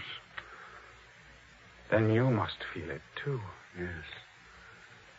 Since you've come back, everything has seemed to be different. And yet, it isn't. It can't be. Why, look up at the heavens. This night is like any other. The stars, each in its place, the sky, the blue of the season, the sheep here content and drowsy. Why should it seem different to us? Daniel. Yes, Jonathan? The sky, it's not the same.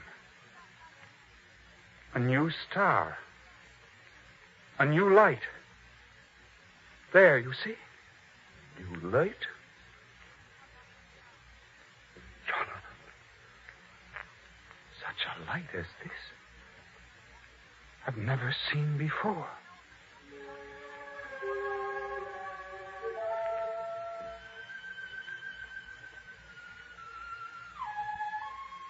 Daniel. Daniel.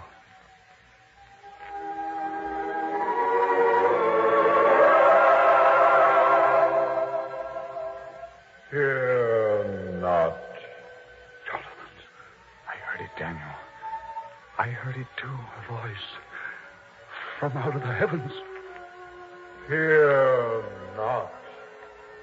For behold, I bring you good tidings of great joy, which shall be to all people. For unto you is born this day in the city of David a Savior, which is Christ the Lord.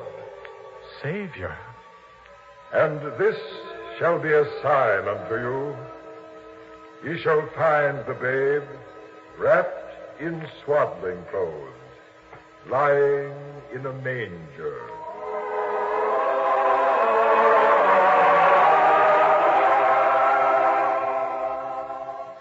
Glory to God in the highest, and on earth peace toward men of good will. Daniel, the heavens are opening.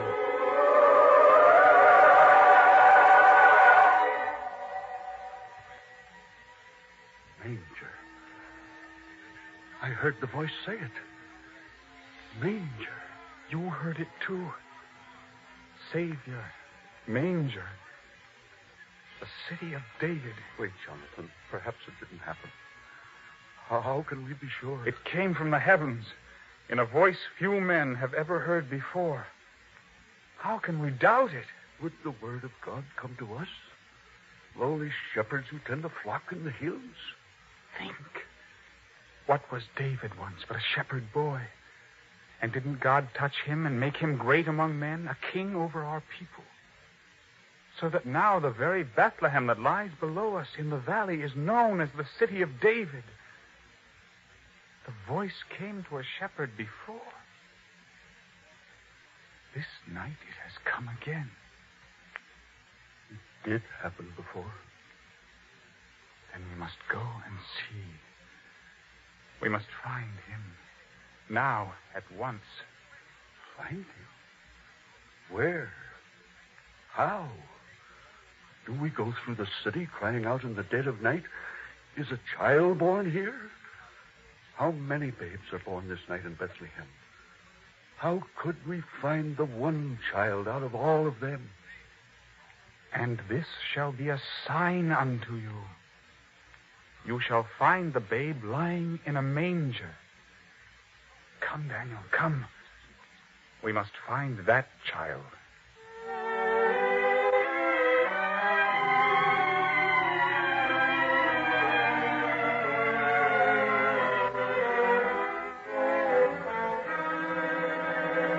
Halt!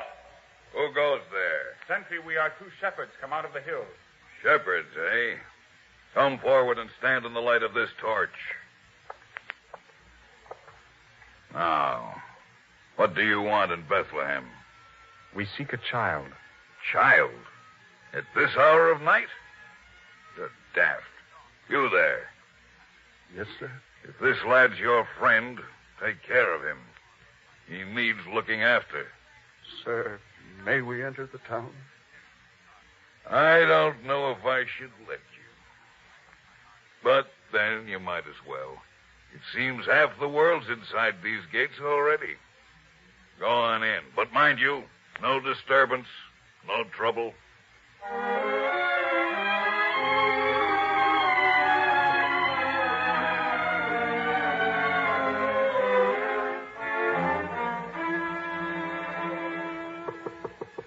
Jonathan, please.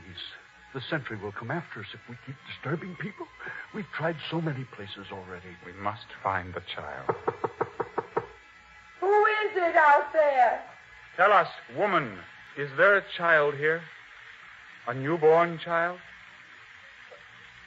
Why do you come here? We seek a child, newborn. Newborn? How did you know? What do you want with a child?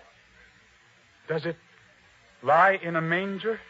In a manger? Are you out of your senses?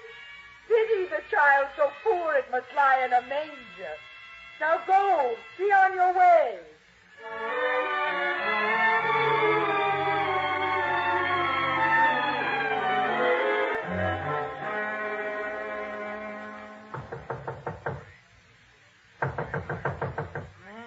What is it? If you seek room here, there is none. There's been no room in this inn since early evening. Please go away. Innkeeper, we didn't come asking for room, but seeking a child. A newborn child. Be on your way. There is no child here? Newborn and lying in a manger? Who are you? Only shepherds come out of the hills. Ezra? What is it, Ezra? Is there trouble? Rebecca, these two men here, they say they're shepherds who've come seeking a child which lies in a manger. Of course. What do you mean? The woman in the stable. Her child. It would lie in a manger. There. You see, innkeeper. Now, where is the child? Where? Go round to the side, sir. To the stable. There you'll find the child. Come, Daniel. Come. Thank you, woman. Rebecca, how did they know?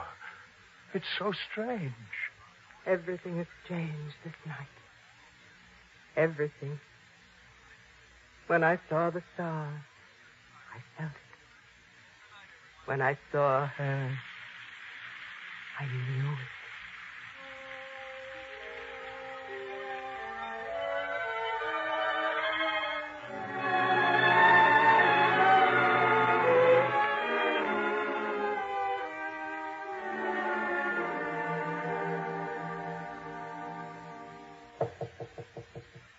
This time, Daniel, this time we find the child. You knocked, friend? Sir, a child, newborn. Is he here? By the grace of God.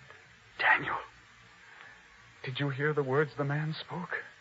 I heard. Sir, tell us. Does he lie in a manger? Yes, my friend. Then we must see him. We must. Please, let us in. Yes. But quietly. For the child's sake. And for her sake, too.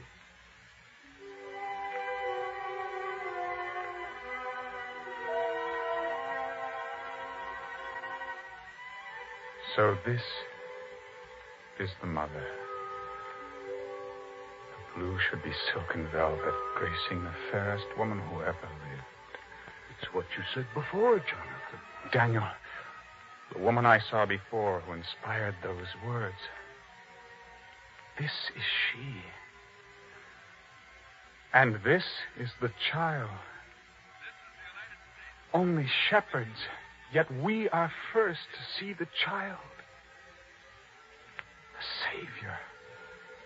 You know this, too? How? It came to us in a voice from heaven, out there on the hillside in the dead of night. This is he, the Savior, born in the city of David,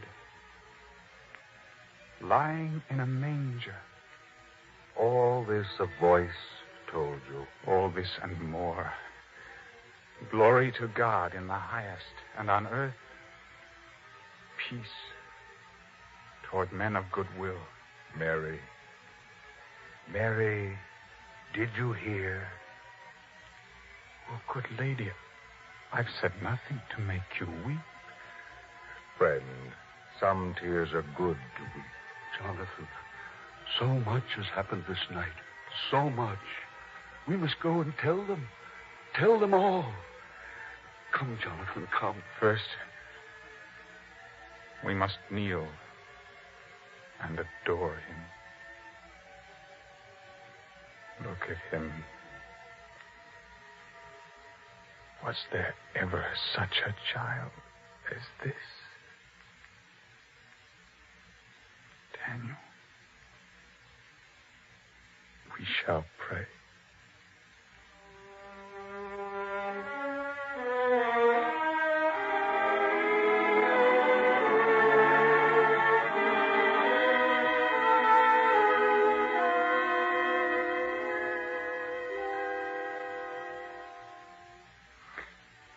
And now, we go, friend, to tell everyone of the great thing which has happened.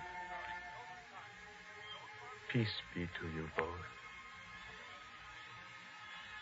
and to the child, for all his life. Farewell, my friend.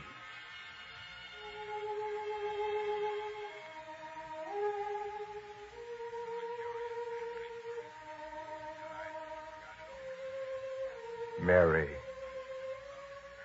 Mary, did you hear? They knew. Now everyone will know.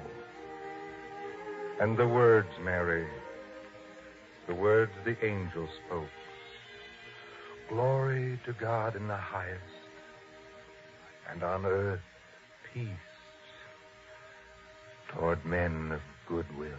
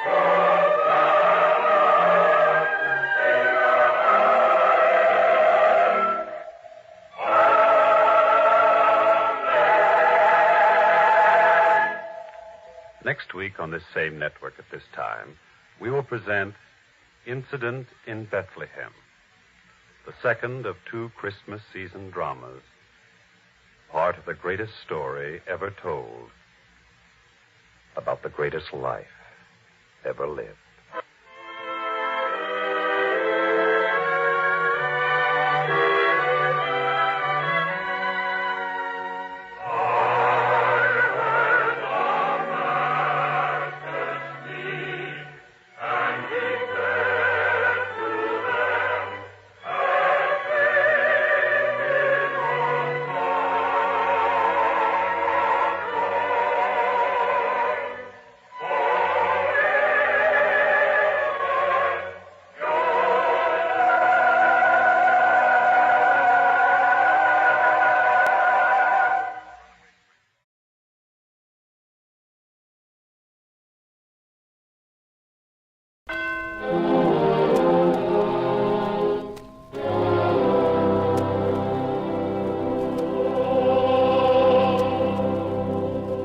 The greatest story ever told. Presented by the United States Armed Forces Radio Service.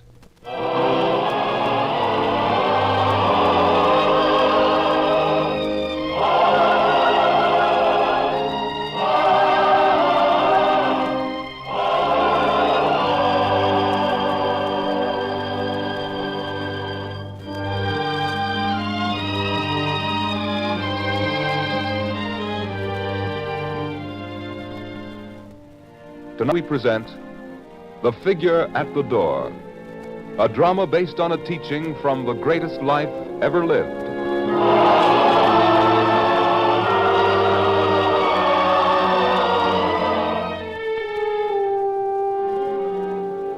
In the town of Gabara in Galilee, 2 men stand watch a safe distance away from a great house. Their eyes are fixed on the door of that house, and suddenly it is opened. A face peers out, and then the door is shut instantly. One of the 2 watching men says to the other, "There, Malachi. You see?" Yes, sir. It was Simeon's servant who opened the door and peered out. Exactly. And did you notice how furtively it was done? Yes, I noticed that. Good. That was all I wanted. Someone else to watch and see and confirm my feeling about this thing. Now come. We shall go back to the marketplace. Yes, Come along. Sir, if I might ask, why did you take me from my work to have me stand there and watch Simeon's house with you? Because I had to make sure. Now that I am sure, the whole thing is quite clear to me. What thing? You couldn't figure it out, could you? But I have.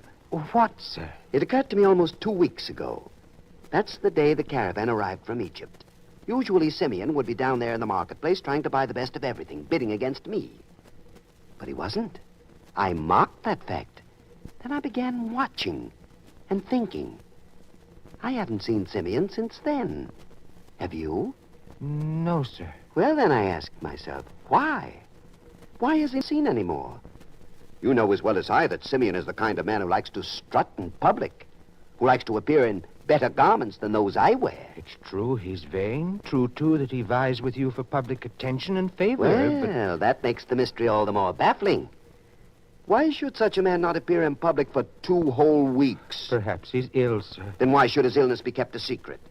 Unless my good friend Simeon has fallen victim to leprosy.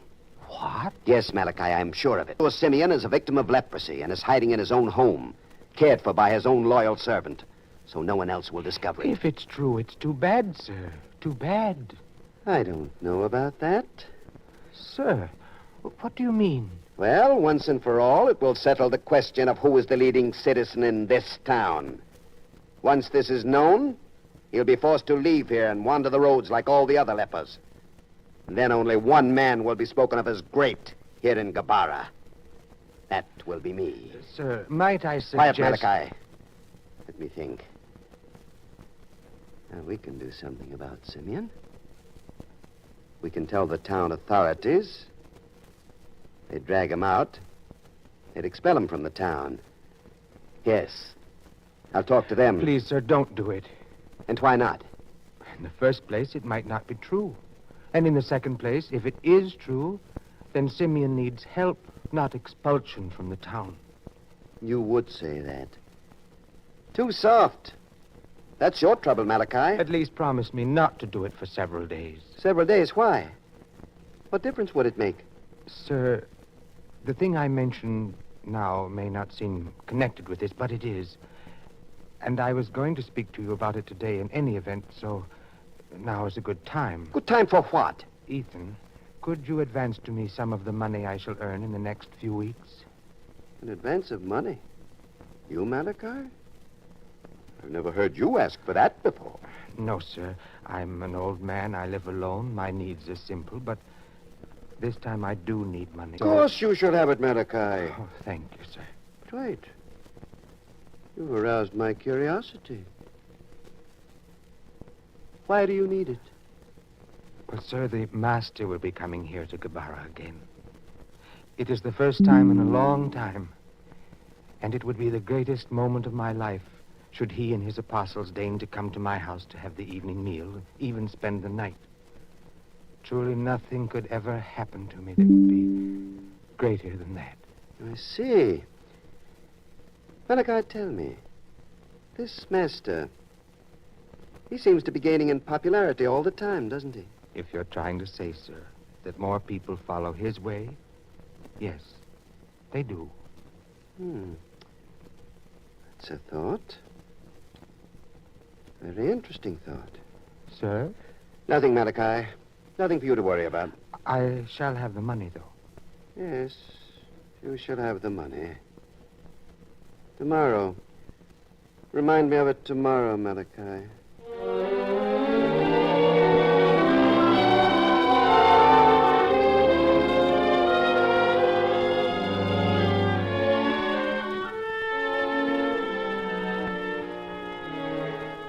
Sir.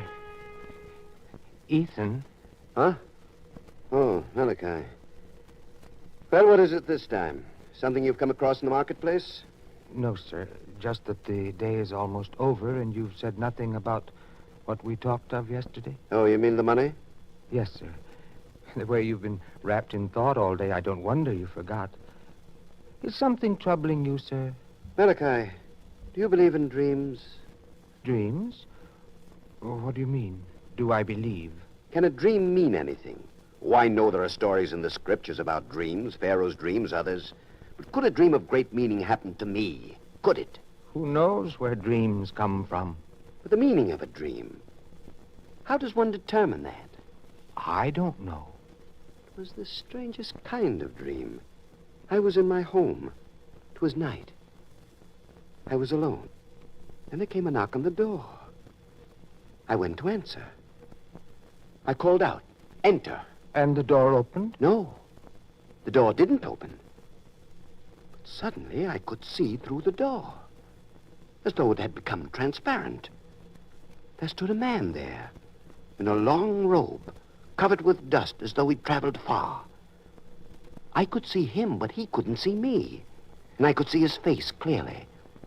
It was a kind face, with deep and gentle eyes. Then I saw him knock on the door again. Again I called out to him, "Enter." But he looked at the door and then began to walk away slowly, sorrowfully. What could such a dream mean? I don't know, sir. I've had dreams that come and are forgotten with the light of day. But this one, it troubled me, awoke me, had been with me all day.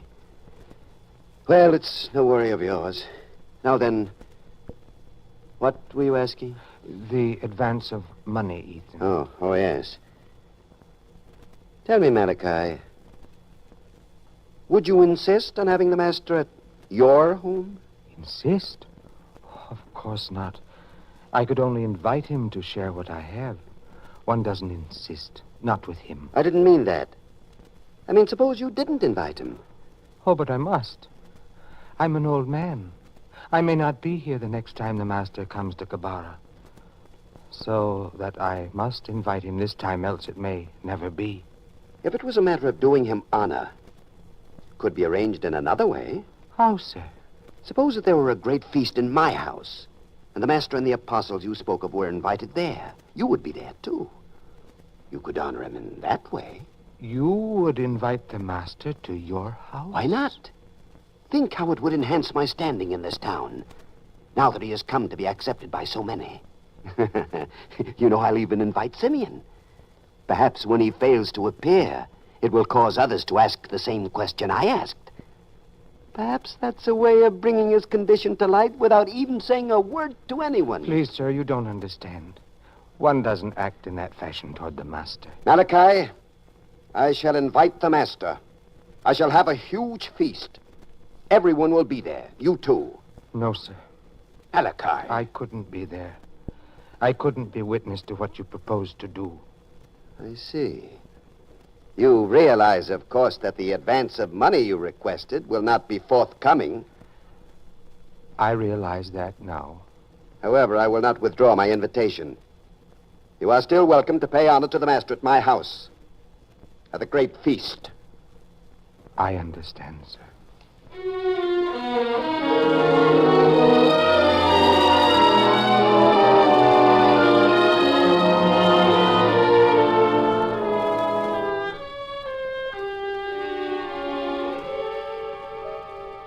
Ethan, is there anything else you wish to have done about the feast? Ethan? Oh, what is it, my dear? I was talking about the feast, but it seems you have something else on your mind. No, it's nothing. Ethan, last night as you slept, did you dream? What makes you ask that, Ruth? You called out. Not once, but several times. I called out? Yes, dear. You kept calling, enter, come in, the door is open. Such things as that. First you spoke softly, then your calls became angry, and finally frantic. I see. If there's something troubling you, you could tell me. Oh, it's only a dream. I've had it once before. It means nothing. Surely if it meant nothing, it wouldn't have disturbed you so. I tell you it means nothing. Now, the final plans for the feast. Of food there must be plenty. More than enough to satisfy everyone who will be here. And did you dispatch the servant to extend a special invitation to Simeon? Yes, but I wondered. Ethan, why do you invite Simeon this time? Ordinarily, you don't like to have him here. I don't understand. Because I invite him doesn't mean he'll be here. As a matter of fact, that might be just the reason I did invite him. That's a very curious thing. You see, it works even with you. Right now, this moment, you're wondering why Simeon won't be here, even though I invited him. Admit it, you are. Yes? Now tell me what this is all about.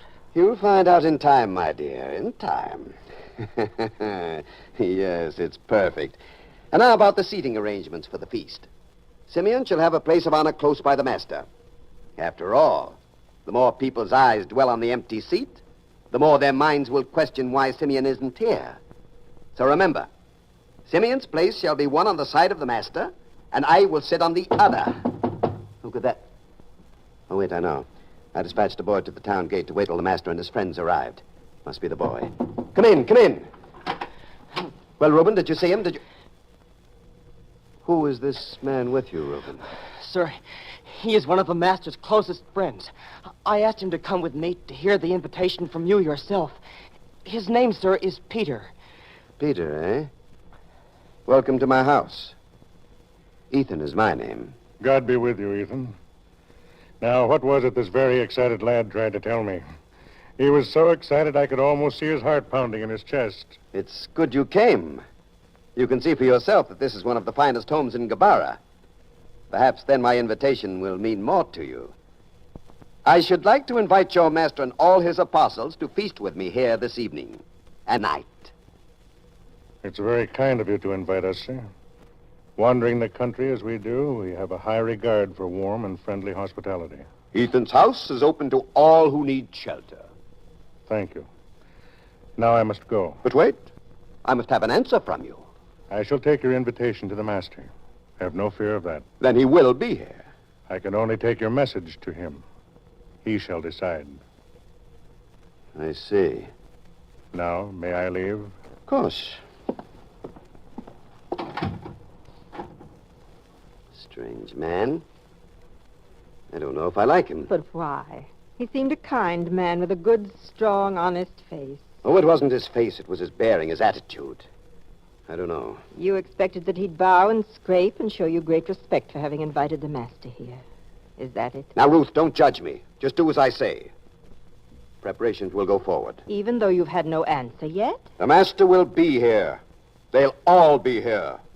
Where else in this town could they be so well fed? The feast will be held, and they will be here.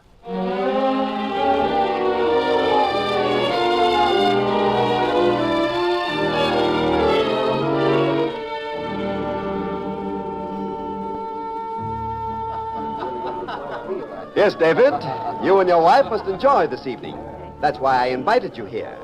It must be an evening to remember. Of course, Ethan. That's right. Mingle with all the guests till the guest of honor arrives. I'll see you later. Ruth, Yes, dear. have you been to the front door again? Yes, Ethan. No sign of the master? No sign of any of his followers? No, Ethan. Not even that one, Peter? None of them. Can't understand it. It's late. Even past the hour when I had expected that the feast would begin. I can tell from looking at their faces that even the guests are beginning to sense there's something wrong. Perhaps he isn't coming, Ethan. He'll be here. He must.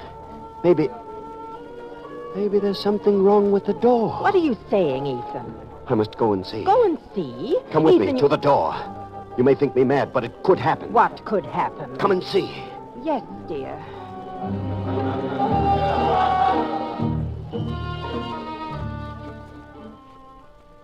Ethan, I'm looking at the door. What's wrong with it? I must open it to show you. Here. Well, Ethan, what's wrong? How different is the door now than it's ever been before? I don't know. Ethan, what is it? You're pale and fearful? I don't know if I ought to tell you. If you can tell anyone, it should be me. Yes. Yes, dear. Last night, the same dream again. The man knocking. I bidding him to enter, and he didn't. Again, I could see him through the door as though it were transparent. And I could see him disappear. Yet last night, the dream was different. After he had gone, I went to the door. I opened it. And I found that the latch on the outside of our door was gone. Not there at all. Gone? Yes. It was as though there never had been a latch on the door. What a strange thing to dream. That's why. Well, I thought...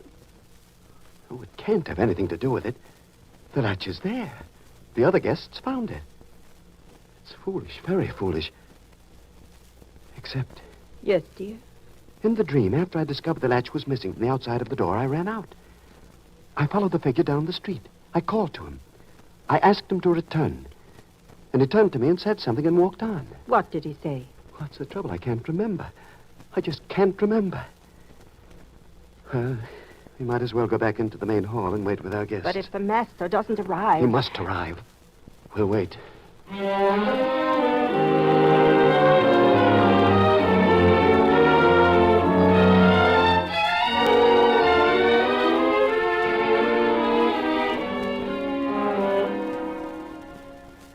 Ethan, the way everyone looks and whispers.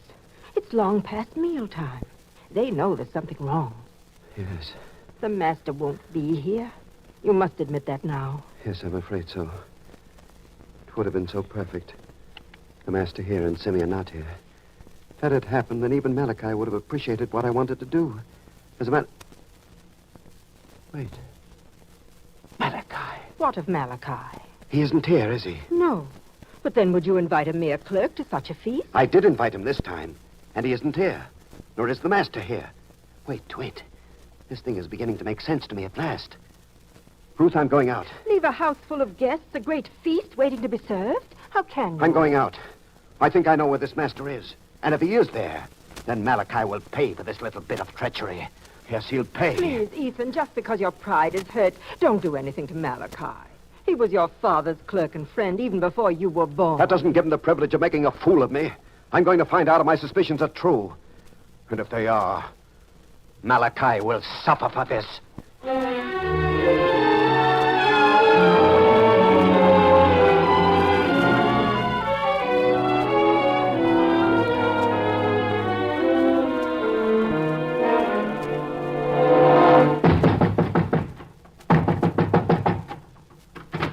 Yes, friend, who... Ethan. Yes, Malachi. It's me. Why, Ethan, what are you doing here? Don't pretend you don't know. Let me in. Oh, no, Ethan, I'm afraid I can't do that. The master is here and he teaches. I shouldn't want a man as angry as you are to burst in at such a moment. Then he is here, just as I thought. Despite the fact that you knew I wanted him to feast at my house, you invited him here. That's the strange part, Ethan. I didn't invite him. You didn't invite him, yet he's here? How do you explain that? He came to me. He asked to eat here, to spend the night here. And I suppose you spread a lavish feast for him, quite by chance, too. Feast? We had only bread and some milk. But the master seemed quite satisfied with such a little. He came here of his own choice to eat bread and milk when he knew I had a great feast prepared for him. I don't believe it. I give you my word.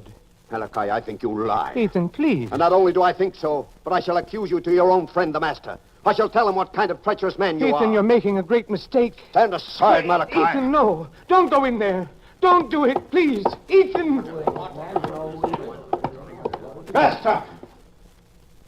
Master, I must talk to you. Sir, please. The master's in the midst of teaching. You, Peter, I recognize you, even if you don't remember me. I'm the man who invited the master to a feast at my house. I remember. But he wasn't there. He chose this place, sir. So I understand. And I want to know why. The master is not called upon to explain his actions to anyone, save to a power greater than any on this earth. Perhaps you don't think so, but I do. Master, I don't know which one you are. I've never seen you before. But they say you prize very highly truth and virtue, and honesty and faith. Yet you have chosen to come here to the house of a man who is dishonest, in preference to coming to my house. Ethan, you shouldn't have said that. You lied to me only a moment ago, standing there at the door. But I didn't lie. I said the master asked to come here, and he did. That's right, he did. I know that, Ethan. I don't believe it. Not unless I hear it from the master. Which one is he that I may ask him for myself? There, Ethan. There is the master. Well then, master,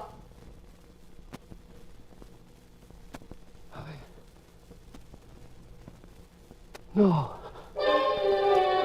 Ethan, what is it? No, it can't be. It can't be. Ethan, you look faint. You tremble. So what is it? You wouldn't believe me. No one would. What is it, man? No, Peter. No, Malachi, it can't be. Please, Ethan, what is it? No, let go of me. Let me out of here. Let me go. Ethan, wait!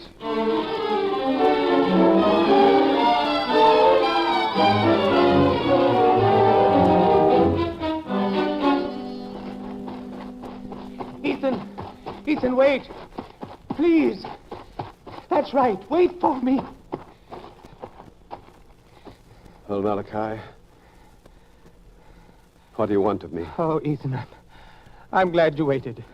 I couldn't let you go feeling as you did. Well, I'm convinced the master chose to come to your house without invitation. I know that now. Is that what made you turn pale and tremble?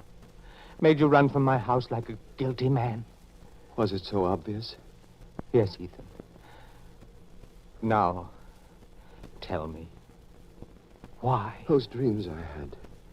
The figure at the door. The figure that knocked and wouldn't enter when I invited him.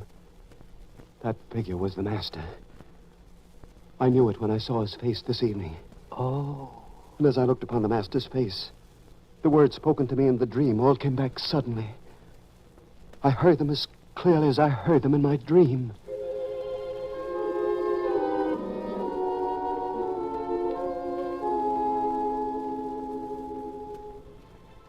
Behold, I stand at the door and knock.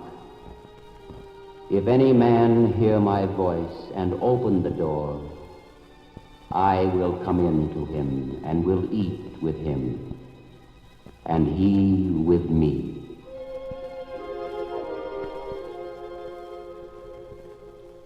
That's what I heard in my dream. And he was the figure. I see. Malachi, there was more. In the dream, there was no handle on the outside of my door. Why? Can you tell me, Malachi? I'm beginning to understand. In the dream, it was a door. But in your own self, it is your heart. Just as in the dream, the door could only be opened from within because there was no latch on the outside. So your heart cannot admit the master unless you open it to him self. The latch to a man's heart is within him. Yes. Now I know what the dream meant to tell me. I'm just not worthy. Not worthy at all. Good night, Malachi. No, Why? wait. You yourself said it's something which must come from within a man. And I've failed that way. No man has failed till he gives up. You're not lost. What can I do? How can I open my heart to the Master? By goodwill toward the Master and toward others. By overcoming hatred. By forgiving. By living a good life in keeping with his word. I see. I only threw wide the doors of my great house to him. I tried to tempt him with lavish foods. But he chose to eat bread and milk in your house, where there is kindness and goodwill and a benevolent spirit. He chose well, Malachi. I'm not worthy. I only meant to enhance my prestige by the Master's presence. I meant, too, to do harm to Simeon. And in spite of that, you say I'm not lost? No, Ethan. There's still time and still a chance to change. You really think so? Yes. How? Some act, some good deed, some... Wait. I know. Yes, Ethan. Has something occurred to you? If I could bring myself to do it... You mean Simeon? Yes. You said yourself it's help that he needs, not expulsion from the town. Well, I could bring him to your house, to the Master. He'd find help there. That's right, Ethan.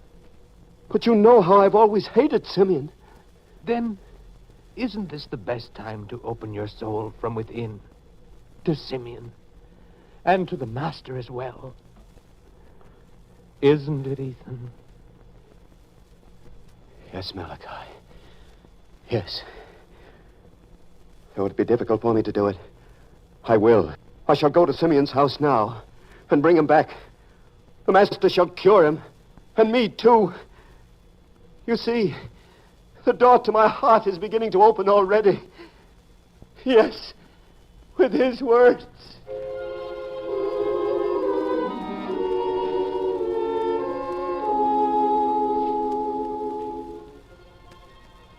Behold, I stand at the door and knock.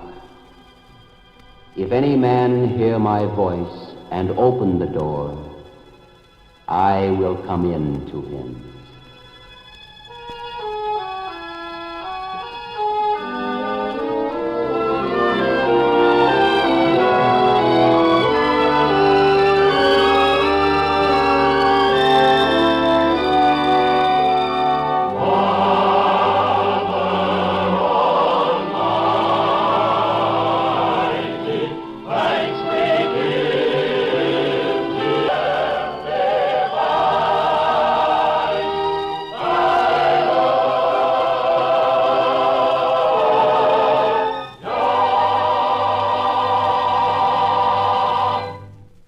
You have been listening to The Figure at the Door, another episode in the greatest story ever told, from the greatest life ever lived.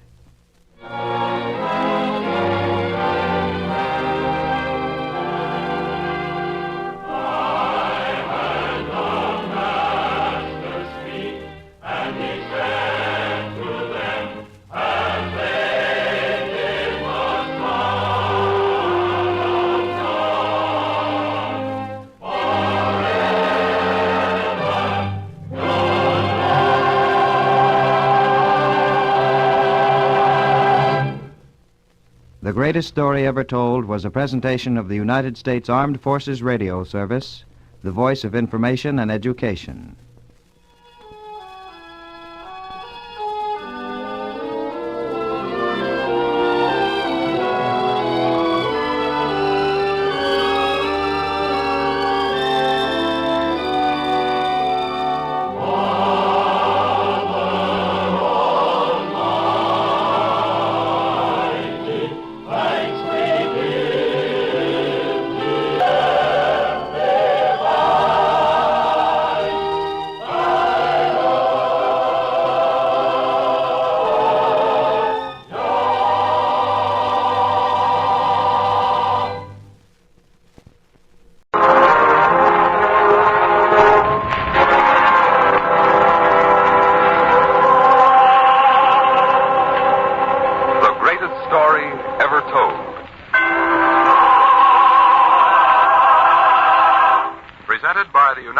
Armed Forces Radio Service.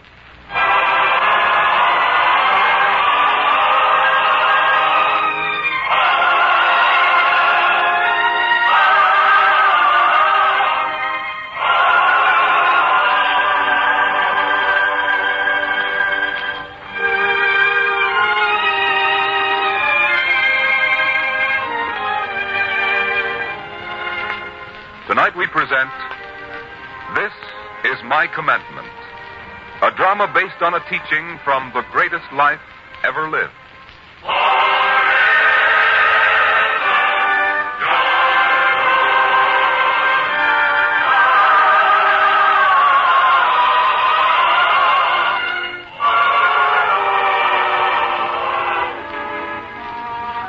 The town of Magdala by the Sea of Galilee is a watchful town this day. Most of the people hide in their houses. Those brave enough to venture out speak among themselves only in whispers. They look furtively toward the town gate, as though doom itself might be approaching from there. Then it is heard.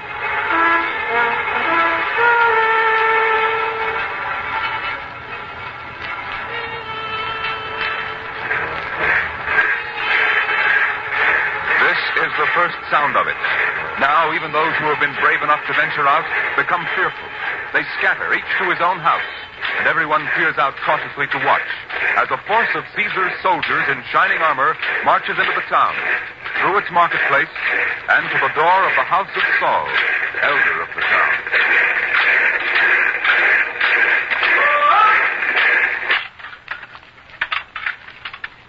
Now then, Tertius. This is the house, isn't it? Yes, sir. We'll see. You'll keep the men on the alert while I go in and have my talk with this town elder.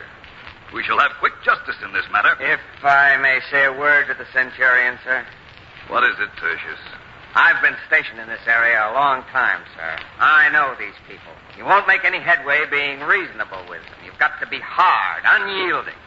I know. I expect that. I mean, they'll deny having anything to do with the whole thing. They might even try to blame it on one of us. They're tricky. I'll know how to handle them, Tertius. You just keep the men on the alert, ready for anything. Yes, sir. All men at attention and on the alert. Now, keep them that way. I'll go in by myself. Are you Saul, the town elder? I am. Would you come in, sir? Yes. If Your Excellency would care to be seated. I will stand. As you wish, sir. Now then, what I have to say is brief. What I have to ask is even briefer. A centurion of Caesar's army was murdered in this town, stabbed in the back with a short sword. A short sword, eh? A Roman weapon. We've thought of that. There's no significance to it. Now I'll continue. Death was immediate. The murderer was not discovered. We cannot countenance that. This death must be avenged at once. Now, what I want from you is the surrender of this criminal. Well? You talk as though he were concealed in the next room. As though he were mine to hand over. You know who did it? No, sir. You lie. No, sir. See here, man.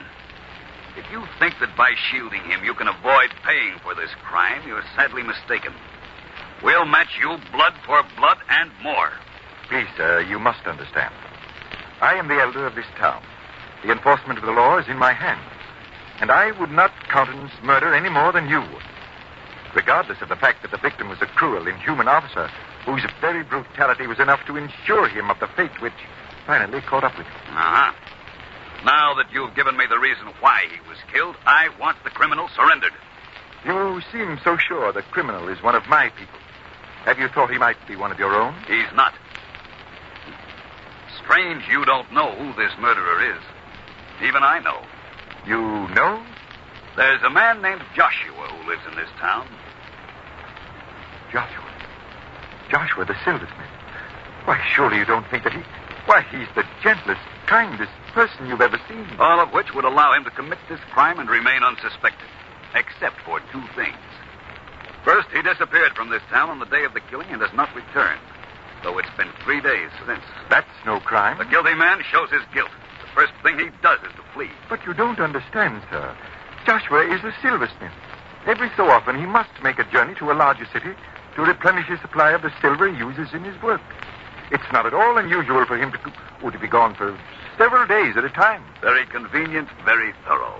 No wonder he dared to kill the centurion with such a perfect defense. But there's more to this. The short sword found in the centurion's back was known to have been in the possession of this same Joshua. No. It's very much the truth. So now I want him handed over. Well, in the first place, he's not here, as you know. Then find him. And in the second place, if he were here, I would have to be satisfied in my own mind that he were guilty before he were handed over. I see. I couldn't take it upon myself to condemn an innocent man to death. How could I ever face the master if I did? Who said that it would mean death for an innocent man? I know. I know you must punish someone to save your face here. And it will matter little to you if he is guilty or innocent. I will not let you kill an innocent man. I won't let you. So Tertius was right. Well, if strong measures are to be called for, I'm not one to hesitate. Listen to me, old man. Unless Joshua is surrendered to me for this crime by nightfall tomorrow, every man over 20 years of age in this town will be lined up at the town gate. One of every 10 men will be chosen and executed. Think about that for a while.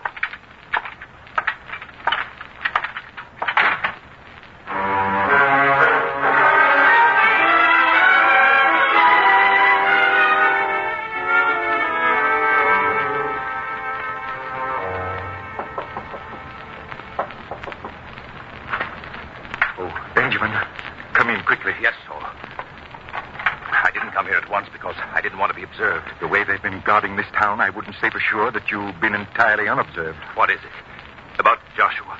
Then you've heard. The word spread all over the town. Everyone knows now. I wonder if they know the rest of it, too. The rest of it? Yes. What will happen if I don't turn Joshua over to them? I didn't hear anything about that. One of every 10 men will be selected and killed.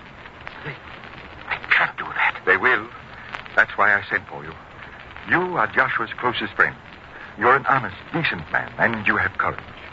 I want to know, what would you do in my place? One out of every 10 men. That would mean almost 100 men who are sons, husbands, fathers. Almost 100 of them. Against the life of one man. Go on, Benjamin. Say it. Well, I admit it flashed into my mind. Why not give up the one man to save the other 100? Yet, dare I or any of us decide that an innocent man is to die to save us? What would the master's judgment of us be? You're right. We'd be guilty of murder ourselves if we did that. Exactly. So I feel a little firmer now in my decision. For my part, and acting on behalf of this town, I shall give Joshua a chance to escape. We can't give up an innocent man just to save ourselves. But they'll be pressing you for an answer, won't they? Tomorrow at sundown is the limit set by the new centurion. That's why we must work quickly. What do you want me to do? Unless this journey of Joshua's is different from the others he makes, he would be returning to town by tomorrow morning.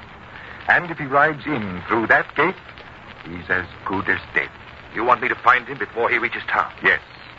I want you to leave here on whatever pretext will satisfy the Romans. Then go as quickly as you can to Emmaus. Joshua must pass through there to return home. Intercept him. Tell him to flee anywhere. But he's not to return here. Yes, Saul, I'll do that. You'll have no regrets? If it's the right thing to do, I'll do it. Perhaps once I would have faltered. But I've heard the master too many times to turn away from the right. Now, I shall do what I have to do. Good. Then hurry to Emmaus.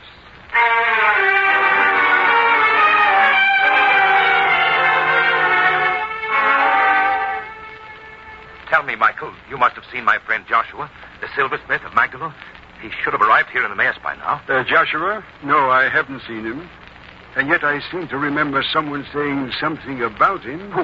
What did he say? Please, it's a matter of life and death. Let me think. Was it... Yes, I believe it was Samson the glassmaker. Yes. And I must find him. There's not a moment to be lost.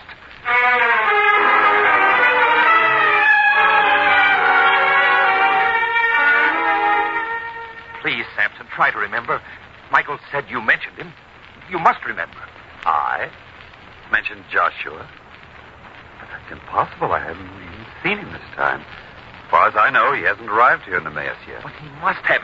If he's gone on, if he's on his way back home to Magdala, it'll mean his death. His death? Why, what? No, don't go, Benjamin. Wait. Death? What could he have meant?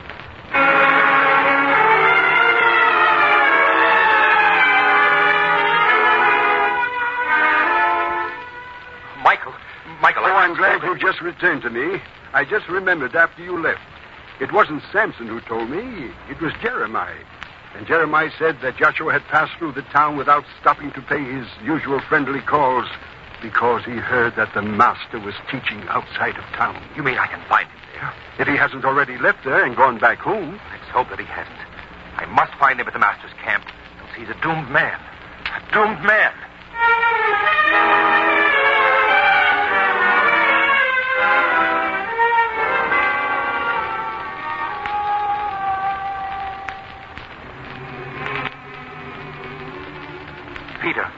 Peter, surely you must remember me. Yes, of course I remember you. Benjamin of Magdala. But what's happened to you, man? You seem anxious and worried. Has some evil overtaken you? No.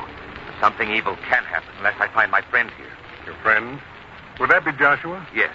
Is he here? Have you seen him? Why, of course. He came here almost at daybreak. We shared the morning meal together. Now he's listening as the master teaches. You'll find him over there with the others who listen. Thank you, Peter. I must talk to him at once. But move quietly and speak softly, for the master teaches. Of course, Peter. I would never intrude on his teaching.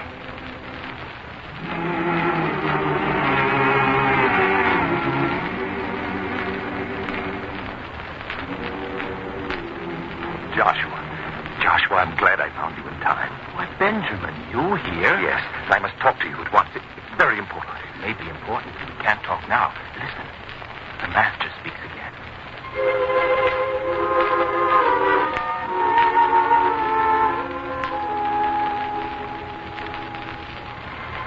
If ye keep my commandments, ye shall abide in my love, even as I have kept my Father's and abide in his love. So many worthy things he teaches this day, Benjamin. It has always been so when I've heard him, Joshua. But I must come. He speaks again.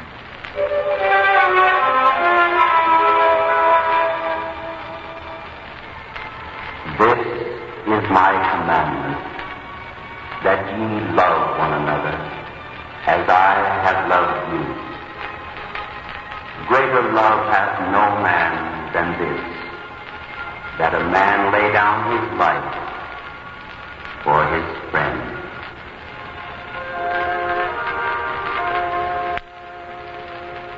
It seems the master has finished his teaching for this day. But look, see how the crowd stands quietly and doesn't move. They've been so affected by his teaching. Please, Joshua, come. We must move. Let's find a place where I can speak to you alone. Come.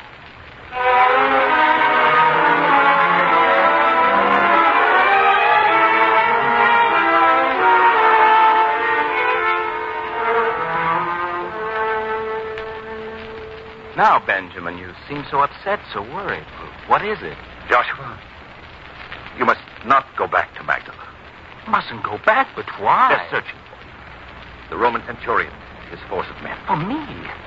What am I supposed to have done? Remember Caius, the centurion who used to be in command of the area? Well, yes, he was killed. Well? Well, the new centurion says that you killed him. I? Kill a man? Even a man as hard and brutal as Caius, I could never do that. Why, the master's words alone would stay my hand from such a deed. So Saul tried to tell the new centurion. But he wouldn't believe it. Well, I'll show them I'm an innocent man. I'll go back and prove I didn't do it. Prove it? How will you prove it? Well, I'll tell them that I wasn't anywhere near the place where Caius was attacked. They must believe that it's the truth. That isn't much proof, Joshua. It's only your word. And you know how easily they'll brush that aside. So you see, you must never return. Magdala. My home, and suddenly it's the one place in the world I can't go. I'm not a criminal, not a fugitive. I don't know about running away, about hiding. I just don't understand. Wait, Benjamin. I feel sure that if I go tell them that... Nothing will help. They don't seek justice. They're determined only to kill someone as revenge for this. And they've fixed on you. I see. Well, go. Go on, leave at once. Oh, wait, Benjamin. You said they were more intent on revenge than on justice, didn't you? Well, suppose I run away. Suppose I'm never seen in this land again. Tell me, what will stop them from seizing another man? Well, in that case, Joshua, it won't be one man. It'll be many. Many? What are you saying? It's a reprisal because of Saul's unwillingness to hand you over. Centurion has threatened that 1 out of every 10 men in the town will be killed. They'd kill 100 men? But please, there's no time to talk. You must be on your way. No, wait. Benjamin, I have something to say. You can have nothing to say.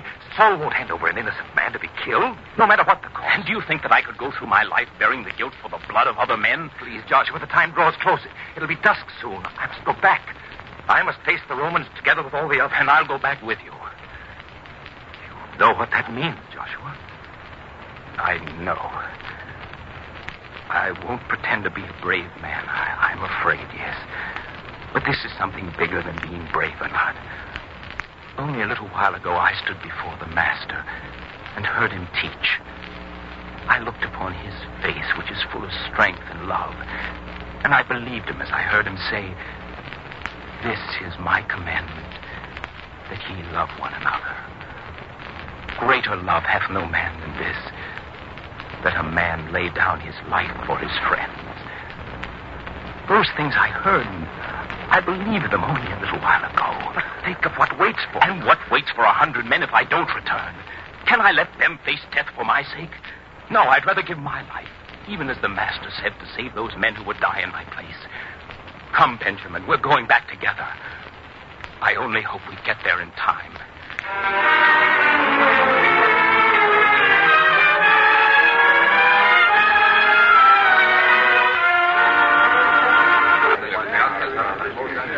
Are these all the men, Tertius? Yes, sir. Every man of the town over the age of 20. All here. Good. Give the word for them to form a line. Then I'll begin counting off. Every 10th man will be taken from the line and put under guard at once. Aye, sir.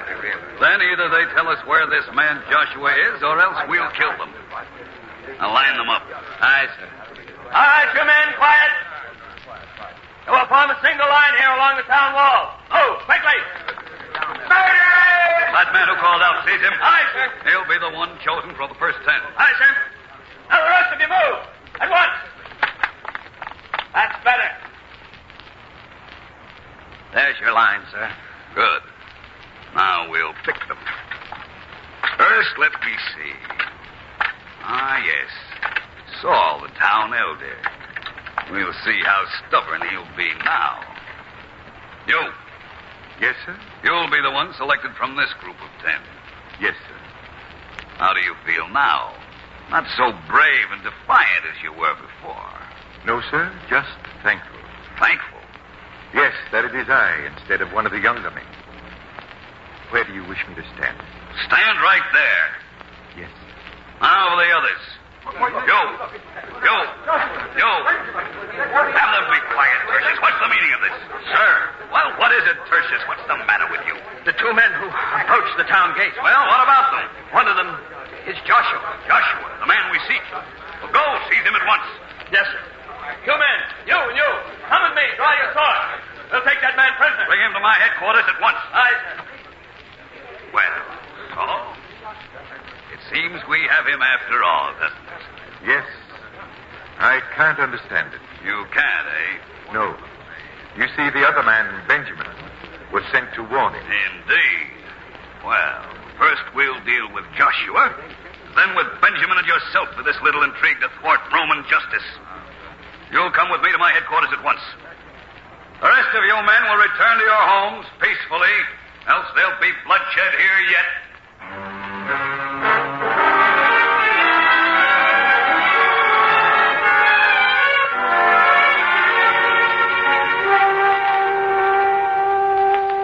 Now then, this one is Joshua, eh? Yes, sir. A very clever criminal. Well, you get your punishment now. Sir, may I speak? I don't want it said there's been no justice here. You may speak. Sir, I know what's going to happen to me. I have no illusions about that. But I do want to say that I'm an innocent man. You ran away the day the Centurion was killed? No, sir, I went away, as I have done many times before. Quite innocently and quite in accord with the usual demands of my craft. I went to buy silver, without which I cannot work. If you wish to examine the bag I had slung over my shoulder, you'll find the silver in there. Clever, but not clever enough. I say you ran away. I see. The truth has no place here. The truth, eh? You want the truth, do you? Well, I have something to show you. Tertius, fetch the weapon for me. Sir, it would do no good. The man will deny anything to save his life. Fetch it. There's no choice now. The whole town's aroused over this. Reports of it will find their way to the capital. We must prove our action was justified.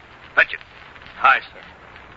You'll find out soon enough, Joshua, that you'd have been better off telling the truth instead of endangering the lives of all those men. He didn't endanger our lives. Be quiet, Saul. I'll deal with you and Benjamin later. Because we warned Joshua? Is that why? By your own admission, remember that. Yes, sir. And would you take that into account now? What do you mean? I will take my punishment. Benjamin will take his. Because we tried to warn Joshua, tried to tell him to flee. But in the face of that, he came back. Is that the action of a guilty man? Questions of guilt or innocence are decided by me. Tertius! Tertius, where is that weapon? Here, sir. It had been mislaid. Ah, put it down on the table here. Aye, sir. There, Joshua. Look at that weapon and tell me that it wasn't in your possession.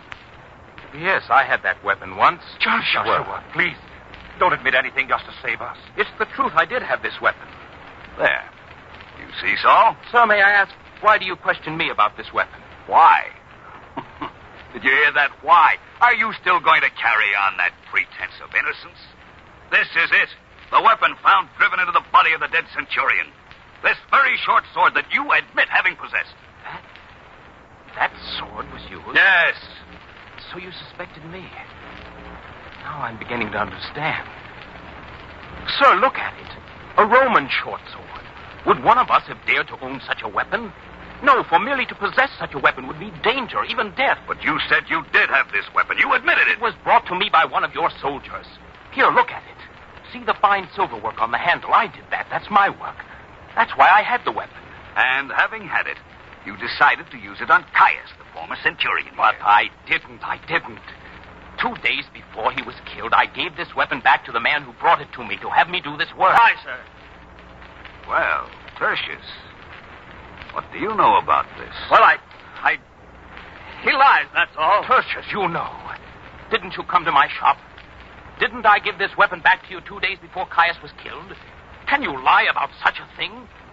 Why, the very coins you paid me are in my house now. I can get them. I can prove this. Money bears no mark of ownership. Tertius, you seem to be evading the man's charges. Why? I have nothing to evade. The man lies, and someone must fling the lie in his teeth. It's true there's lying going on here, but I'm not so sure now as to who's guilty. Surely you don't believe them. Tertius, you never told me before that this weapon once belonged to you, did you? It wasn't important. Wasn't it? And why did you make sure to tell me it was last in Joshua's possession? You yourself accused him, led me to suspect him.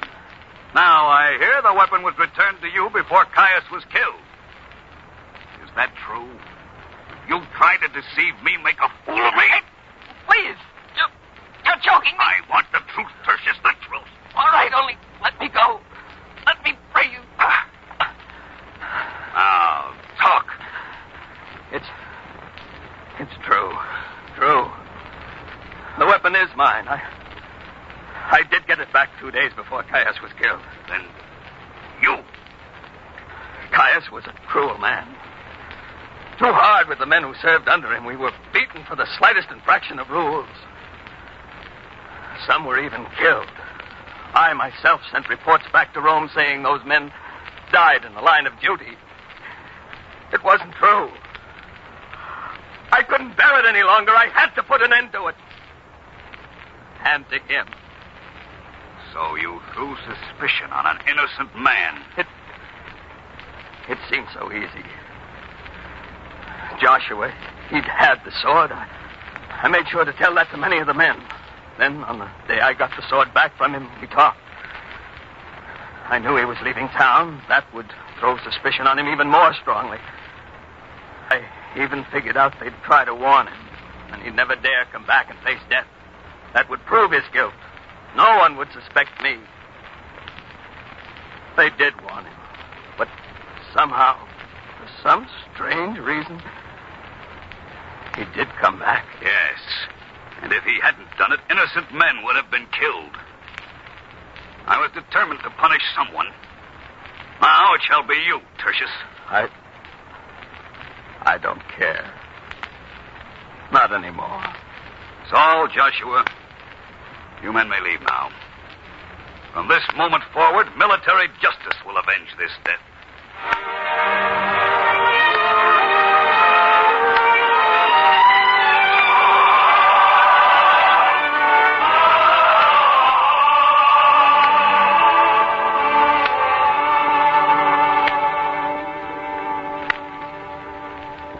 Well, Joshua, look about you. This is once more a peaceful town. No longer do the people cower, nor hide fearfully in their homes. There's laughter now, not the sounds of mourning as there would have been. You were brave, my friend. No, Saul, not brave. Just believing and confident in the Master's words. If I had run away, I might have saved my life. But I would have been untrue to the Master's word and undeserving of his teaching. I only offered my life for my friends, as he said. You remember, Benjamin? Yes. And as it turned out, you were the only one who could have known what really happened. The only one who could prove that our people had nothing to do with this crime. Yes, Benjamin. Many lives have been spared. Good men will live on because of the Master's words, which are strong words and true words for all men to remember.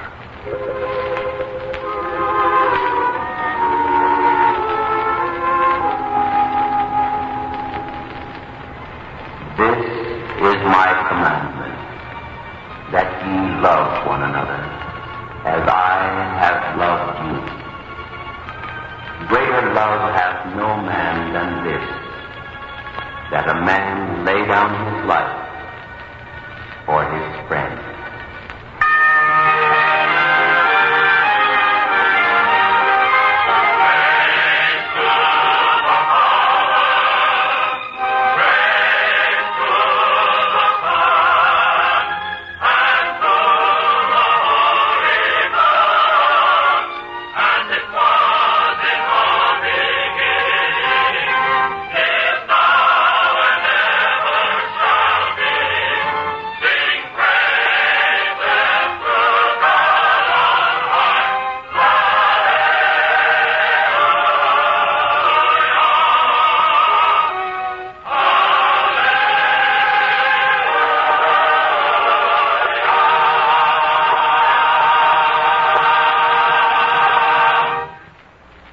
Listening to This Is My Commandment, another episode in the greatest story ever told from the greatest life ever lived.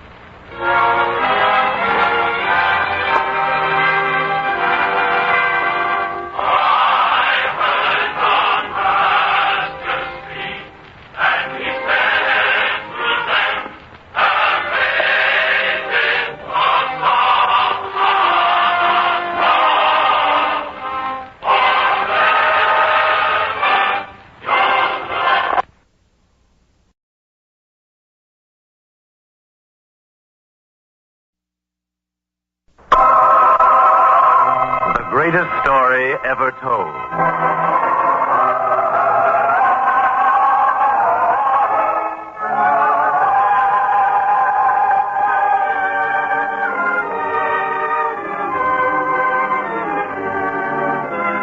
This afternoon we present One Who Did Not Return, a drama inspired by an incident set forth in the 17th chapter of the Gospel according to St. Luke, a teaching from the greatest life ever lived.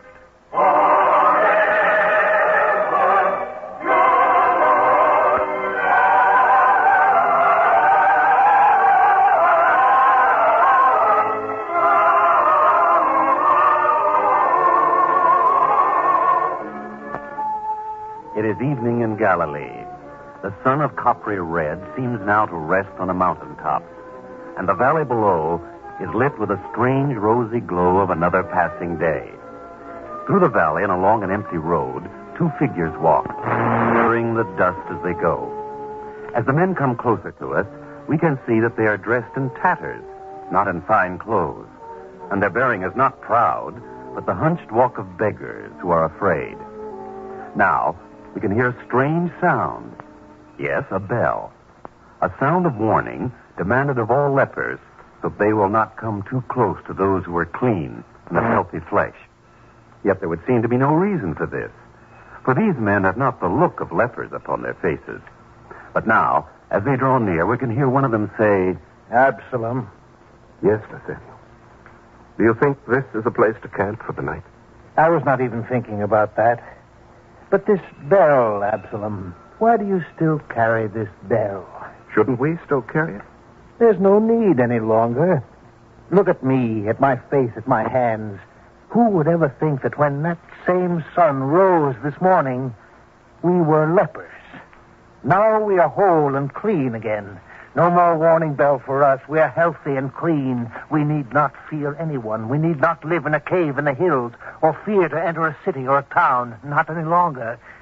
So, throw that bell away. Nathaniel, perhaps it's because I don't quite believe what I've seen that I still clutch this bell. I'm afraid to throw it away. Afraid? Of what? You don't believe. Didn't we see it? Didn't we? Yes, we saw it.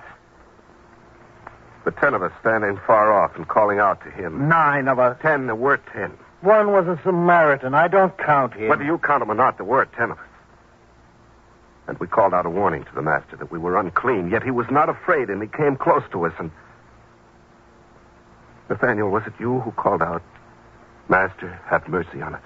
No, not I. I thought you said that. I heard it, but I didn't say it.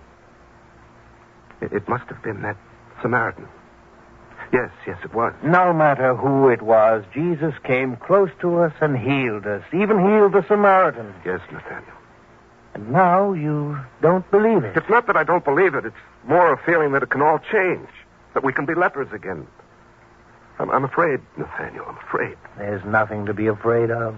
Tonight we sleep in an inn like all other people. Oh, no. A fire under the dark sky, not an inn. Why not? Well, suppose we went to an inn. Suppose in the morning when we woke, the signs of our sickness were evident once again. They'd stone us to death for having come into a town. No, this night we camp outside a town. We make a fire and sleep beside it. There's no need to... Nathaniel, please. I'm afraid. All right. But if you feel this way now, how will you return to your house and your family 2 days from now? Will you be afraid of them, too? I don't know. Only this night we build our fire and sleep out in the open. Please. All right, Absalom. If you want it that way, we sleep here tonight.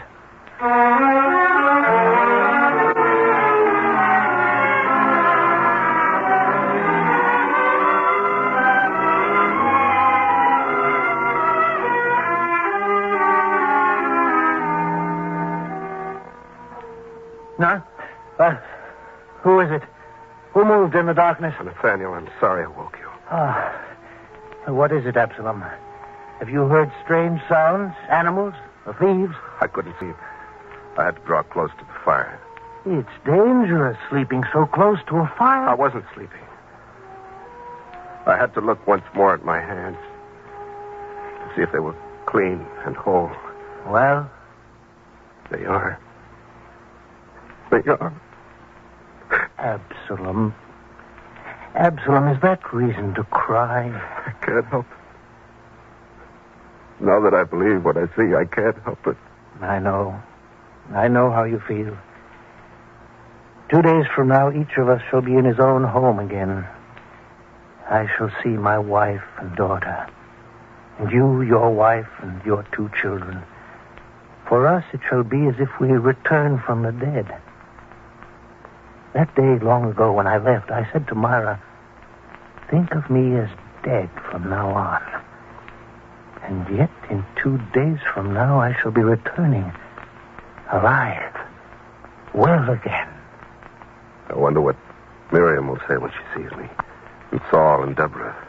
No, Deborah will not even know me. She was only 4 when I left them. She must be 9 now, or even 10. How could she remember? Will you stay awake all night and try to puzzle that out? In 2 days, you shall know whether she recognizes you or not. And even if she doesn't, she'll know you from now on. So, go to sleep. We have a long, tiring journey tomorrow. You're right, Nathaniel. Only, I've been thinking of something else, too. That Samaritan. You know, we were very cruel to him. He's a Samaritan. It's of no account. He may be a Samaritan, but yet, Nathaniel, he did something none of us did. When we were healed, he went to the Master, fell at his feet, praised God. So? We didn't do that. True. Well, Nathaniel, was it right to take God's blessings at the hands of the Master and then not even thank him? Was it right? Tell me honestly, Nathaniel. Well, perhaps we did do wrong. Yet the Samaritan did the right thing, and we've looked down upon him. We thought ourselves better than he, and yet we were far worse, guilty of ingratitude and hatred.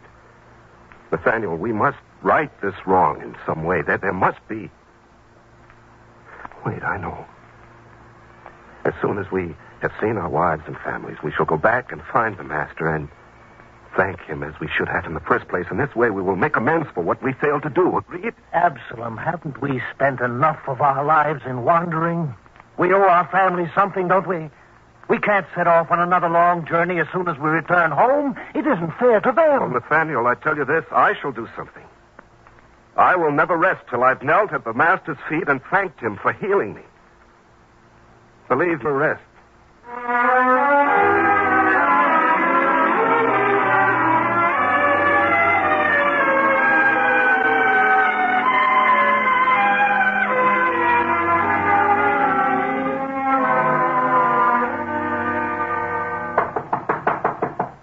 Who is it?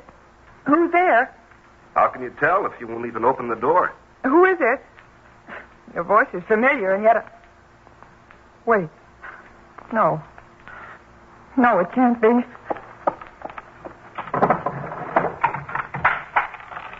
Miriam. Yes, Miriam, my darling, it's me. I'm back. I'm home again. Don't be afraid. Look at me. Look at my face, my hands.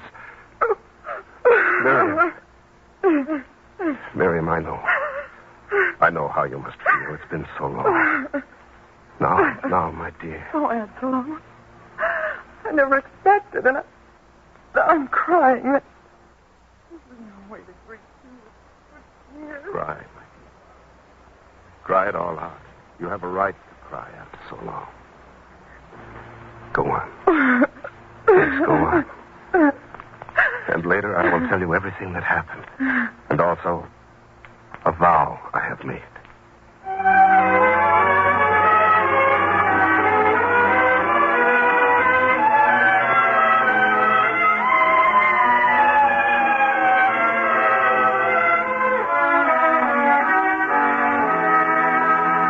Yes, Saul, you're big. Bigger than I thought you'd be. And strong, too. Thank you, Father. And you look so well. The last time We shall never talk about the last time, Saul. I'm sorry, Mother. Oh, come now. No sharp words. Not now. Just look at Deborah as she stands there and stares at me. Well, my dear, I'm your father. Yes, your father. And I'm back to stay. Are you glad to see me? Yes, sir, I am.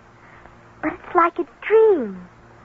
Mother used to tell us that you'd gone away for all time. Deborah, please. But you did. Well, I know, but there was a reason, and who could know? You needn't be ashamed, Muriel. What else could you have told them? But you have no apologies to make. You've done well with them. Saul so big and strong, and Deborah so nice-looking, so pretty. And this house, not what we had once, but clean and fresh and well-kept. Must have been difficult for you, my dear. I helped. And I, too. Of course. You're good children. Your father's very proud of both of you.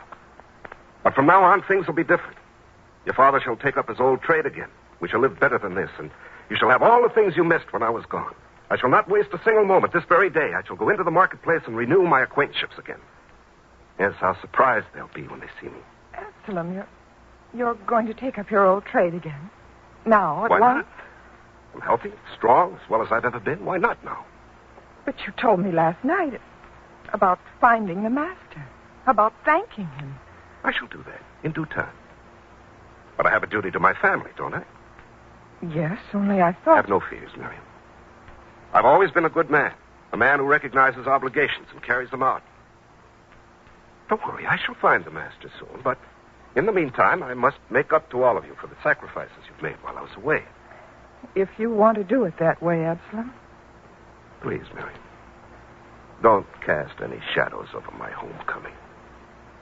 We must be gay and happy. There's been so much sorrow till now. You're right, my dear. Now I must get on with preparing our first big meal in a long, long time. Come, children. You must help me. Both of you.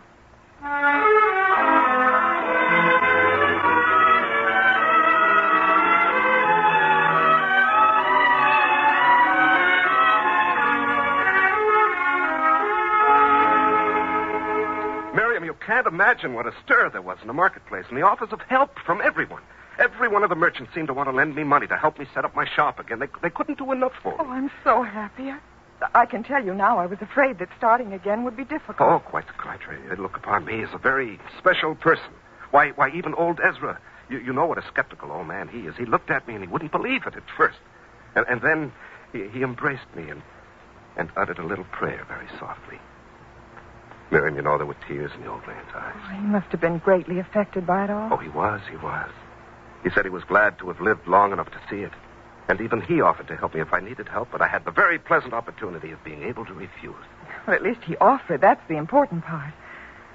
Well, now that you know you'll have no difficulty starting again, Absalom, wouldn't this be a good time to set out and find the master and thank him? Set out now? When things are going so well? Oh, Absalom, this morning you said you were worried about us, about helping us. Well, now that you know you won't have any trouble, you can go and find him with a free mind and no concern. I don't know about that. Why not? Well, this might be just the first flush of enthusiasm. I must take advantage of it. I must use this time to establish myself. Once I'm established and things are on a firm basis, then I shall be able to leave and find him. If you think that's the best way. I can see you don't. Please, Absalom, never think that I'm reproaching you. Perhaps I want to go because of the way I feel. In one instant, in the instant when I opened the door to find you standing there, whole and healthy again, my entire life was suddenly changed. From a life of constant worrying about you and fearing that you may have died and I would never even know about it. From all that fear and darkness and worry, suddenly the whole world seemed bright and cheerful again. Perhaps I want to go to him and give thanks, too. Maybe that's why I feel so strongly about it. Of course. And you shall go. You mean you'll take me with you? I insist that you come. Oh, thank you, Absalom. You're still as kind and considerate as you were in the old times. And it won't take long to prepare. We can be on our way in one day. In one day? Miriam, I didn't promise anything but that you'd go with me when I go. Of course, that may not be for several weeks yet. Certainly not until after the Passover. Oh, I see. After all, we must take care of first things first. Remember that, Miriam. Yes, Absalom. First things first.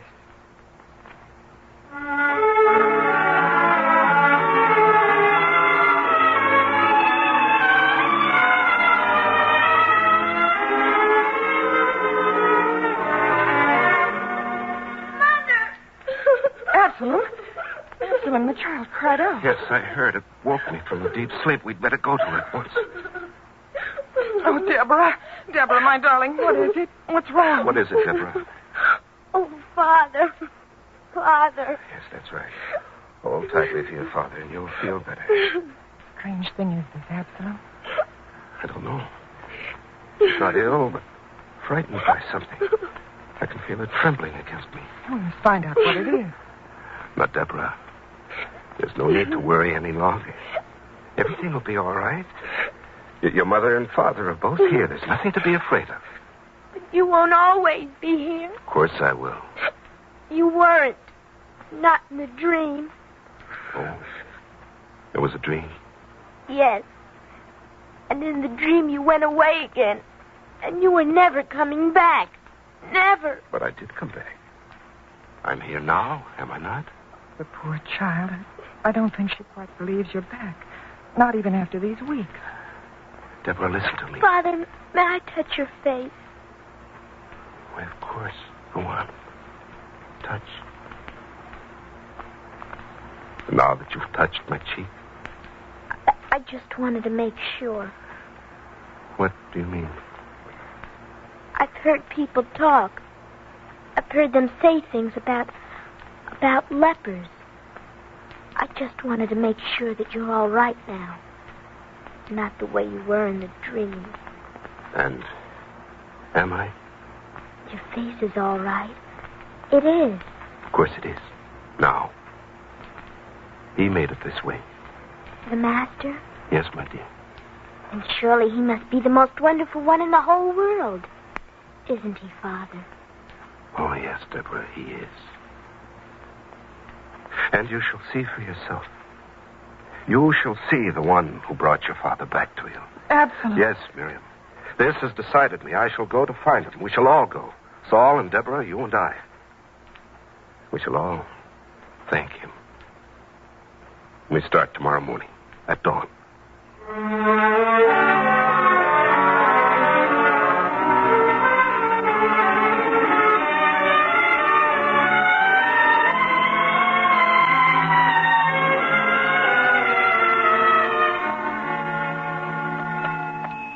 It's strange, Miriam. Thus far, no one has been able to tell us of the master's whereabouts. We've only traveled half a day. We've met so few people. Don't worry. Someone will know soon. That one man we met, I wonder if he was right. Could the master have gone to Jerusalem? We shall find out soon enough from others. We must be patient. After all, Absalom, look. A traveler coming towards us on the road. And from the south. Yes. Yes, he may have word of the master's whereabouts. For if the master did set out for Jerusalem, he may have passed this man on the road. We'll find out. My friend, peace be with you. And peace be to you likewise, friend. Tell me, could you spare me some water? I have traveled long, and my water skin is empty. Of course, friend. There's enough for you to drink your fill. Thank you for your kindness. Here, friend. Drink from this skin of water, and then perhaps... Wait. Well, what is it? Why do you stare at me that way? I know you. Don't you know me?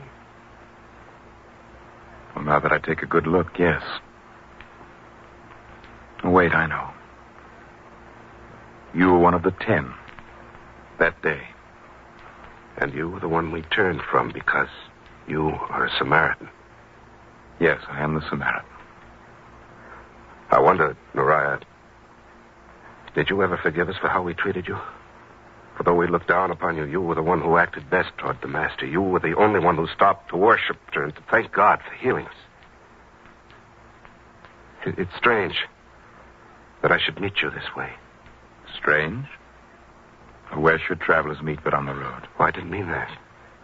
I meant it strange because on this very day I've set out with my family to right a wrong I did. We go seeking the master to thank him as I did not do on that day. You have set out to find him? Is it so difficult to believe? Because I did wrong one time, does that mean that I'm a man without conscience? Now I will find him. Don't go on that way. What is it? Why do you speak so? In heaven's name, man, didn't you hear? Hasn't the word reached Galilee yet? Word? What word? What is it, Noriah? Absalom, you will never see him again. What? He is not among us any longer. Not as you saw him. What are you talking about? I must find him. I must thank him. It is too late. Too late? Too late? What happened? Where? When? In Jerusalem, during the feast of the Passover. Only a few days ago. How? On a cross. Oh, no. I was there. I saw it. Miriam. Miriam, what have I done? Why did I delay so long? Now I will never see him. Never. There is no way to thank him. Oh, Absalom. Poor man, to carry such a burden on your conscience forever. I wanted to. You know I wanted to. But it seemed so easy and so harmless to put it off to a more convenient time. Now there will never be time again. If only there was something I could do. But it's too late. Bitter words. Too late.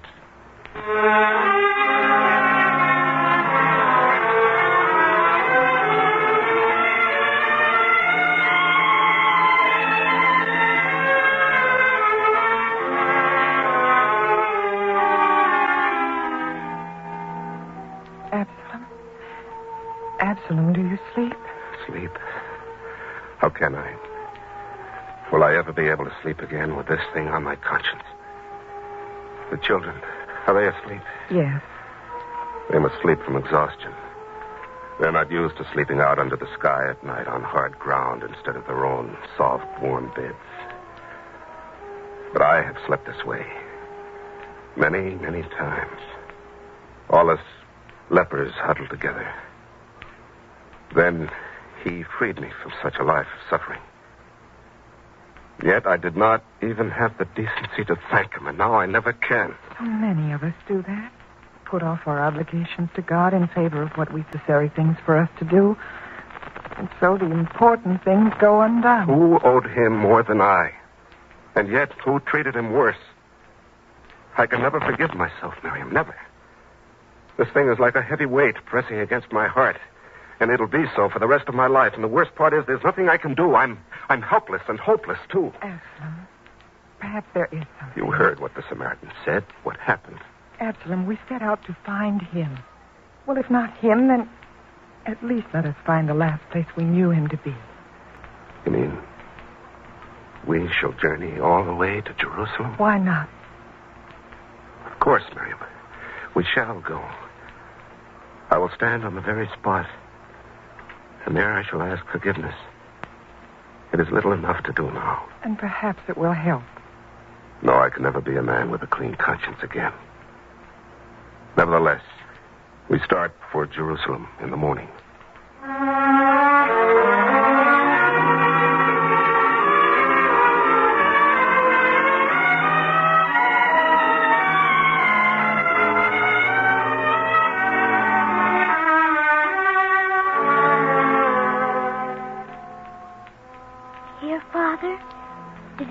Here on this hill? Yes, my child. Absalom, shall we kneel? Yes, all of us. Come, children. We shall kneel and pray here. Deborah, Saul. Father, look. That man, he comes toward us. Yes, Absalom. I think he wishes to speak to us. And yet I don't know him. Do you? No. Though there is something about him that seems familiar. I think I may have seen him before, but I cannot say for sure. Now, be quiet, all of you. I shall talk to him. Sir? Yes, friend? You seem to have been coming toward us as though you would talk to us. True. Why? For you don't know us, do you? You have come here to this spot. Surely you were about to pray. Would you stop us? No. But I would like to know who you are and why you've come here.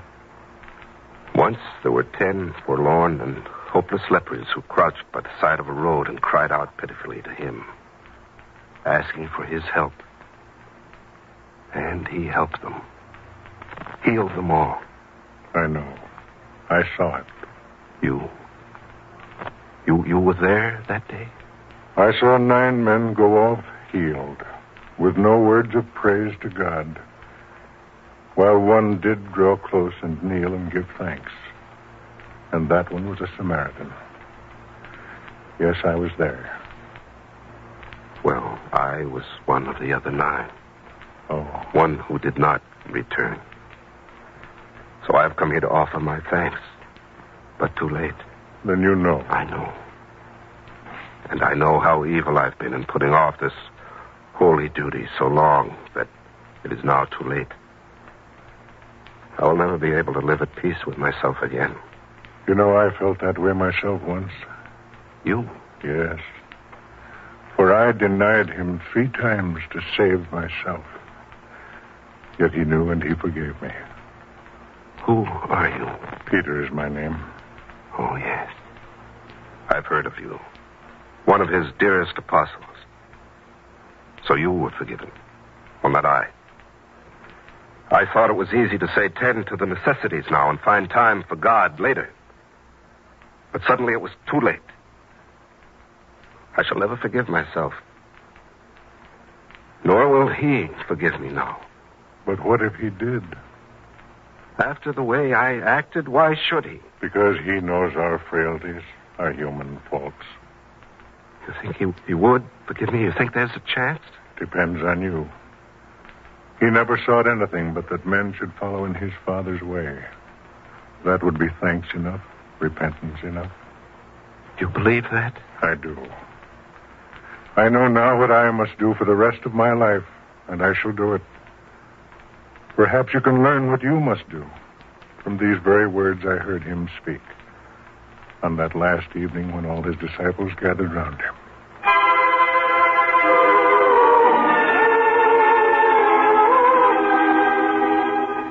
He that hath my commandments and keepeth them, he it is that loveth me. And he that loveth me shall be loved of my Father. And I will love him and will manifest myself to him.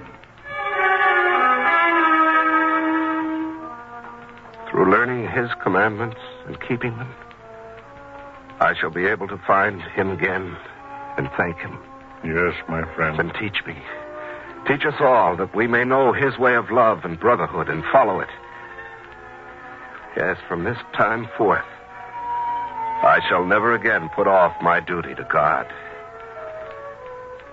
For I have learned now that suddenly it can be too late for any man.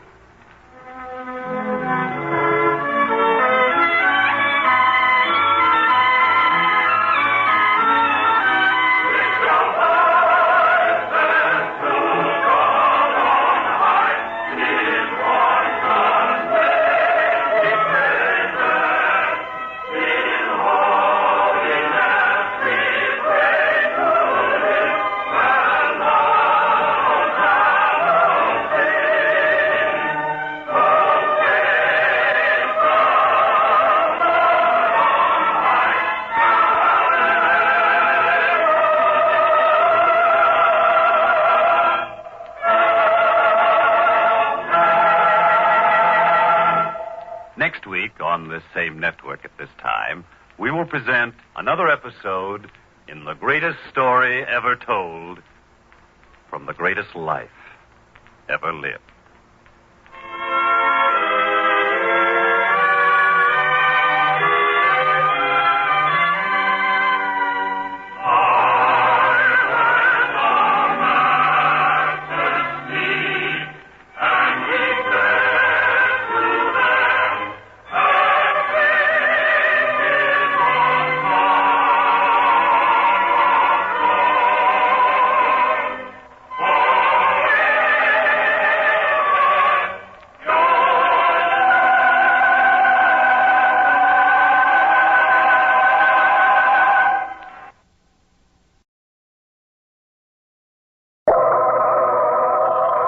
The greatest story ever told.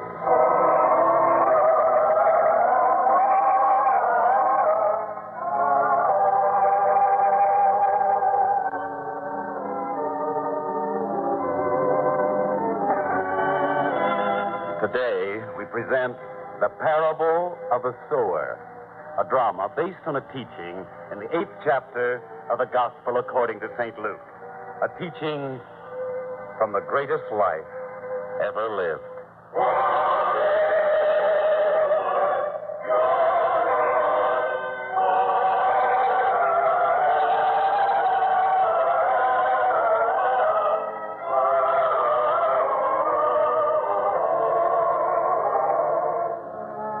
In ancient times, the swiftest form of travel was to be found in the beautiful and majestic Roman galleys which moved across the glistening blue waters of the great sea.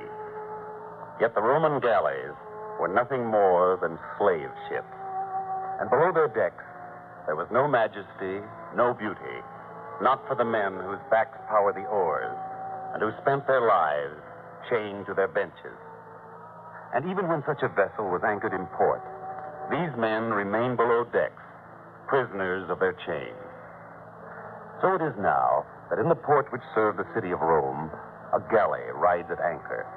And we find two galley slaves straining to see what they can of the great city from their place below decks. Reuben, can you see anything through the oar vent? Well, Samuel, when I bend over this way, I can see. Well, what does Rome look like? I can't tell much. Oh, wait. No, that's as far forward as I can bend with these chains. Just a harbor like any other. All right, Sentry. Which one is he? That's the one, sir. That one there. Me? Sentry, if you're looking for the one who called for the water yesterday, I'm the one you want. And if there's punishment due, it's mine. Leave this man alone. Quiet. And now, you. Yes, sir. Is your name Samuel? Are you from Cana, the province of Galilee? Yes, sir, I am. All right, Sentry. Unlock his chain. Sir, what is it? What's going to happen to me? I don't know. I get orders and I carry them out. You're wanted on shore. Come on, Sentry, take off his chain. Yes, sir.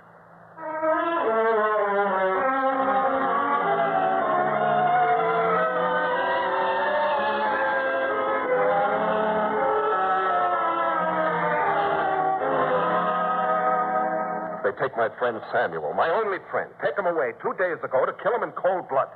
And why? Did he ever do anything to anyone? No. I tell you, if I could ever... You there! Me? What do you want? I haven't broken the rules. So you don't know me. I wondered if you would. Know you? Why should I... Wait. Samuel! You in those fine clothes, clean and dressed like a citizen of Rome? Yes, Reuben. I don't believe what I see. What happened to you? I can hardly believe it myself. I'm free. Free. The man whose testimony sent me here, he confessed he was lying, so I was set free. And the property I once had, the property that was confiscated, it's been returned to me. Like a miracle.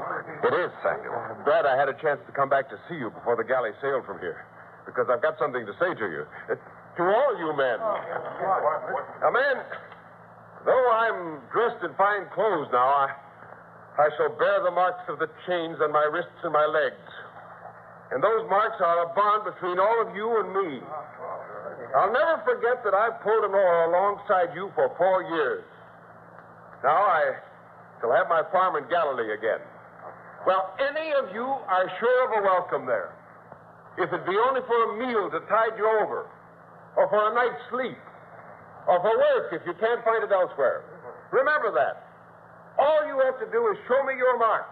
That'll be enough for me.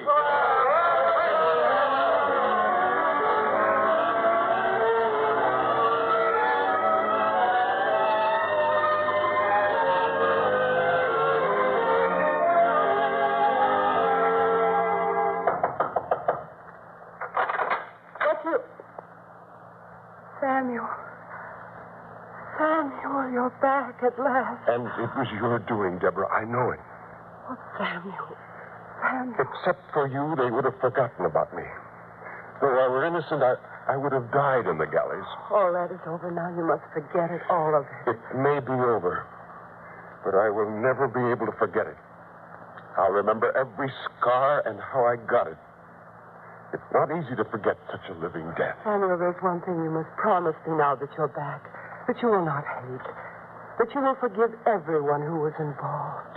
Even the man whose lies sent me to the galleys? Even him. It is not possible. Samuel, listen to me. While you've been away, a wonderful thing has happened here in Galilee. A new teacher. A new prophet. Yes, a Messiah has come to us. A Messiah? Yes, the Messiah. And as soon as you are rested and have regained your health, you will go to hear him teach. But through him you will find a way to forgive even that man whose lies sent you to the gallows. Oh, Deborah, within myself, I couldn't find willingness to forgive any of them. But because you say it's possible, I will believe it. For without your love to sustain me, without your faith to give me strength, I couldn't have lived through all this. We shall go to hear him teach, because you believe.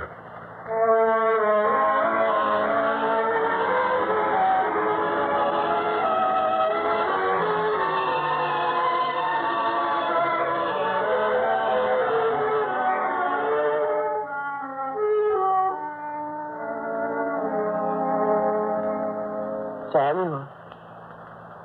Samuel, it's time to put out the lamp. Time for you to sleep. There'll be another day's work tomorrow.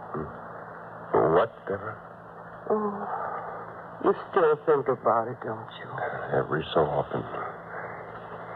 It was the same time of year they first came for me, remember? Will I ever forget? We were sitting here in this very house, the two of us. And there came that knocking on the door. Caesar's sentries. And they took me away. But that was 5 years ago. Sam, you've been home almost a year. Can't you ever forget? Who knows? Every so often I get to think... Deborah. No. No, Samuel, it can't be that again. I'll open the door. One moment. What do you want? Does a man named Samuel live here? Yes, he does. Well, tell him that Reuben is here. Reuben! Oh, how good to see you again. Come in. Well, you see, Samuel, I have friends here with me. Well, bring them in, all of them. Deborah, these men were my friends in the galley. Food. All the food we have for them. Come in, friends. Come in. The house is yours.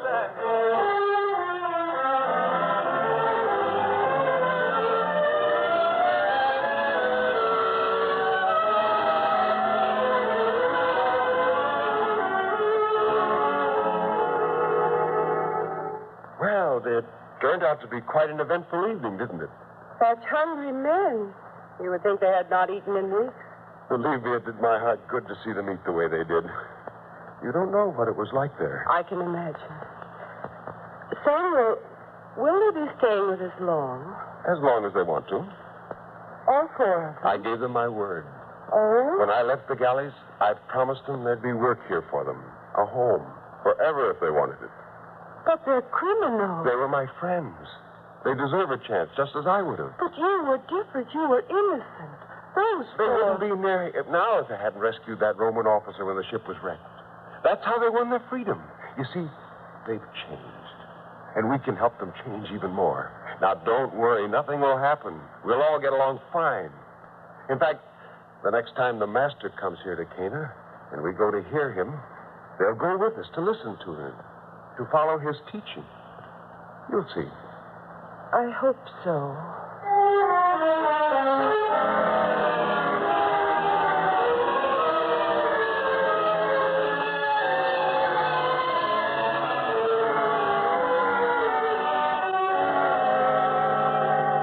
May I have a little more yet? That's delicious. This was by far the finest day's work we've done, men. Well, at that, it's easier than breaking your back as a galley slave, right, Kitty? Who would know better than we, Reuben? Well, I guess you men have been wondering what happens to all the produce we've been raising here. We know it goes to market, Samuel. But you never see any of the money. Is that it? It's not our place to ask questions, is it, man? Well, I know good work when I see it. And I know deserving men, too. So tomorrow we're having a bit of a holiday here. Holiday? Yes, the master is coming to Cana. I thought you men would like to go with Deborah and me to hear him. You mean to be talked at, preached at? I've heard too much preaching in my time. Don't be a fool, Matthias. Of course, we'll all go. Good. For it will give you the chance to go into the town, too. And that's where the money comes in. Deborah, bring the pottery jar here. The jar? Yes, of course. Bring it here at once. All right, my dear, one moment. Each of you is to have some money. When a man gets to town, he finds things he'd like to buy. I want you to have the money you'll need. Oh, that's very kind of you, Samuel. But don't think it's necessary, after all. Your kindness is reward enough for us. Yes, Samuel. Ah, thank you. Now, let's pour out some of these coins. Well. That's quite a bit of money there, eh, Samuel? Enough. And now for the shares. Reuben, thank you. And yours, Gideon. Ah, thank you very much, Samuel. Far more than I deserve. Matthias. Thank you. And Ezra. Thank you very much, Samuel, and bless you. No need to thank me. Any of you would have done the same. And now, Deborah, you can put the jar back. Yes, Samuel. Well, friends, tomorrow we rise a little later, and then we set out for the town. Good night to all of you. Good night, Samuel.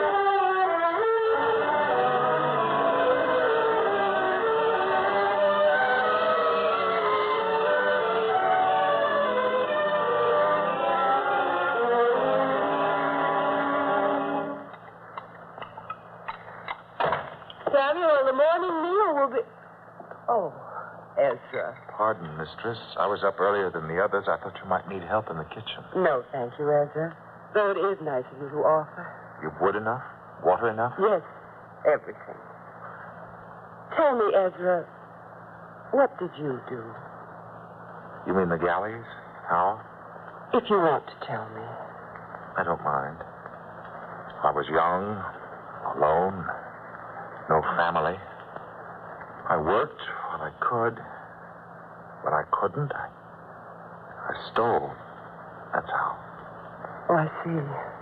If anybody had ever been this decent and kind to me before, it never would have happened. Your husband is a kind man, understanding, and brave, too. Brave? Only a brave man would take a chance on men like us. Deborah, is everything ready? We don't want to be late, not to hear the master. Oh, good morning, Ezra. Morning, Samuel. Are the others up yet? They should be. I called to them as I left the room. Reuben answered, and so did Matthias. What is it, Ezra? I just thought of something. There wasn't any answer from Gideon. Well, maybe he was still asleep. I'll go find out. I'll go. What's the matter with him, Deborah? I don't know. But he did seem upset. Where could Gideon have gone? Why should Ezra be so worried about him? I don't know. I'll find out. Ezra! Ezra! Gideon!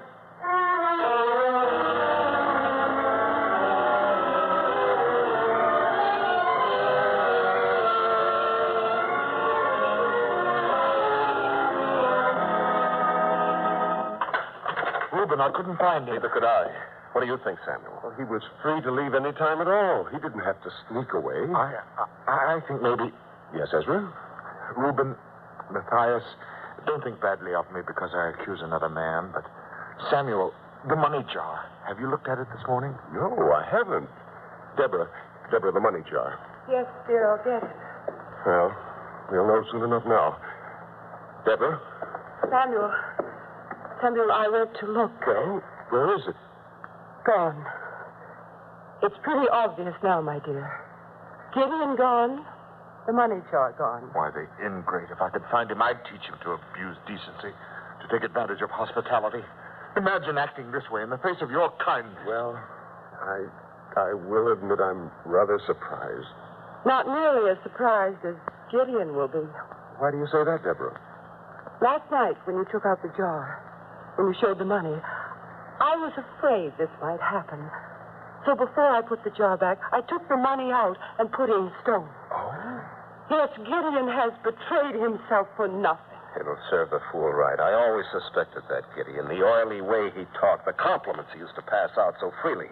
Well, I'm glad we've discovered him for what he is. And thanks to Deborah, at no loss either. Well, my friends, we shouldn't let this one unfortunate incident stop us. We've a day to spend in Cana, a day to hear the master. Are you ready?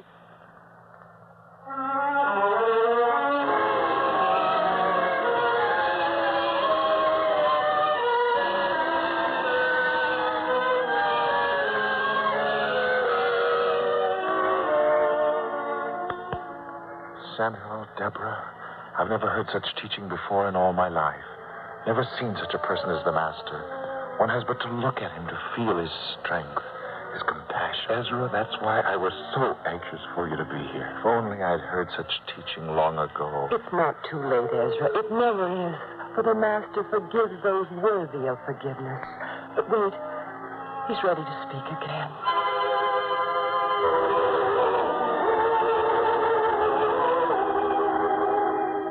Be ye merciful, as your Father also is merciful. Give, and it shall be given unto you. Good measure, pressed down and shaken together and running over, shall men give into your bosom. For with the same measure that ye meet withal, it shall be measured to you again.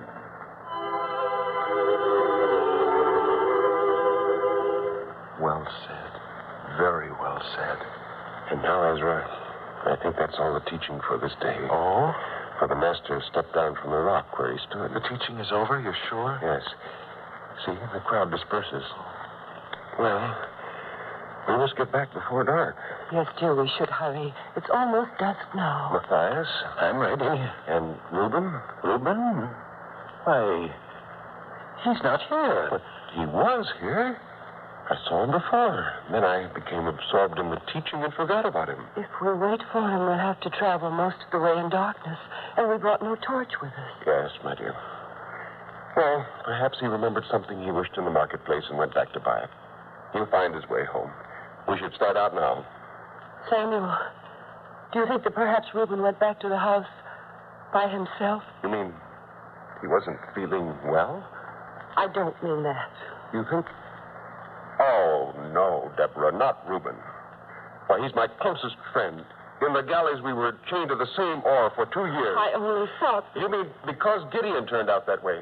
Well, that doesn't mean we'll have to suspect Reuben, too. Come on, we'll all start home and hope that Reuben catches up with us on the road. Come.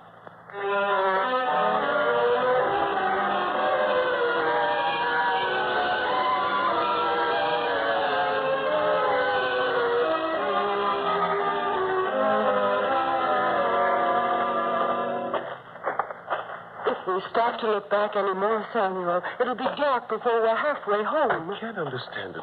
Reuben should have caught up with us by now. We haven't been going too fast. Perhaps he was detained in town. Deborah, that isn't what you mean at all, is it? No. Well, I tell you you're wrong. I'd trust Reuben with anything I have. Now, we'll just walk a little faster. Not that I'm worried. I just want to get home before dark, that's all.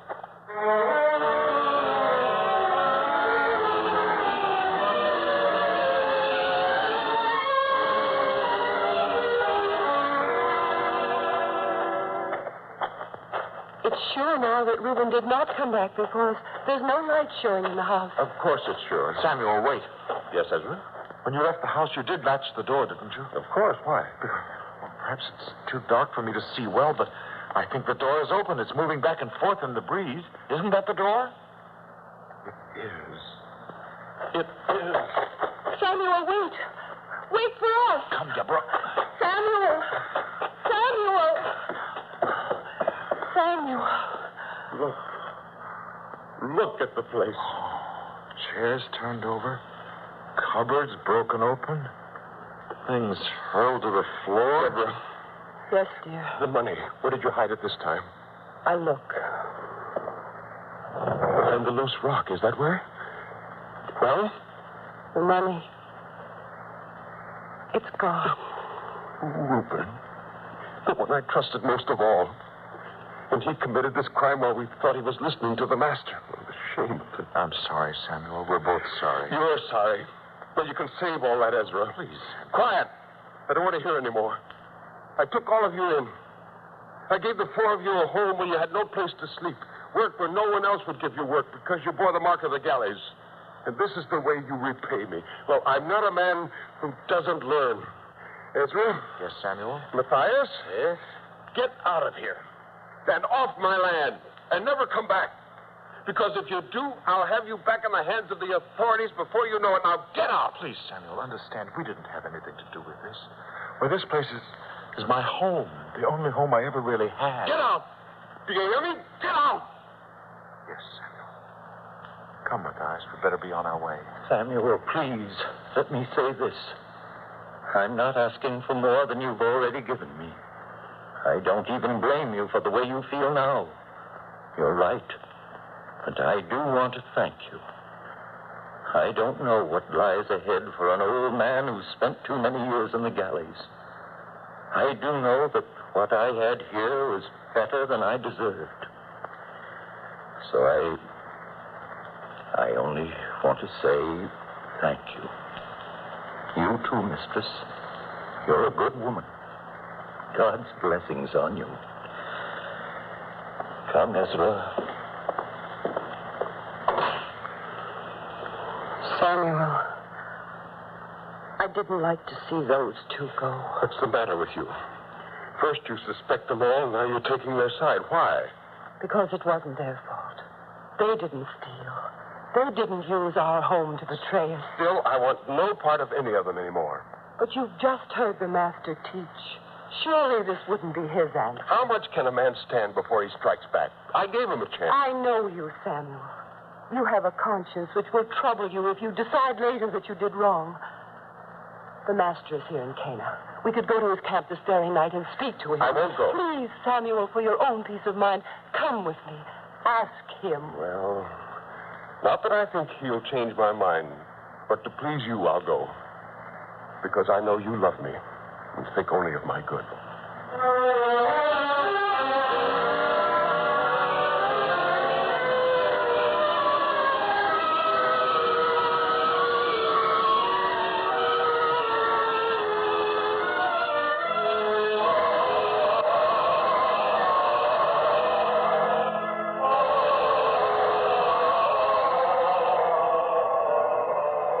Samuel, we've come at a good time. The crowd is gone. The master's with his disciples round the fire. You can feel free to talk to him. Go on. Yes, Deborah. Master, if I am not intruding, I should like to ask your help. Surely no man ever set out with better intentions than I. Perhaps because I myself bear the marks of a galley slave, because I know the hardship, I opened my home to 4 men who were criminals. And 2 of them have deceived me. One stole, one tried to steal. The other 2 I've driven from my house, barred it against them. I have done the right thing, haven't I, Master?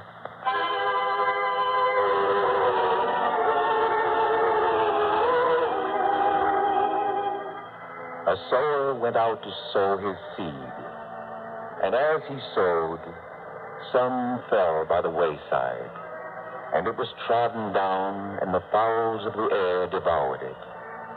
And some fell upon a rock, sprung up, it withered away because it lacked moisture.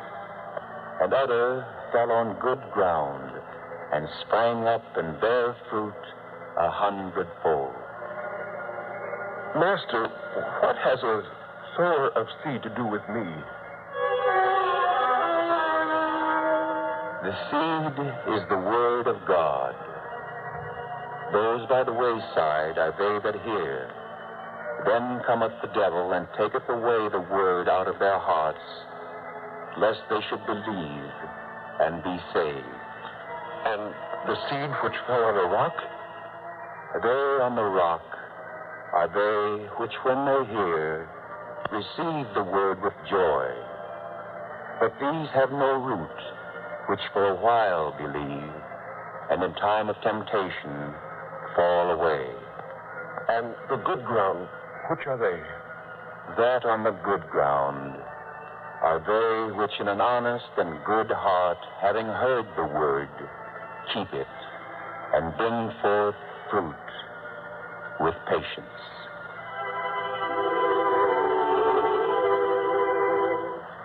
Samuel, don't you see? The master knows his seeds of truth will find root only with those who have the capacity to receive his word. Yet he does not stop teaching because there are some who reject his teaching. Yes. I understand now. Well, then, should you give up doing good? Should you drive good men from your door because a few seeds have fallen by the wayside? Because a few men took advantage of your goodness and returned evil instead? Deborah, you're right. I've done a cruel thing to them. We should find Ezra and Matthias at once. And, Master, I thank you for showing me my mistake. Come, Deborah, come.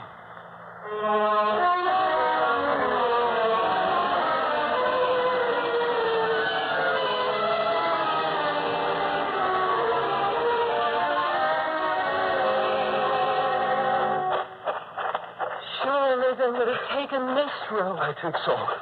It leads from the town toward the sea. It's the way they choose. Oh, I hope we're not too late. If only this torch gave a brighter light. I'll hold it higher. There. Samuel. Yes? Hold the torch up again. There, by the side of the road. I'm sure there were two men. We'll find out. Ezra! Matthias! Do you hear me? They've stopped. Ezra, is that you? Yes, Samuel. We took nothing with us. You can search us if you like. Wait, Ezra. I haven't accused you of anything like that, have I? What do you want with us? To tell us once more that we were thieves, that no one will ever trust us again? I don't blame you for feeling bitter, Ezra. Nor you, Matthias. I'm an old man. I've seen everything and learned to expect anything. Now let us go in peace. No, wait. Listen to me. The fault was mine. To expect perfection where even the master does not expect it. Because two men betrayed me, I withdrew my kindness and friendship from all four of you. Because Reuben and Gideon repaid good with evil, shouldn't have blinded me to the fact that my kindness did find root in the two of you. Can you forgive me for what I said to you, for driving you away from my house? Would you come back with Deborah and me? Would we? Matthias, what do you think? Oh, it would be home now, Ezra. Home. Yes. Samuel, we will go back with you. Good. Good. Did you hear that, Deborah? We're all going home together. Together.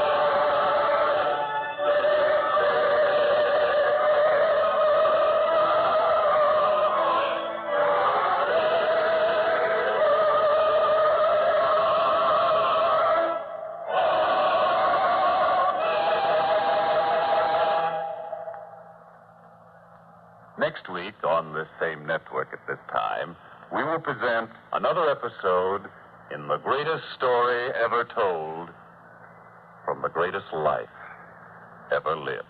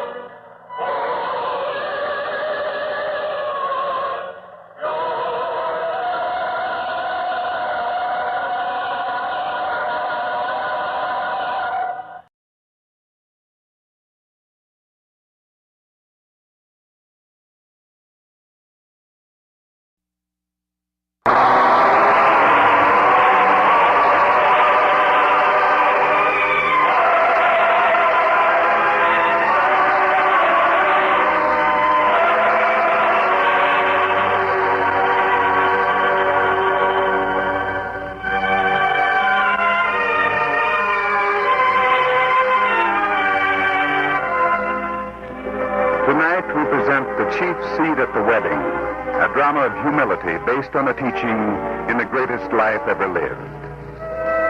Our scene is a great house in Jerusalem where the master has been invited to eat the Sabbath meal. As they wait for their guests to arrive, the men eye each other expectantly till one of them says, Well, it's on everyone's mind. We might as well talk about it.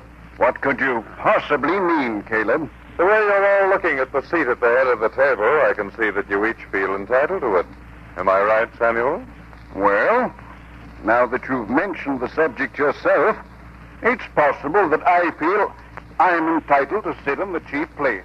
Oh, but you see, Samuel, there are others who feel the right is theirs.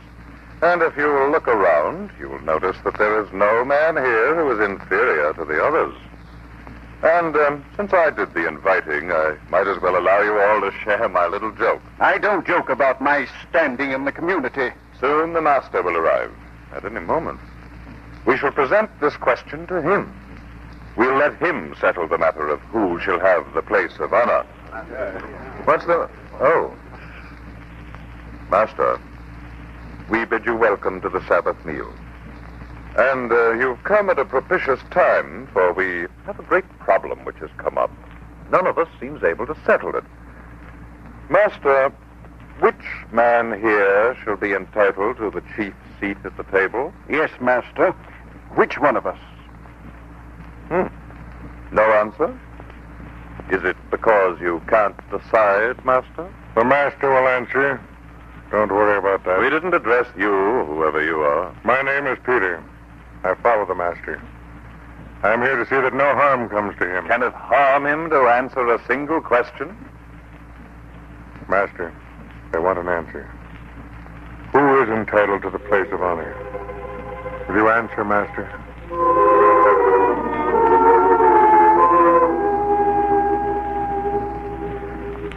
Whosoever exalteth himself shall be abased, and he that humbleth himself shall be exalted. Aha! Is that an answer? It's the master's answer. But if it's not clear to you, then perhaps you'll explain with a parable. When thou art bidden of any man to a wedding, sit not down in the highest place.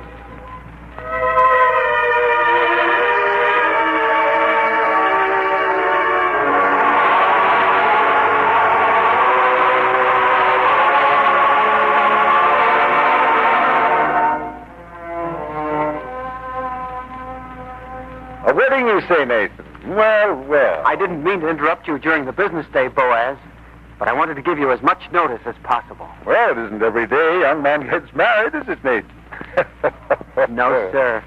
And certainly not to any girl so lovely and fine as Ruth. Yes, and you want me to attend? Yes, sir. Ruth's father, he said he would consider it a great honor if you, as my employer, would be there. Yeah, naturally. May I give him your answer this evening? Of course, of course. I should be delighted to attend, especially in view of the fact that I'm assured the place of honor. Assured the place of honor? Well, isn't that what you said, Nathan? What Ruth's father said? Or are you changing your mind? After all, as overseer of the greatest farm in this area, the honor should go to me, shouldn't it?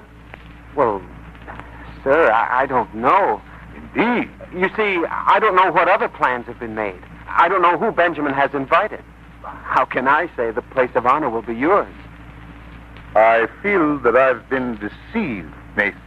Oh, but... First, you as much as promised me the place of honor, and now you seem to have changed your mind. You can understand that a man of my standing might feel he'd been insulted. You understand, Nathan? Insulted. But, Boaz, all I said was... But if you choose to insult me, Nathan, there's nothing I can do. So I don't have to attend your wedding, you know.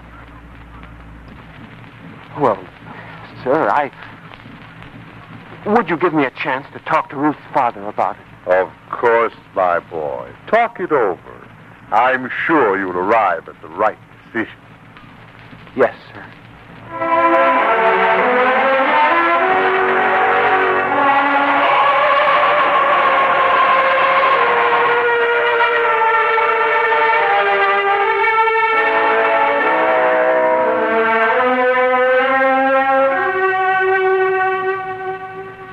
darling.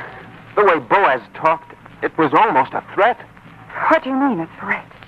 He's my employer. It might mean I'd lose my place on the farm. After how hard you worked for so long? Oh, no, Nathan. We might as well face it. Boaz is a vain man. Anyone who insults him is open to retaliation. In my case, well, it might mean my job. And now, of all times, when we're just beginning to build our lives together, it's important. The most important thing there is. Then there's only one thing to do. Talk to my father. Oh, I don't want to bother him with this. It'll spoil everything for him. You know how he's looked forward to this time. You'd better talk to him, Nathan. If there's going to be trouble, we might as well face it. Come, he's at his blacksmith shop now.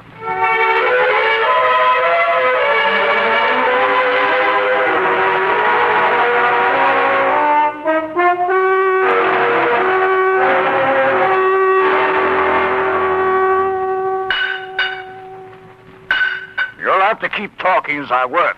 After all, I can't allow the iron to grow cold. Well, Nathan? Ruth? We've told you everything, Father. Boaz won't come to the wedding unless he's guaranteed the place of honor. I'll be finished here in just a moment. Now to throw it into the cooling vat.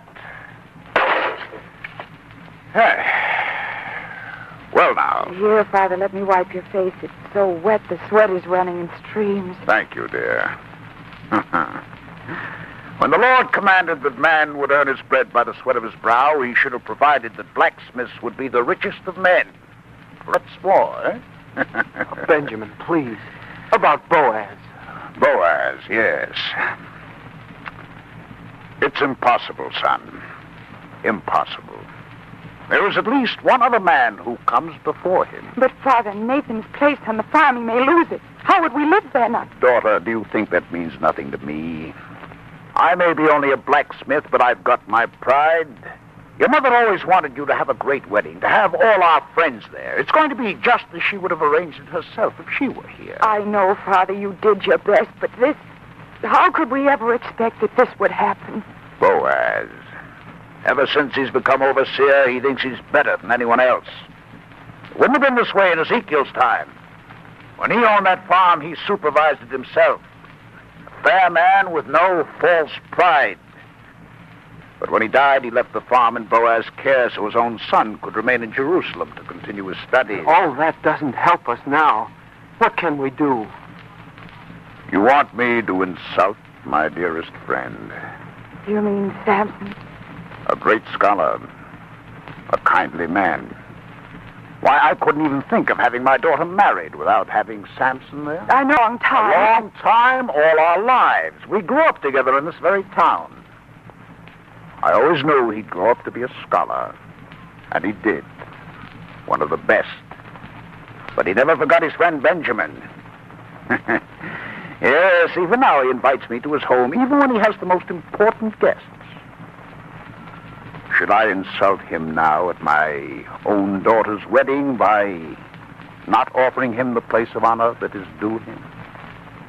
Your father's right, Ruth. Would I ask him to do this if it weren't so important to our future happiness? Ruth, I'm giving you the best I can. There'll be no finer wedding in this town. But don't ask me to insult an old friend. Please don't ask me. You're right, sir. We shouldn't have troubled you about this thing. Father. Here, now. I'm sorry, daughter, but what you ask me to do, I can't. Believe me, I can't. Take her away, son. I have work to do. Come, dear, please. All right, Nathan. Father, I don't blame you. Believe me, I don't. Come. Go, dear. Take my word for it. This won't seem so serious after a while. Ruth, please, Don't worry about it too much. But if you lose your position now, the money you're saving up to buy a place of our own, it'll disappear little by little until there's nothing left. You'd have been better off if you'd never met me. Oh, don't say that, darling. And as for all the things I've wanted, they've been for you. Everything. The land to assure you that you'd never go hungry. The house to give you comfort and security. And if everything had worked as I'd planned it, we'd have it all in only a few years. Well, what if it takes longer? We can wait. It isn't right. How can everything we planned on be upset by something so small and petty? It isn't right. Maybe I was wrong about Boaz. Maybe I misinterpreted what he said. Let's wait. Let's see what happens.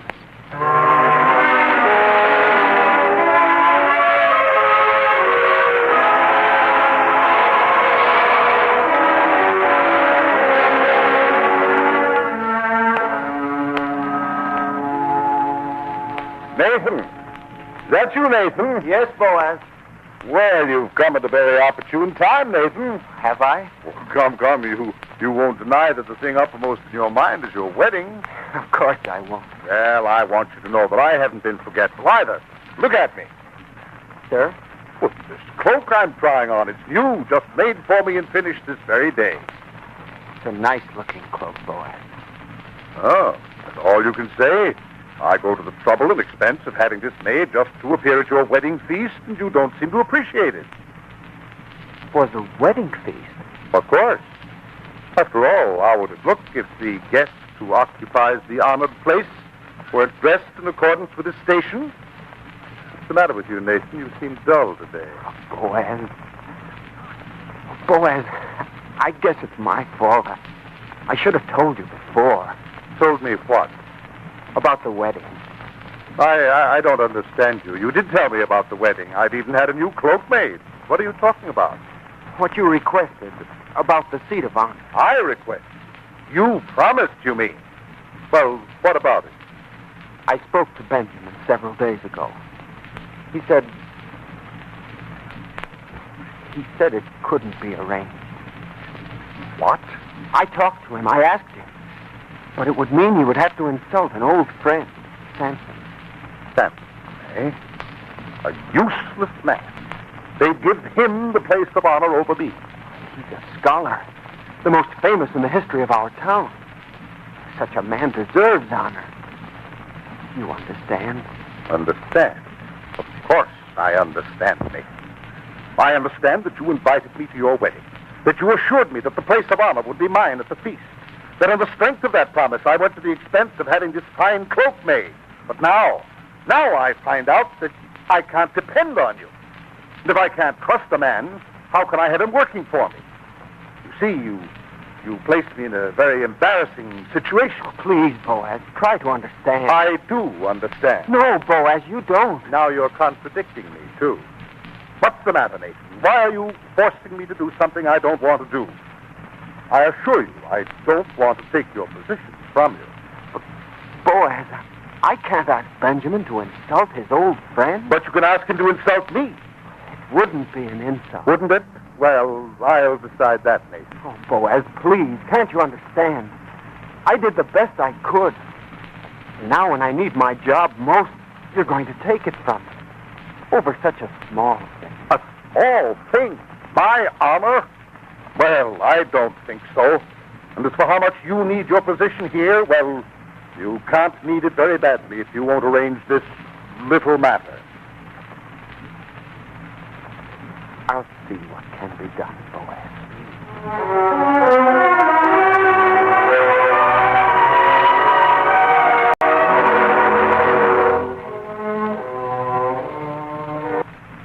You see, Ruth, I wasn't mistaken. He came right out with it this time. Either he gets the place of honor, or I lose my job. Maybe if we talk to my father again. No, I wouldn't hurt your father. I know how he'd feel if he had to ask Samson to forego his place. But if he didn't? What do you mean? Suppose my father didn't have to ask Samson. How else could it be arranged? Leave that to me, Nathan.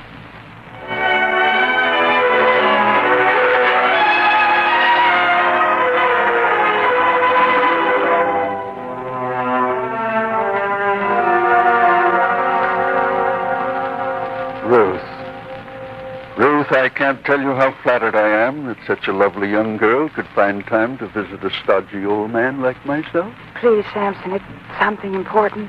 What's more important than a wedding? Tell me that. Why, I was there the day your father and me married. Now, that was a wedding.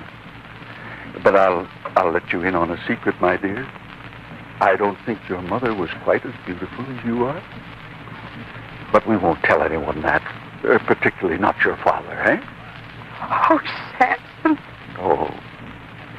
I'm sorry, my dear. I shouldn't have mentioned your mother. I can understand how you'd miss her most of all now. I do. But what I came to see you about, it's a great favor, something you must understand. Nathan's employer, Boaz, he won't come to the wedding unless he's given the place of honor. And if he doesn't attend, Nathan will lose his job. Young man with the added responsibilities of a wife needs his job more now than ever. No, we can't let that happen. But my father believes that you're entitled to the place of honor, and we all do. Me? Is that what your father's planning on? After all, his best friend, the most noted scholar in our town. Isn't it only fair? Would it help if I didn't go at all? You wouldn't refuse to attend the wedding feast. My father would never forgive himself if that happened. Then I'll be there. But as for occupying the seat of honor, well, that's a matter I think I can work out. What do you mean, Samson? We'll see that things work out satisfactorily. Oh, thank you, Samson. Samson, I just have to kiss you. Well, such a gift is indeed an honor. Now, don't worry, Ruth. I'm going to try and arrange everything for you. But no matter what happens, when I see you next, you'll be a bride.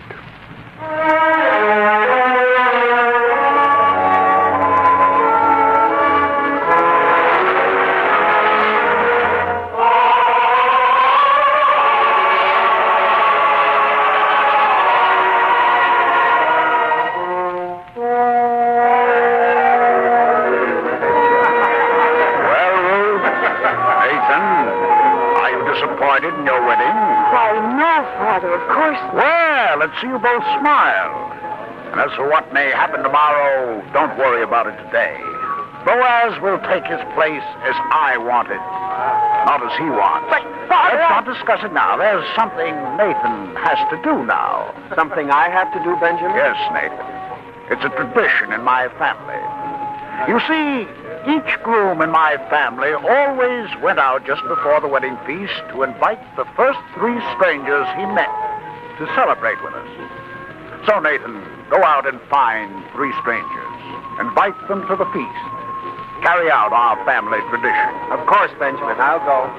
And now, Ruth, we'll gather the guests at the table. Quiet, everyone. Quiet. My dear guests, I want to thank you all for coming to my daughter's wedding. You do me honor by sharing this happy occasion with me.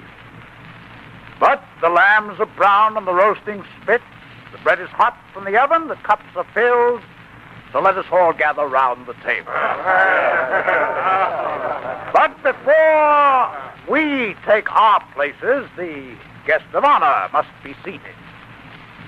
Samson?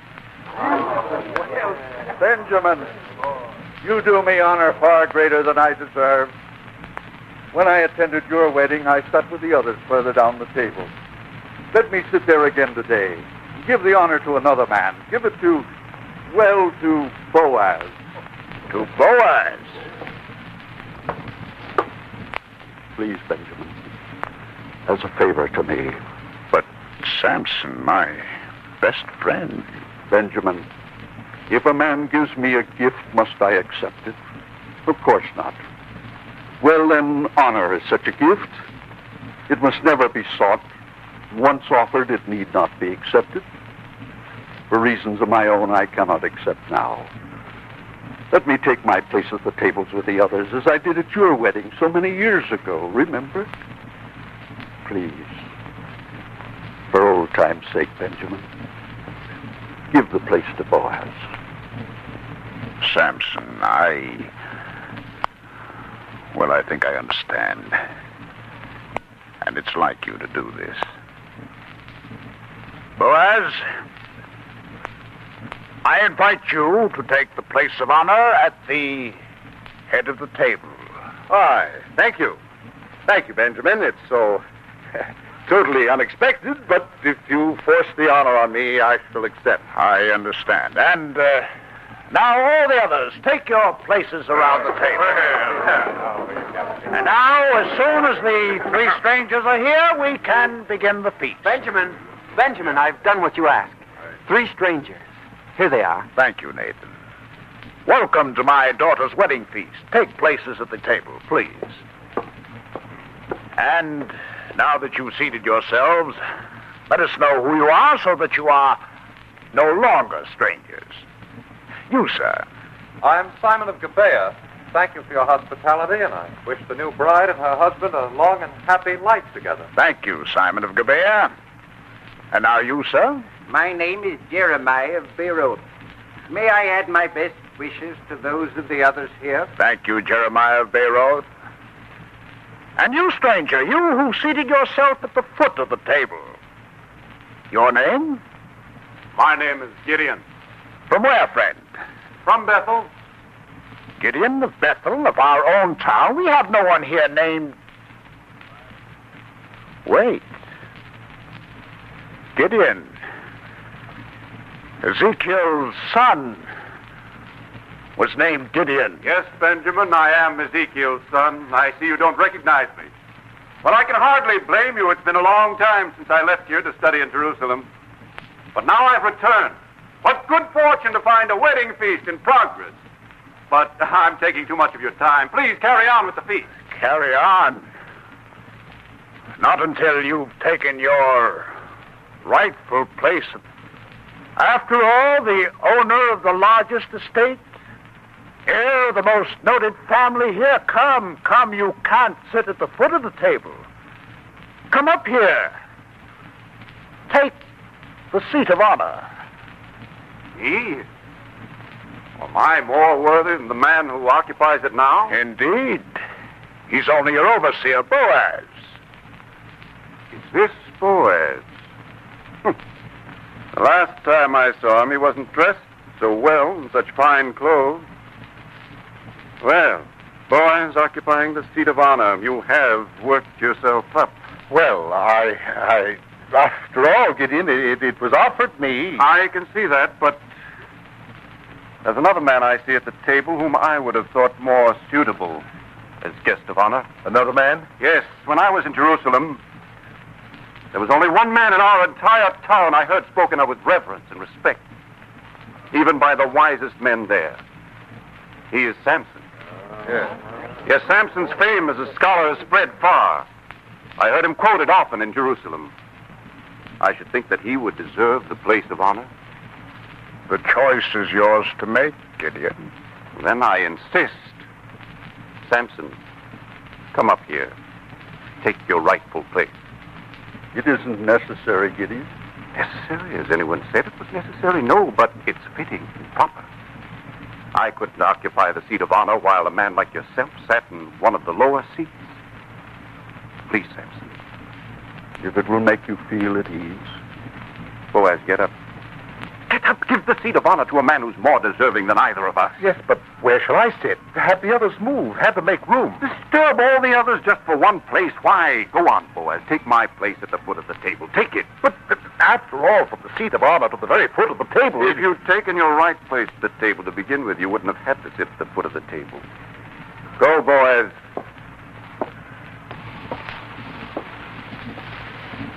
Now, Samson, take the place of honor you deserve. I'll take your place, and we'll have a wedding feast as I remember them from my younger days here. Come, Samson. Everyone, rise and do honor to a man who deserves honor. And now that everyone is in his rightful place, I wish to offer a gift to the newly married couple. To two people who begin their married life with so hospitable a gesture as to invite strangers to share their feast. I shall give a portion of my land large enough to allow them to start a farm of their own.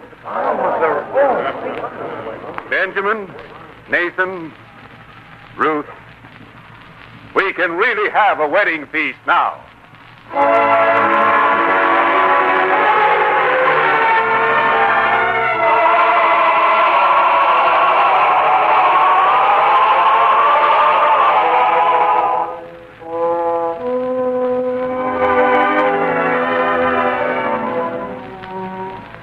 Caleb, you've heard the Master's parable.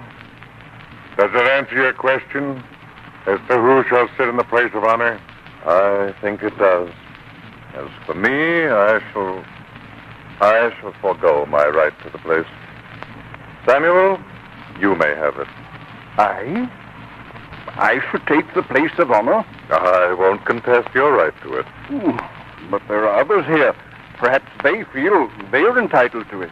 We shall offer it to them.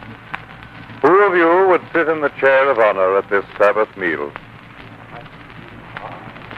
Caleb, it seems there is no one who would claim the honor. Then it seems that we have indeed learned the lesson the Master sought to teach us. Am I right, Peter? Yes, Caleb. I think you've all learned the humility of which the Master spoke. It is not the man who seeks honor who gets it, but the man who is humble and doesn't demand honor. He is the man to whom people accord it freely and sincerely.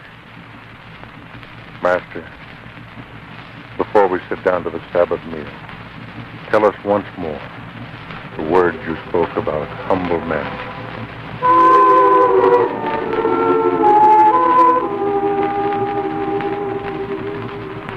Whosoever exalteth himself shall be abased, and he that humbleth himself shall be exalted.